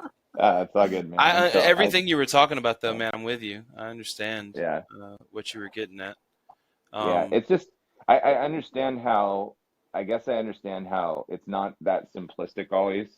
There's times where I just wish, not that I just could give everybody a big hug, but that I wish they knew that, part of from my life experience, part of my interpretation of life is it comes down to a point of where you have the choice to be upset about the shitty stuff. Yes. And yet And yet from the Buddhist standpoint, like Scott was saying, this is why I love Buddhism. It's like, yeah, there's also the thing that in this morning, tomorrow morning, if I wake up, that's a brand new opportunity, you know. It's a brand new day to start. Yeah. Like to me, that's the point that I really think is like the most prescient about Buddhism, is I don't think it even tries to negate the notion of determinism before determinism was even a thing. Basically what they're saying is like, hey, you're in a situation here that is just the situation. You can either experience pain and go through that pain and understand what it is, or you can suffer. Suffering is 100% a choice. You can the suffer. old quote, pain is necessary but suffering is optional. That's a Stoic. Yes. That's a Stoic quote. So Buddhism and Stoicism share a lot. I am an optimist, so I want to give everybody a hug too. Not the psychopaths, but I want to give everybody a hug, you know, so I'm all for it. I think that's where it lies, in helping people. Yeah. And I think that, you know, of all of the, can you guys still hear me okay? My thing dropped. Mm-hmm. Yeah, you're fine. I think of all of the, I don't even you know, most people say you don't even consider like Buddhism a religion, but yet I've tried to bring stuff into class before, and you know, one of my students out loud said in front of the 30 people in the class, like, this sounds like Buddhism, and I was like, oh shit. Well, that's a religion, but Stoicism is not, so you could teach them Stoicism. Yeah. Well, you know, I would even argue against the notion of Buddhism as a religion. I think there are maybe certain sects that it could qualify as religion. Yeah.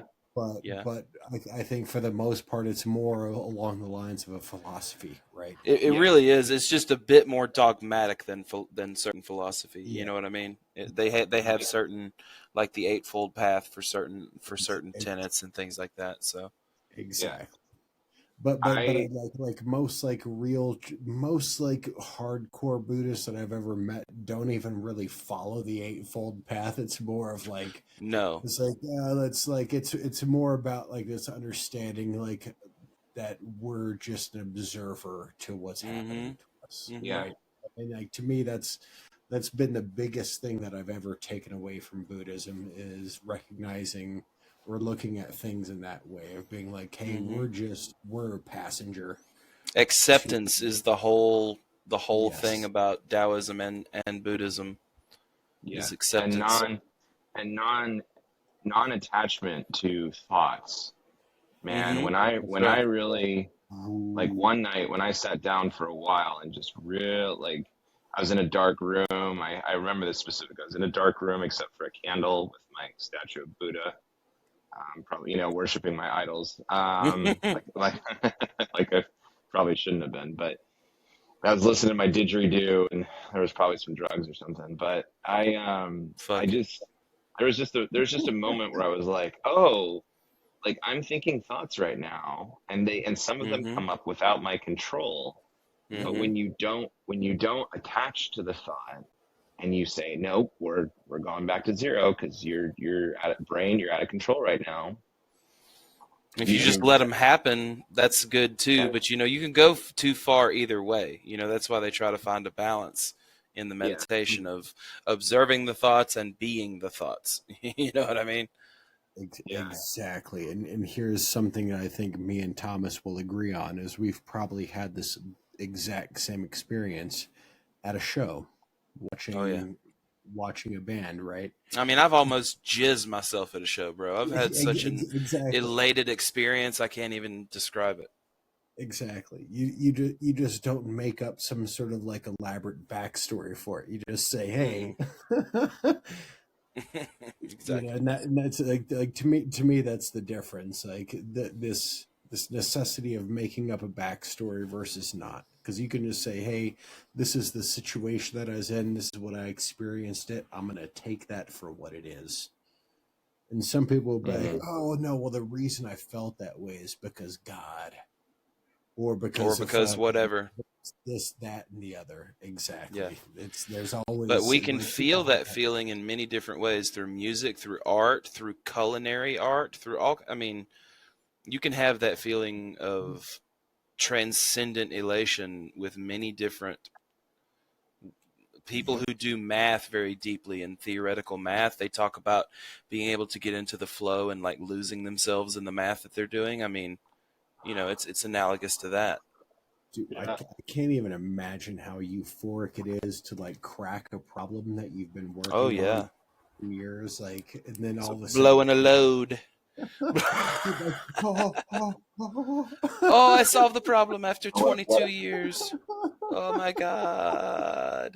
No, but seriously, I mean, mindfulness, meditation, and introspection are going to get you where you want to go in terms of observing your thoughts and letting them pass by and accepting what happens if you get to that 22-year problem and you realize there's no solution?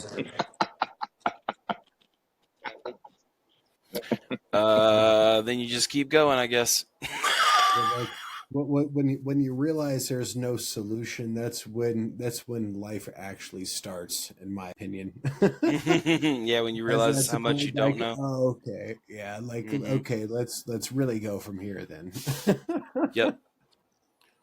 Life starts when you realize that you're a person and you're not just a social construct and just an attachment of society. That's when life starts. Person doesn't want an answer because it might not be what they want to hear. So they're with the idea of not knowing. No, the idea of Nazis? Huh? No, I'm saying the idea of Nazis? No, I'm saying some people are comfortable on saying that there isn't an answer because they're fearful what that answer might be. What's wrong with I don't know? That I don't know is what's wanted, because if I peek and I find out what that answer is, it might not be what I want to hear. It might be I'm a loser. It might be I'm incompetent. It might be just fucking stupid. It might be you're just ignorant. It might, and so it's like sometimes like nobody wants that. Correct? Hey, we don't know. We just don't. We just won't know. We never know. Well, yeah, I think there's also an aspect, Nivik's right, there's also an aspect there where, like, you get into a spiral where you, like, it's like where a person had a bad relationship, and then they go into a spiral to say, no other person is going to be worth my time ever again. And so the problem is that, you know, physically, like, you know, physical contact, sex, you know, all the, you know, dating, all the beautiful things with like a partner, like would prove them wrong, but their mental state is now dependent on, well, no, that person like that one time. And so therefore, even thinking about going to do it again, that's why I think it's so hard for some people to actually believe that forgiveness is real, because then it challenges them to then say, okay, now I actually have to grow on this a little bit. Yeah, I have to overcome this. I have to look at my flaws. I have to introspect. That sucks. Yeah.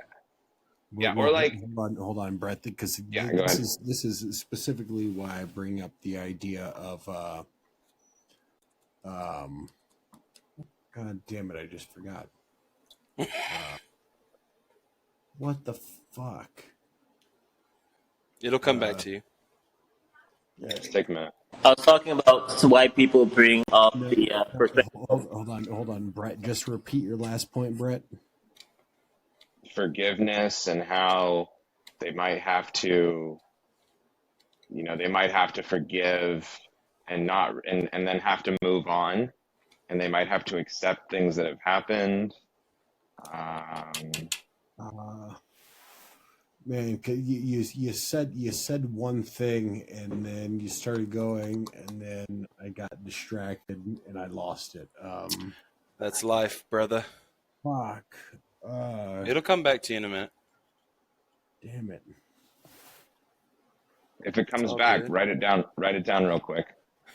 Yeah. No, I think that, you know, one of the things of friends that I've talked to, you know, is some of them have we've talked about forgiveness and that idea of, forgiveness and compassion, like for things that have happened in the past. And, one of them flat out said, like, why should I, forgive what happened or whatever. And I was like, it's not that you're forgetting it. Your body's always going to remember it, but it's that you forgive so that you are ready to move on and try other things. And you don't forgive the person necessarily like in the physical form, but you don't hold the grudge against their soul because they're human. They might have done terrible things. They have made really poor choices.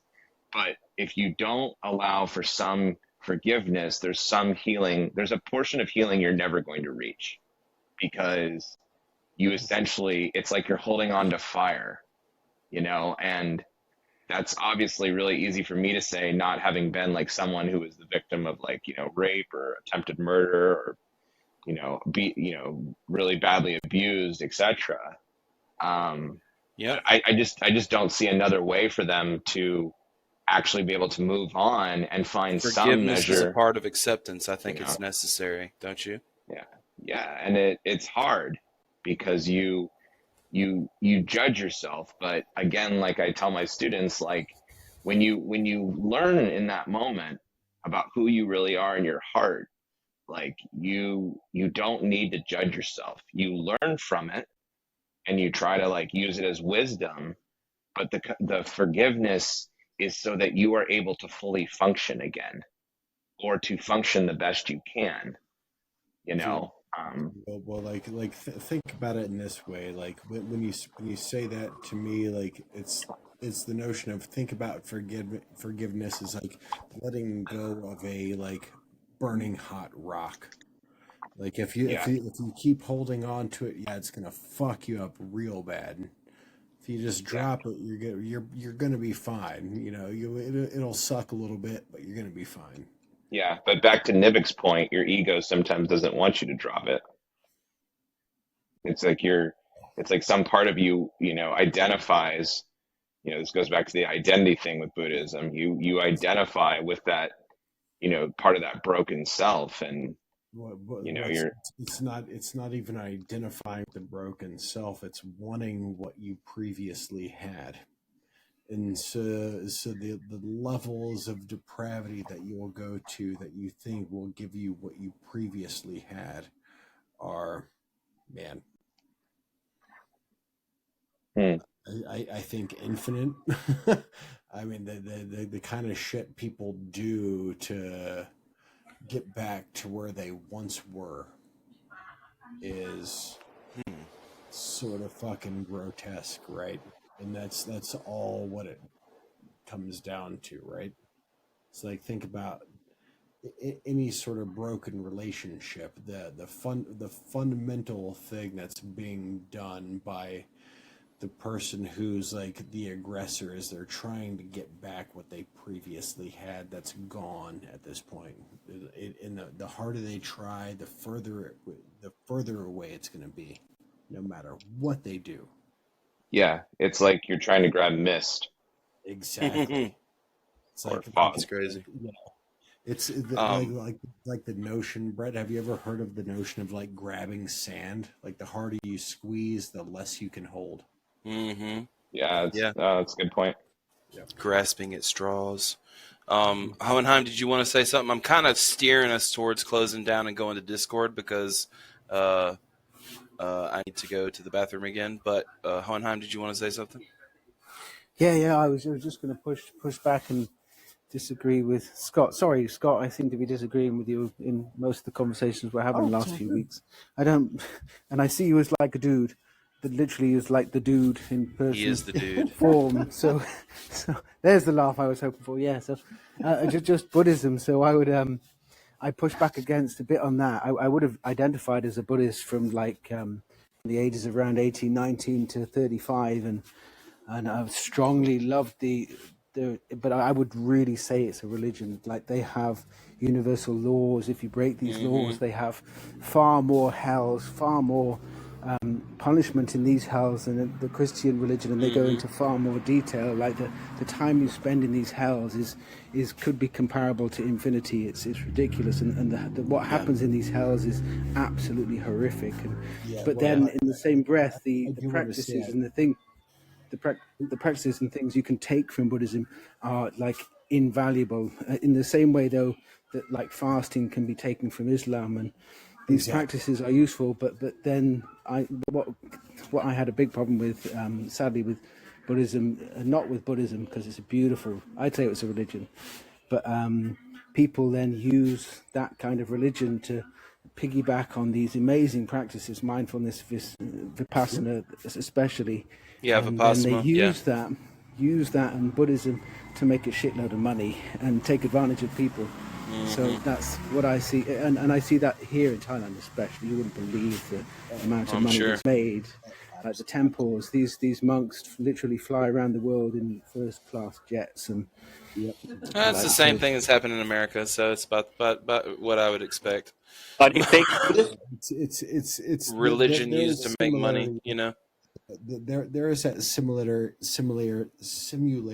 but that's why I sort of carved out the notion that it's like this is not all Buddhism, right? So like there is definitely a large chunk of Buddhism that is very dogmatic, right? So I don't know what specific sects they are, but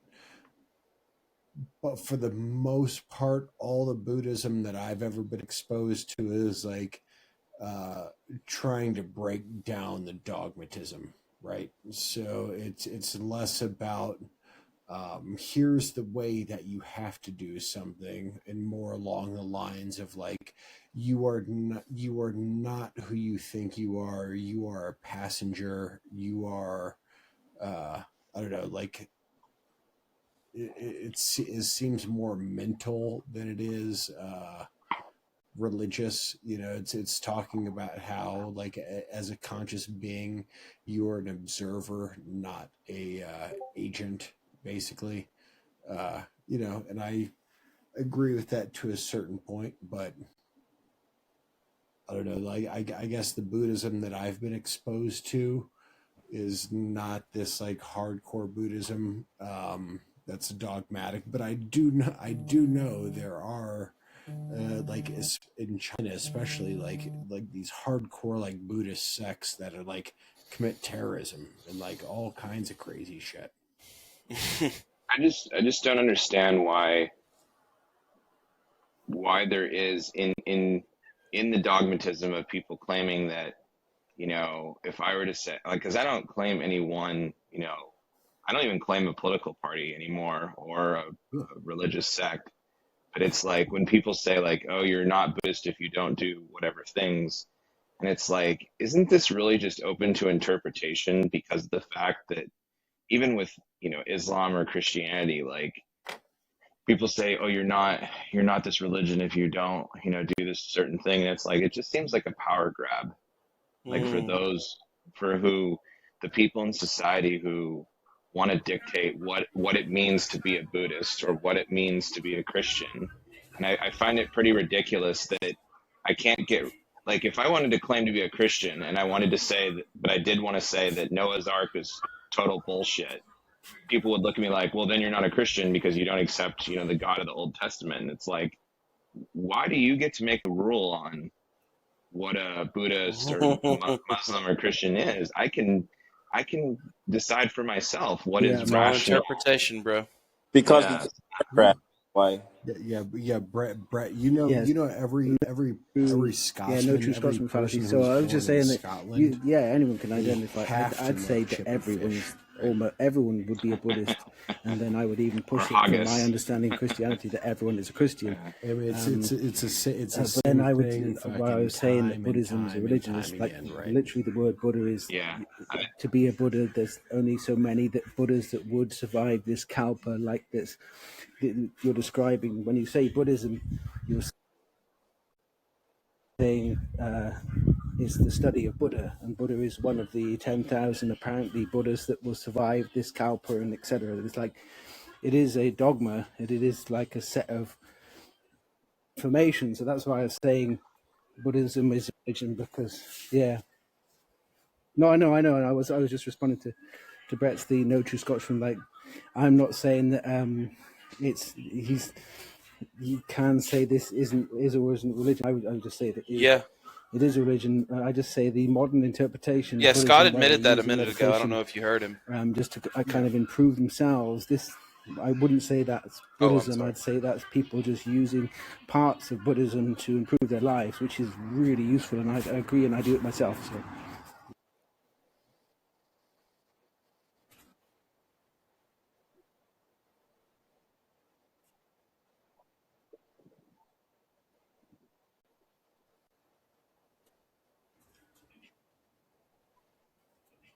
Oh yes, and I would agree 100%. Like you could be and 100% that's why I get to the point where I say it's almost always mostly a philosophy, right? The religion of because if Buddhism we can point is out these certain sects that are these crazy fucking assholes, but for the most part, these hells and things don't exist in this world. It's like if you are severely religiously Buddhist, you are if you're not in a temple, you are a philosopher. I would agree. Philosophy, me personally.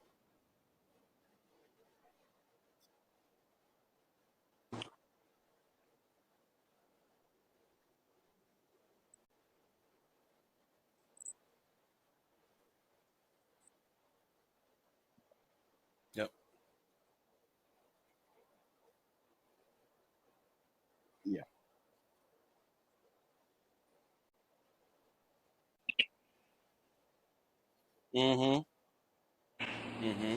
Yep. I like what I agree. No, Nivik, I'm gonna let you talk 1 second. That was awesome. That was a fucking awesome conversation. I do have to piss and I do have to eat something. So I'm gonna let you talk, Nivik, then we're gonna let everybody around the room give some closing statements. I fucking love you so much, Thomas. I gotta piss and I gotta eat.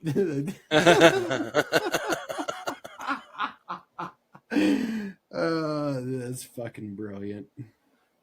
That is the truth of my life. Yeah, I was liking what Brett was saying about how religion is a power grab, and and being holier than thou, and where it's like if you're closer to God in a way, it's like that you should more do what that person say, and it's almost as if they're God in a way. It's like but Nivek, you're a security guard, right? Yeah. So if somebody comes up to your perimeter and you tell them to leave, what do? Well, they don't always leave. and then what do? I'd call the cops. There we go. Did you get my point? Yeah, you're saying you're saying in an altercation everything is a power grab. If you want to look at it that way. I don't look at it that way. I don't look at it that way. I'm pointing out the error and maybe looking at it in that way. You know, when you refer to everything as a power grab. Well, no. I mean, if that person doesn't belong there, then they should leave. But if God said that they're to be there, then I guess what the fuck am I to say, right? Yeah. Exactly. That's why it's not a power. I'm just pointing out the error in the analogy. That's what I'm saying. person say I'm a believer in God, and I can say, well, I'm a priest. So If you're a priest, are like how young are the boys that you're touching? Like that's the real question. Like any priest knows that answer. Thomas, that would be my closing thought here, because I know I want you to go. No, you're fine. I could go piss and let Scott moderate. I am just getting hungry, but go ahead. I'm enjoying the conversation. I'm having fun, so keep going if you want to. Go ahead. That would be my closing comment here, I guess, with what Nivik was saying is that it's ridiculous that, and I assume we all are on the same page about this here, but it's ridiculous that another human would tell me about paradise that no one has proof for, and that the consistent messaging is not about like just being a good person on earth and doing good actions towards other people regardless of their their faith or whatever it is, but that like you must accord, you must believe without evidence. You must believe without evidence, and you must also worship. Well, exactly, that the certain form of the deity is not just accurate, it's factually accurate, and that you are never complete until you completely submit. And I'm not against the idea of a deity, but and that's where you get your morality from too. So no, so if God said to stomp a baby's head, you're good, man. But no that problem. Go ahead, Brett. It just drives me bonkers when, like they say like, oh, what the pastor said or the imam said or the rabbi, and I'm like, I'm glad that they have some figures with the given, document that they claim to be better experts on than I am, but I'm not living life in that way to where I'm trying to, prove right or wrong versus the other person. It's like, how do you get to the essence of, what we have before us? And so, it really frustrates me that the religious community says that they want their essential message is love, but really, like we've been saying, it goes back to sectarianism and fighting. So they got all the. I'm sorry, Scott. Exactly the same way as we are. I have no problem with God or anything, but the whole worship idea, I think, is immoral. So that's where I stand on that. Yep. The problem I have with abortion is it's like emotions. People talk about, oh, it's so bad, like you're destroying life, but that's not really what it's about. It's about going against God. It's not really about the life. It's like whether you're looking too much into it, bro. But he's got a really good point there, and I think it could take one step further than even Brett was going there. That the strongly religious that say that they will say this God exists and he's objectively right, and you have to follow him, and then you have to worship him, like Thomas was saying. Then even further, that what is right and wrong is dictated by God, and if he decides something's wrong, suddenly he can just decide it. Like if he can decide it's wrong, then suddenly it's wrong. That to me is a dishonesty for those who are very religious, that they claim that they would never be capable of violence in the name of their deity. Like, I understand. That's where I'm trying to get. I'm saying if you wanted to stomp the baby's head in, and God said you're good, then you're good. It's like, wait a minute now. Yeah, that's called divine command theory. Yeah, exactly. Hold on, Nivek. Like, you're missing the most grotesque part of all this, right? It's because it's not like there's a God coming down and telling people this information.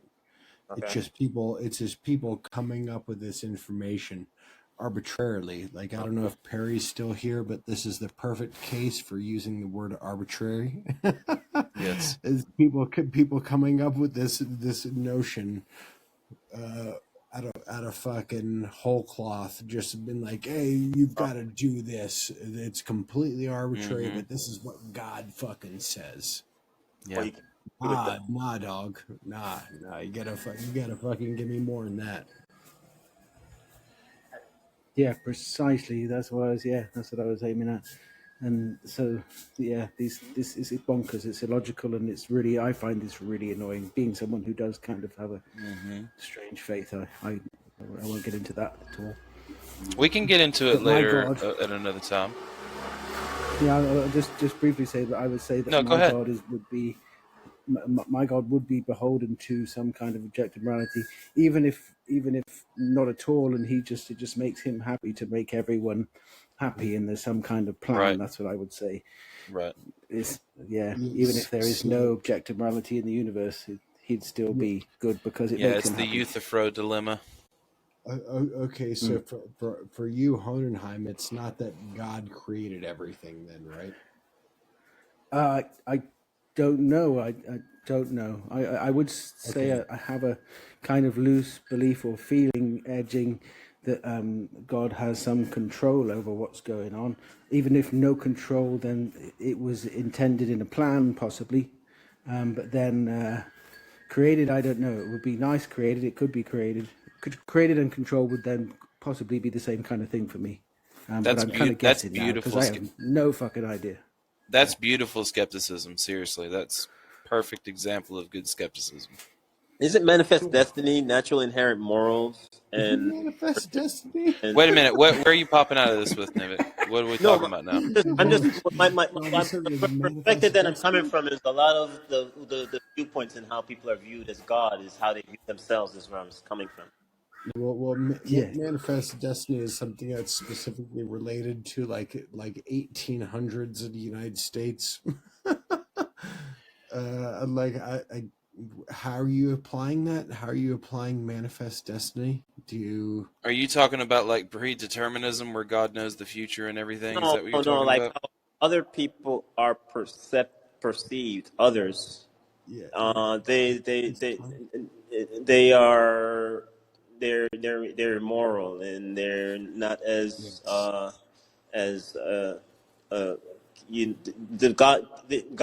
anointed them with wisdom and morals and virtues. It's this like supremacy viewpoint of thinking. And I'm just saying it's almost as if like the same traits God have that person have is where I was coming from. Yeah, you're talking about the political terminology of manifest destiny from like mid 1800s. That gave it's the right to conquer others. That gave the United States, like people who were in charge at the time said, "Oh well, these people are just fucking rubes or whatnot, unsophisticated tribesmen. So we have the right to take them over." Right? That's how kings thought. Kings were naturally anointed by God with morals. I know, but why are you going into politics right now, though? Like, no, I'm just saying, like the person is God in a way. No, but manifest destiny has nothing to do with anything other than politics. No, it was also religion, though. No, it wasn't. I think Scott looked this up, brother. Yeah. Yeah, I'm telling you. It's a supremacy of in where it was a religious viewpoint in where you of having natural inherent morals and no, it was a political viewpoint that gave coverage to people who are wanting to expand into the West and the United Maybe he was making an analogy. Nivik, real quick. Were you making an analogy with manifest destiny to what we were talking about? Is that what you were trying to do? Okay. Yes. So just tell us what that analogy. Just tell us the analogy. Tell us what you mean.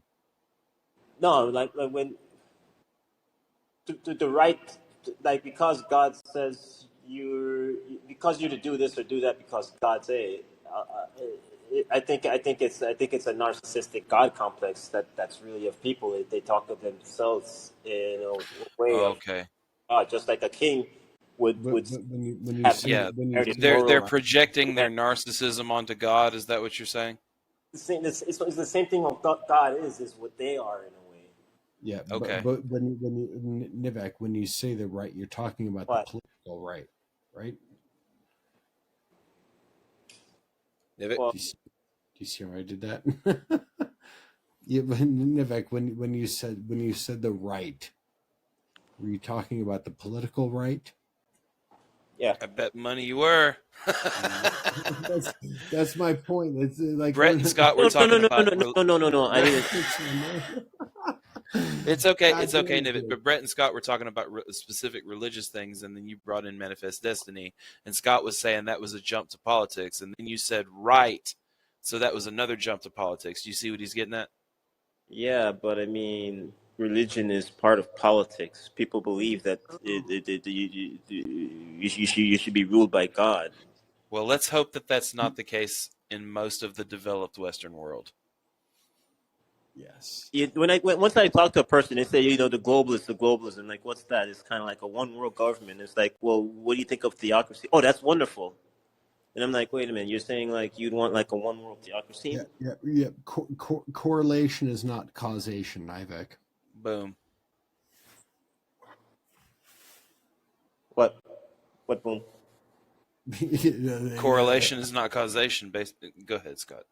Yes, I don't know a better way to say it. Just break it down, Scott, please. Yeah. So Nivek, you're seeing certain things that correlate, but then you're making the jump to causation based off of correlations that you observe, right? So you can observe there's a certain correlation between like right-wing people doing this, that, and the other, and then you're saying, okay, well, if they're doing that, it's because of this. No, that's fallacious reasoning. Sadly, it's fallacious. It doesn't make any sense, right? They're doing something because of something. Yes. So you're pointing out a causal relationship of people on the right wing doing this thing, but then you say, oh, because that's the case, people on the right wing will do this thing. Wrong, right? Well, people on the right are mostly religious. But wrong, dude. I know that. I know that's wrong. But I'm really just talking about religion. But I mean, I know, but you're making bad corollaries and bad. I mean, I know politics and religion. The conservative part of Manifest Destiny was there are two manifest destinies. There's then the country was torn between dominating others. I'm just saying that there's opposite. There's a because the country thing. There are two opposite sides to the views. That's always there, and the country was torn between two views of manifest destiny, where you should promote you shouldn't be like the right to oppress, and you should promote freedom, and there's another where it's kind of like you should, there's a where you should oppress. There's always a natural left right conflict within the U.S. since the beginning. Okay, so tie that back to religion. Tie that back to Christianity. Please, dear God, Thomas, tell me you've been able to get away to take a piss. Yeah, I did a second ago. I'm good. I did. I literally did. I'm fine with talking. I'm enjoying myself. I'm actually going off of what Brett said. Brett's not here though. No, there he is. When he was Brett's here. He's talking about a power grab, and I was just saying that I'm just agreeing with you guys. I mean, I'm not really. I know you are. I'm not going off course. I'm just, like when you're talking about like how absurd it is where the person God says to do this and God says to do that. I'm just saying that person is a narcissistic minded person who's really God. So they're projecting their anthropomorphic feelings and ideas onto God. If they're narcissists, they have a narcissistic God. Is that what you're trying to say? They project their feelings?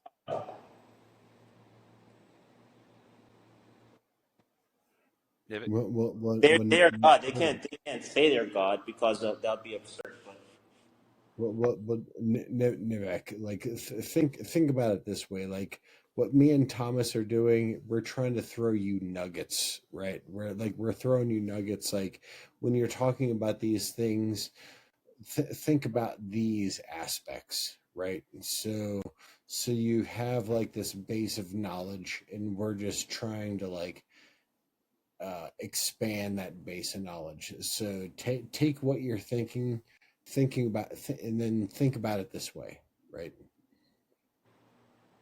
We're just trying to add on another layer for you to like cogitate on.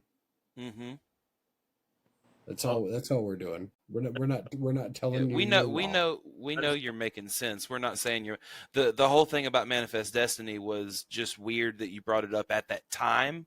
I know that it made you made an analogy and we get you now, but like when it happened, it was kind of out of the blue and we thought you were going a political route. So we didn't know how that was tying back, but I think we understand each other now. Yeah. Go ahead, Nivik, if you want to. Yeah. I was more going the God route, like how God is perceived. It's kind of like how people perceive themselves in Manifest Destiny, and God being all wise and and that it's almost as if that person. It's almost as if you're saying you're God in a way.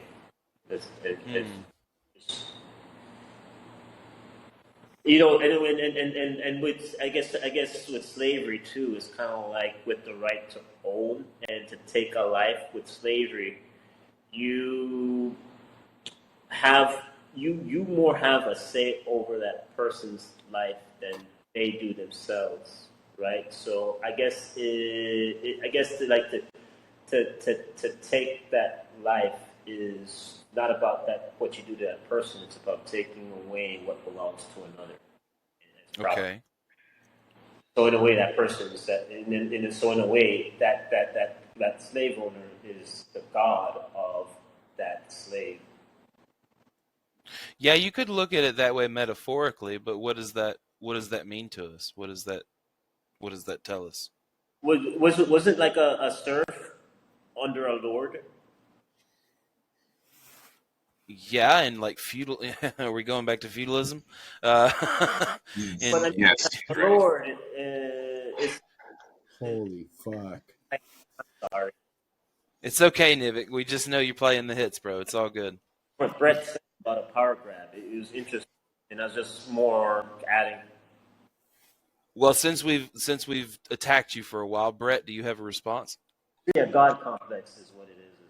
No, I see the perspective he's coming from. Part of the challenge with our form is that people don't often handle ideas or positions well, and like I think that's partially why you see in every religion. I don't want to really talk about politics so much, but that's why you see in every religion around the world where it's not checked by some other thing in society that those who get up into the highest power, they don't, they literally think they believe, or they are tricking people into believing that they, are actually who they say they are, and therefore they are above criticism. I mean, sadly, a lot of people in places of power and in high-end corporations are going to be either NPD or have narcissistic traits. You know what I mean? That's how they got there. So I talk to these people all the time. They don't like politically democracy politically. They want a theocracy. I was just making a random comment to Brett, but what are you referencing? What Brett was saying? What people? Yeah. Like when he was talking about religion and politics, and I was just sort of saying, a lot of people that I talk to on call and on the Discord, they like the idea of a rule by God theocracy. I think really. I think. Hell yeah. I think they're just. I was talking about yesterday, and they're talking about. Nivik, real quick, let Brett go, and then I'll get right back to you. I think part of that is just because they're under this delusion that they really don't understand what a theocracy would entail, and they believe that if just their religion was the one in charge, they'd be fine. But they're so stupid and naive to not. When I say stupid, I don't. No, it's okay to call some people stupid, bro. I'm not trying to insult their. I'm not trying to insult their intelligence, but all they have to go do is to look at Northern Ireland as a case where that just didn't happen. And they, again, are as capable of violence in their dogmatism as is any other person. Yep. You're okay with the tyrannical government until that tyranny starts to crack down on you and crack you over the head, and it's like, oh shit, I have no say. Yeah, and it's I like the idea of an authoritarian government, but it's too late then. It's too late then. When they're arguing in a Florida classroom that like you can't if a 6-year-old was to turn to his class and they were having a conversation and it eventually got out that he had 2 dads, that they're acting like that is the end of civilization, and yet how many kids in the country are starving today? You know what I mean? Like there's not it's not an actual thing of wanting to solve the problem. It's like I want to focus on something where I believe sin is being done, and yet it's in like in a violent perspective / like, oh, I'm going to go judge these bad people over here. Oh, I'm not actually going to help the homeless guy because that's actually something Jesus would do. Nope. So like think about it like this, Brett. Like every single person is the same as you, right? So all like regardless of whether you come up with different conclusions, those people, it's not like they're doing it because of like this like giant organization, like we're being forced to do this, like because people will say the exact same thing about you. Right? They'd be like, oh, here's some guy who's part of the gay fucking intelligentsia fucking in a university trying to indoctrinate our kids, and they'll fucking throw the exact same shit back on you, right? That literally has nothing to do with it. The only difference is what is actually real and what is actually not. You know, like to me, I don't know. I guess I might be naive in this aspect of thinking that, you know, for the most part, every human being thinks the same way. Every human being is looking at what's going on in the sense of their own interests, not necessarily in the sense of the interest of this. That's where they're naive, because you're not separate from conglomeration of the other human beings, right? So even with even with Nazism, it's not like all Nazis were like. It's not like all Nazis knew we are putting Jewish people in ovens. Like, right? That's not the way it really worked. Like, when you look at that political party was like, what we're doing is we're standing up for the average German, right? So, like, that's. But I bet very few of the rank and file actually something knew happened about to the another, I Holocaust. didn't do anything. It happened to this person, I None didn't of do them anything, hardly and then did. when it happened to me, there's no one else around. That means that's why you should give a fuck about others. Is what that means. Yeah, but that's the point. No, but that's the point, Nivek, is like a lot like that terminology only comes Not into always. aspect Not always. like once the situation's passed. When you're actually in that situation, when you're actually like, dude, you're a security guard, right? So like right now you might be guarding some place that like somebody might be able to break into and save 100,000 lives, right? But because you're being paid to be a security guard, you stop that person. You don't know what's going to happen. Like that person could come in and do something within the grounds that you're securing. And if he was able to get in there and get out and get whatever information he needed, he could save, let's say, 1 million lives, 1 million human lives. You wouldn't fucking know, right? The only thing that you're doing is you're responding to like, okay, I have this job and somebody's coming into this area, I've got to stop them. Where are you going? Right? Like, so do you get where I kind of following you. I'm just a cog.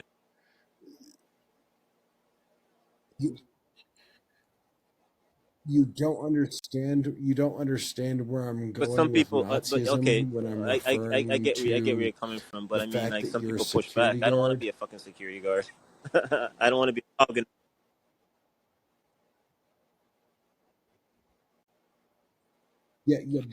But Scott was making a bigger overall point, Nivik, and I think just try to pay attention to him, okay? Yeah. Yeah, and I'm aware of that. And, but you have people that try not to be that, and try to.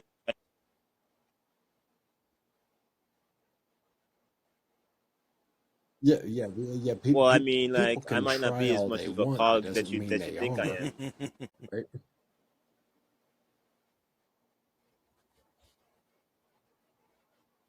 Yeah, but you might not be as less of a cog than you think you are, right?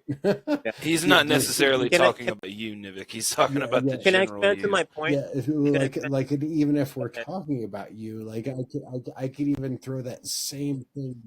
Hold on, Niva, because even if we're talking about you, by that logic, I could throw the same thing back at you and say, like, how do you know you are less of a cog than you think you are, right?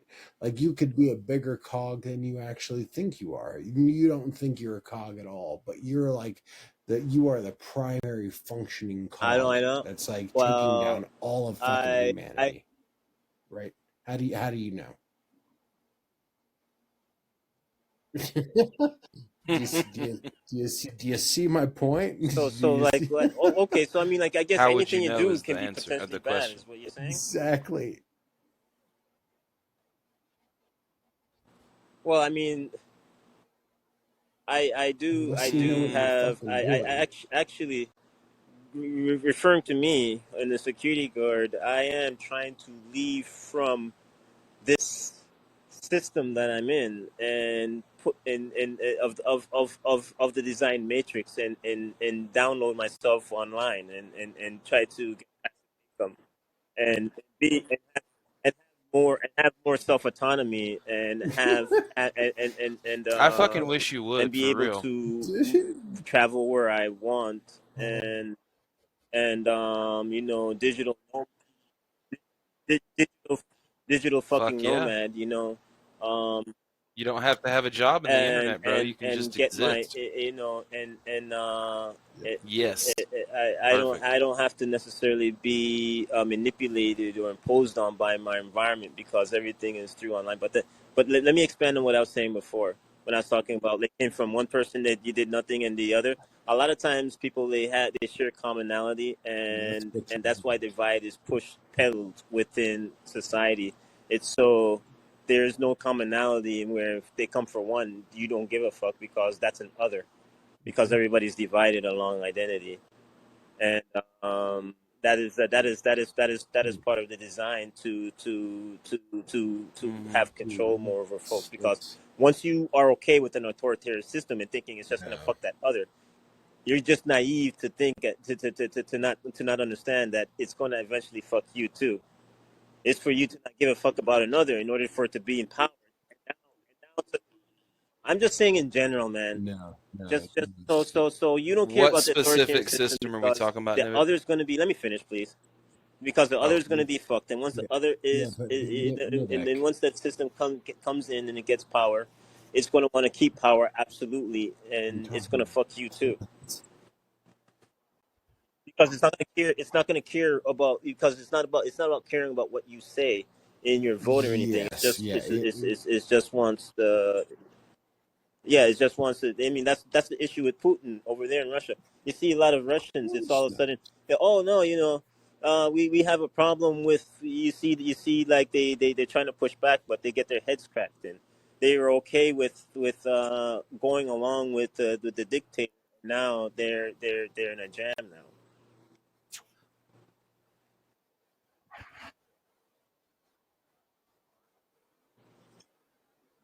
That's been happening in Russia for a long time. That's besides the point.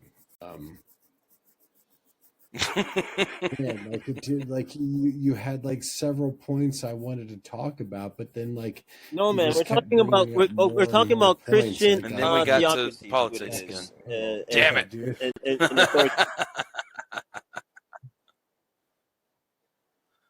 Okay. But seriously, like Nivek, you brought up like 15 different points.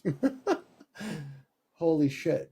Like, I mean, how are we supposed to respond to that? Yeah, a Christian theocracy would be bad, right? Yeah, authoritarianism bad. That's it. Okay, yeah, sure. So, well, I mean, I'm with you on that. Yeah. I don't want any form of authoritarian government. No dictatorship, no fiat control, nothing like that. Don't want any of that shit. Yeah. Dictators can lick my balls. Lick 'em. Ligma. I'm not demeaning what you said, Nivek. I think you make a lot of sense. Like, I just, I follow you it's now. Not all I think, only about I think the I'm on the individual. same You should page. care about others, but by not caring about others, people they lean to authoritarianism, and then validating that authoritarianism, they don't understand that once you reach that Frankenstein, it's hard to put it back in chains. And yeah.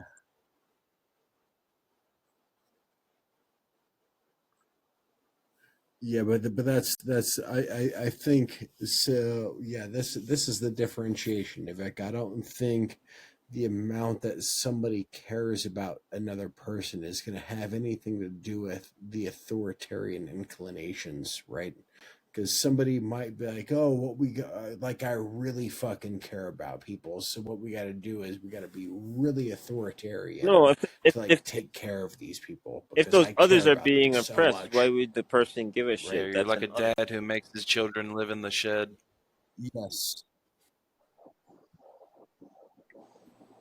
Yeah, but yeah, you're missing the point that I'm making, though, right? Try it again. So if you're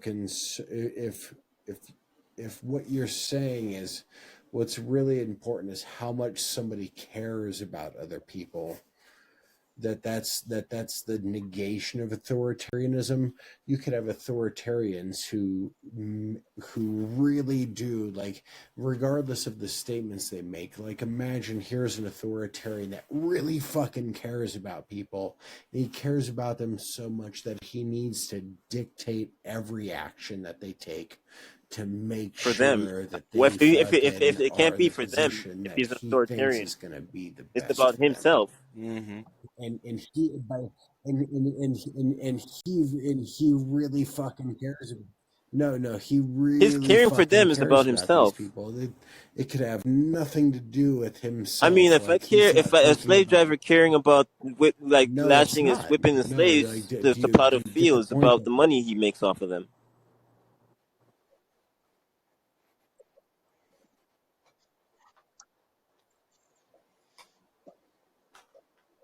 I can give the example for you, Scott. You're missing the point I'm making. It's all right. Let Hohenheim try for a minute, Scott. Yeah. Rest your brain, my friend. So I would give that authority now. So say, Nivek, we had artificial intelligence that got to general intelligence far beyond us. And you have to take now for granted that this artificial intelligence knows what is best for us. So you have to take that in this thought experiment for fact.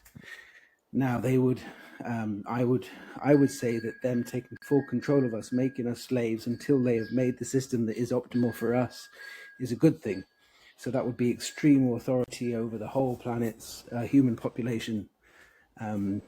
What would you say? Yeah, the robot is doing what's best for humans.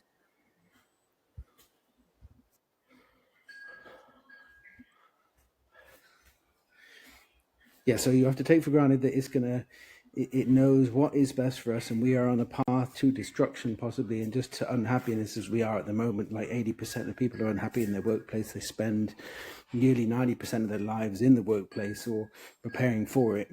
This new general intelligence AI knows how to solve this problem and make a perfect society a utopia.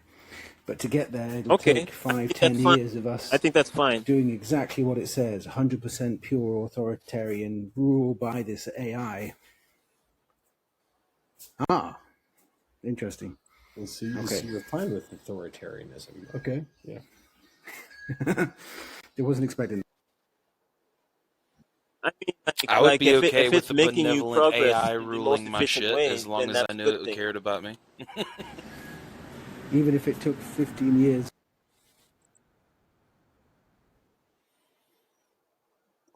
Ooh, wrong. Neither. The most efficient way is not the good thing, right? That's Not always. That's like straight up some fucking Kanye shit, right? Yeah. Sometimes the good way is the hardest way. It's the hardest path. Yes, exactly. Efficiency usually is associated with waste. You know what I mean? Or excuse me, not wasting something. So cutting What if wheat this from the chaff kind of AI thing. You know, wasn't able to do that? Depopulating. Would it self-destruct? I mean, like this. We have no idea. I mean, the AI, the AGI could. I mean, think about this. No. The AGI I'm could saying, come online, learn going off everything of it, super fast, and then make a spaceship and leave the Earth. to go what Anaheim's saying, just move us here. it's to do this. Well, to let achieve a Navik purpose. get it But out real what quick. if Go what ahead, if this robot is failed in its purpose? It can't achieve it.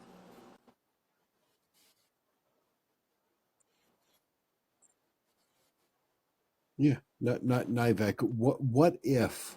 So what if my dick is 13 feet long? There you go. Connection. Do you see what I'm saying? Like, you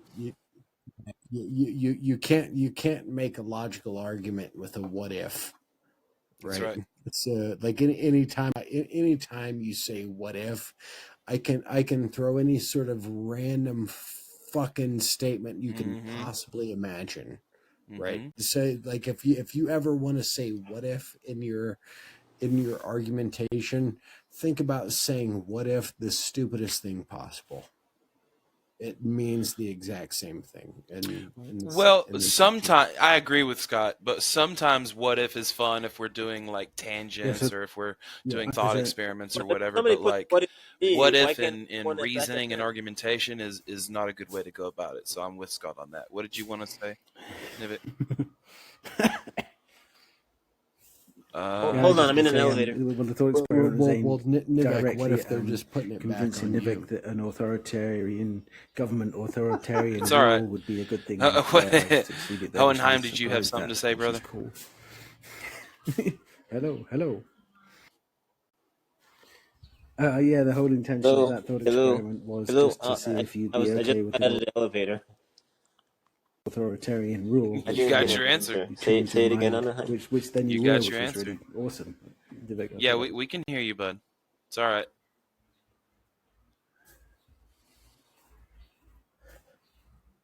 But But I'm saying like. Well, no, it is. It's a thought experiment. So it's just the scenario that you're painting. If in those circumstances perfect, you would be okay with the authoritarian rule, and you were. So I would just give.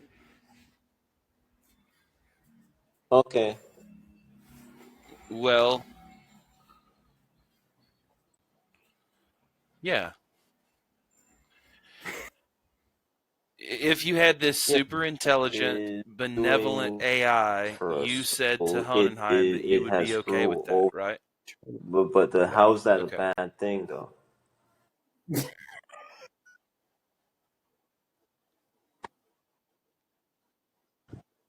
Yeah. So what if that you broke up? Say it again. Though Nivek said Black Lives or said White Lives Matter, right?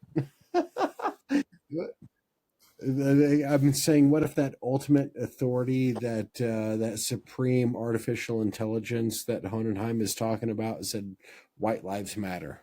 Okay. Would you be like, okay, I guess that's just that's the way it's got to be? Would you question it? Is what he's saying. Yes. But you couldn't, by your answer, Nivik, you couldn't question it. So you couldn't. Yeah. In that thought experiment, but you're assuming you can't. Yeah, you can't question it. Yeah, because it knows better. Yeah, but you're okay. It's by definition the authority.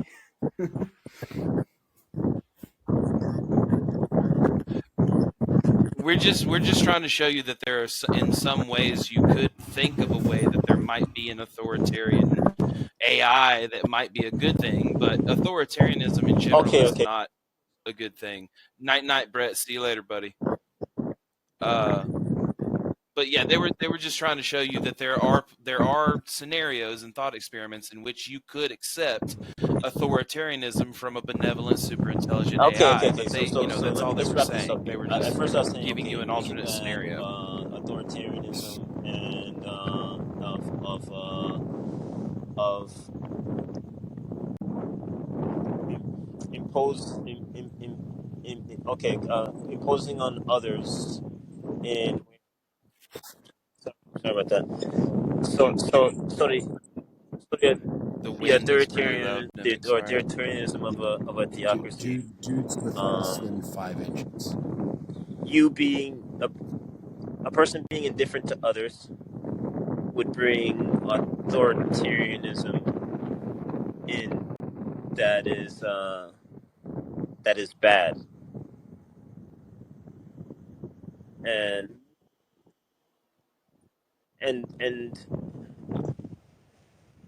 most authoritarianism is bad. Would you agree? Anaheim was asking a viewpoint of authoritarianism and where AI is doing. But I mean, I guess I know. It's hard to say what good is, right? Yeah, Nyvek. Yes. No, not Nyvek. What's being broached is it seems right now you're responding only to the notion or the ideas that you think people will respond to, right? So your idea of authoritarian is not necessarily about the fundamental thoughts, it's more of like the actions that people take when they are authoritarian. So it seems to me what you're actually arguing against is like bad human behavior. And what you're talking about is the thinking, the ideas. Wind is really loud, Nivek. Do you see the difference between the behavior Yeah, and the thought behind the behavior? I'm trying to follow what you're saying. It sounded like you're breaking up. I don't know if that was you or me, but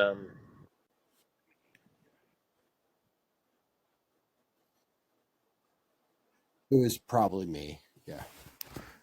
I was just asking, do you see the difference between like bad behavior and the thought behind bad behavior, right? Because it seems like we're all talking about the notions and how people think about things that lead to certain behaviors that you are like ascribing the whole cloth of these behaviors as these certain ideological notions, and we're just saying, hey, these are just ideas. Here are the ways that these ideas don't make sense. And you keep going back to like, oh, but people who have held these ideas behave this way, right? So you keep coming back to behaviors as opposed to the ideas.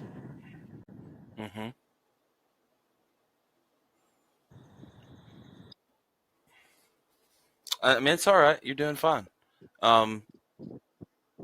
We're about to, because we're losing people, and it's basically just us in here, guys. We're probably about to move to Discord. So hold your thought, Nivek. Hold your thought, Scott. I'm not really going to go anywhere or get anything to eat because nothing's open around me right now anyway. So let's. It was really fucking fun. Crunchy, thanks for being here with us till the very end. Love you, man, girl, whoever. But anyway, yeah, we're going to end it right here, and let's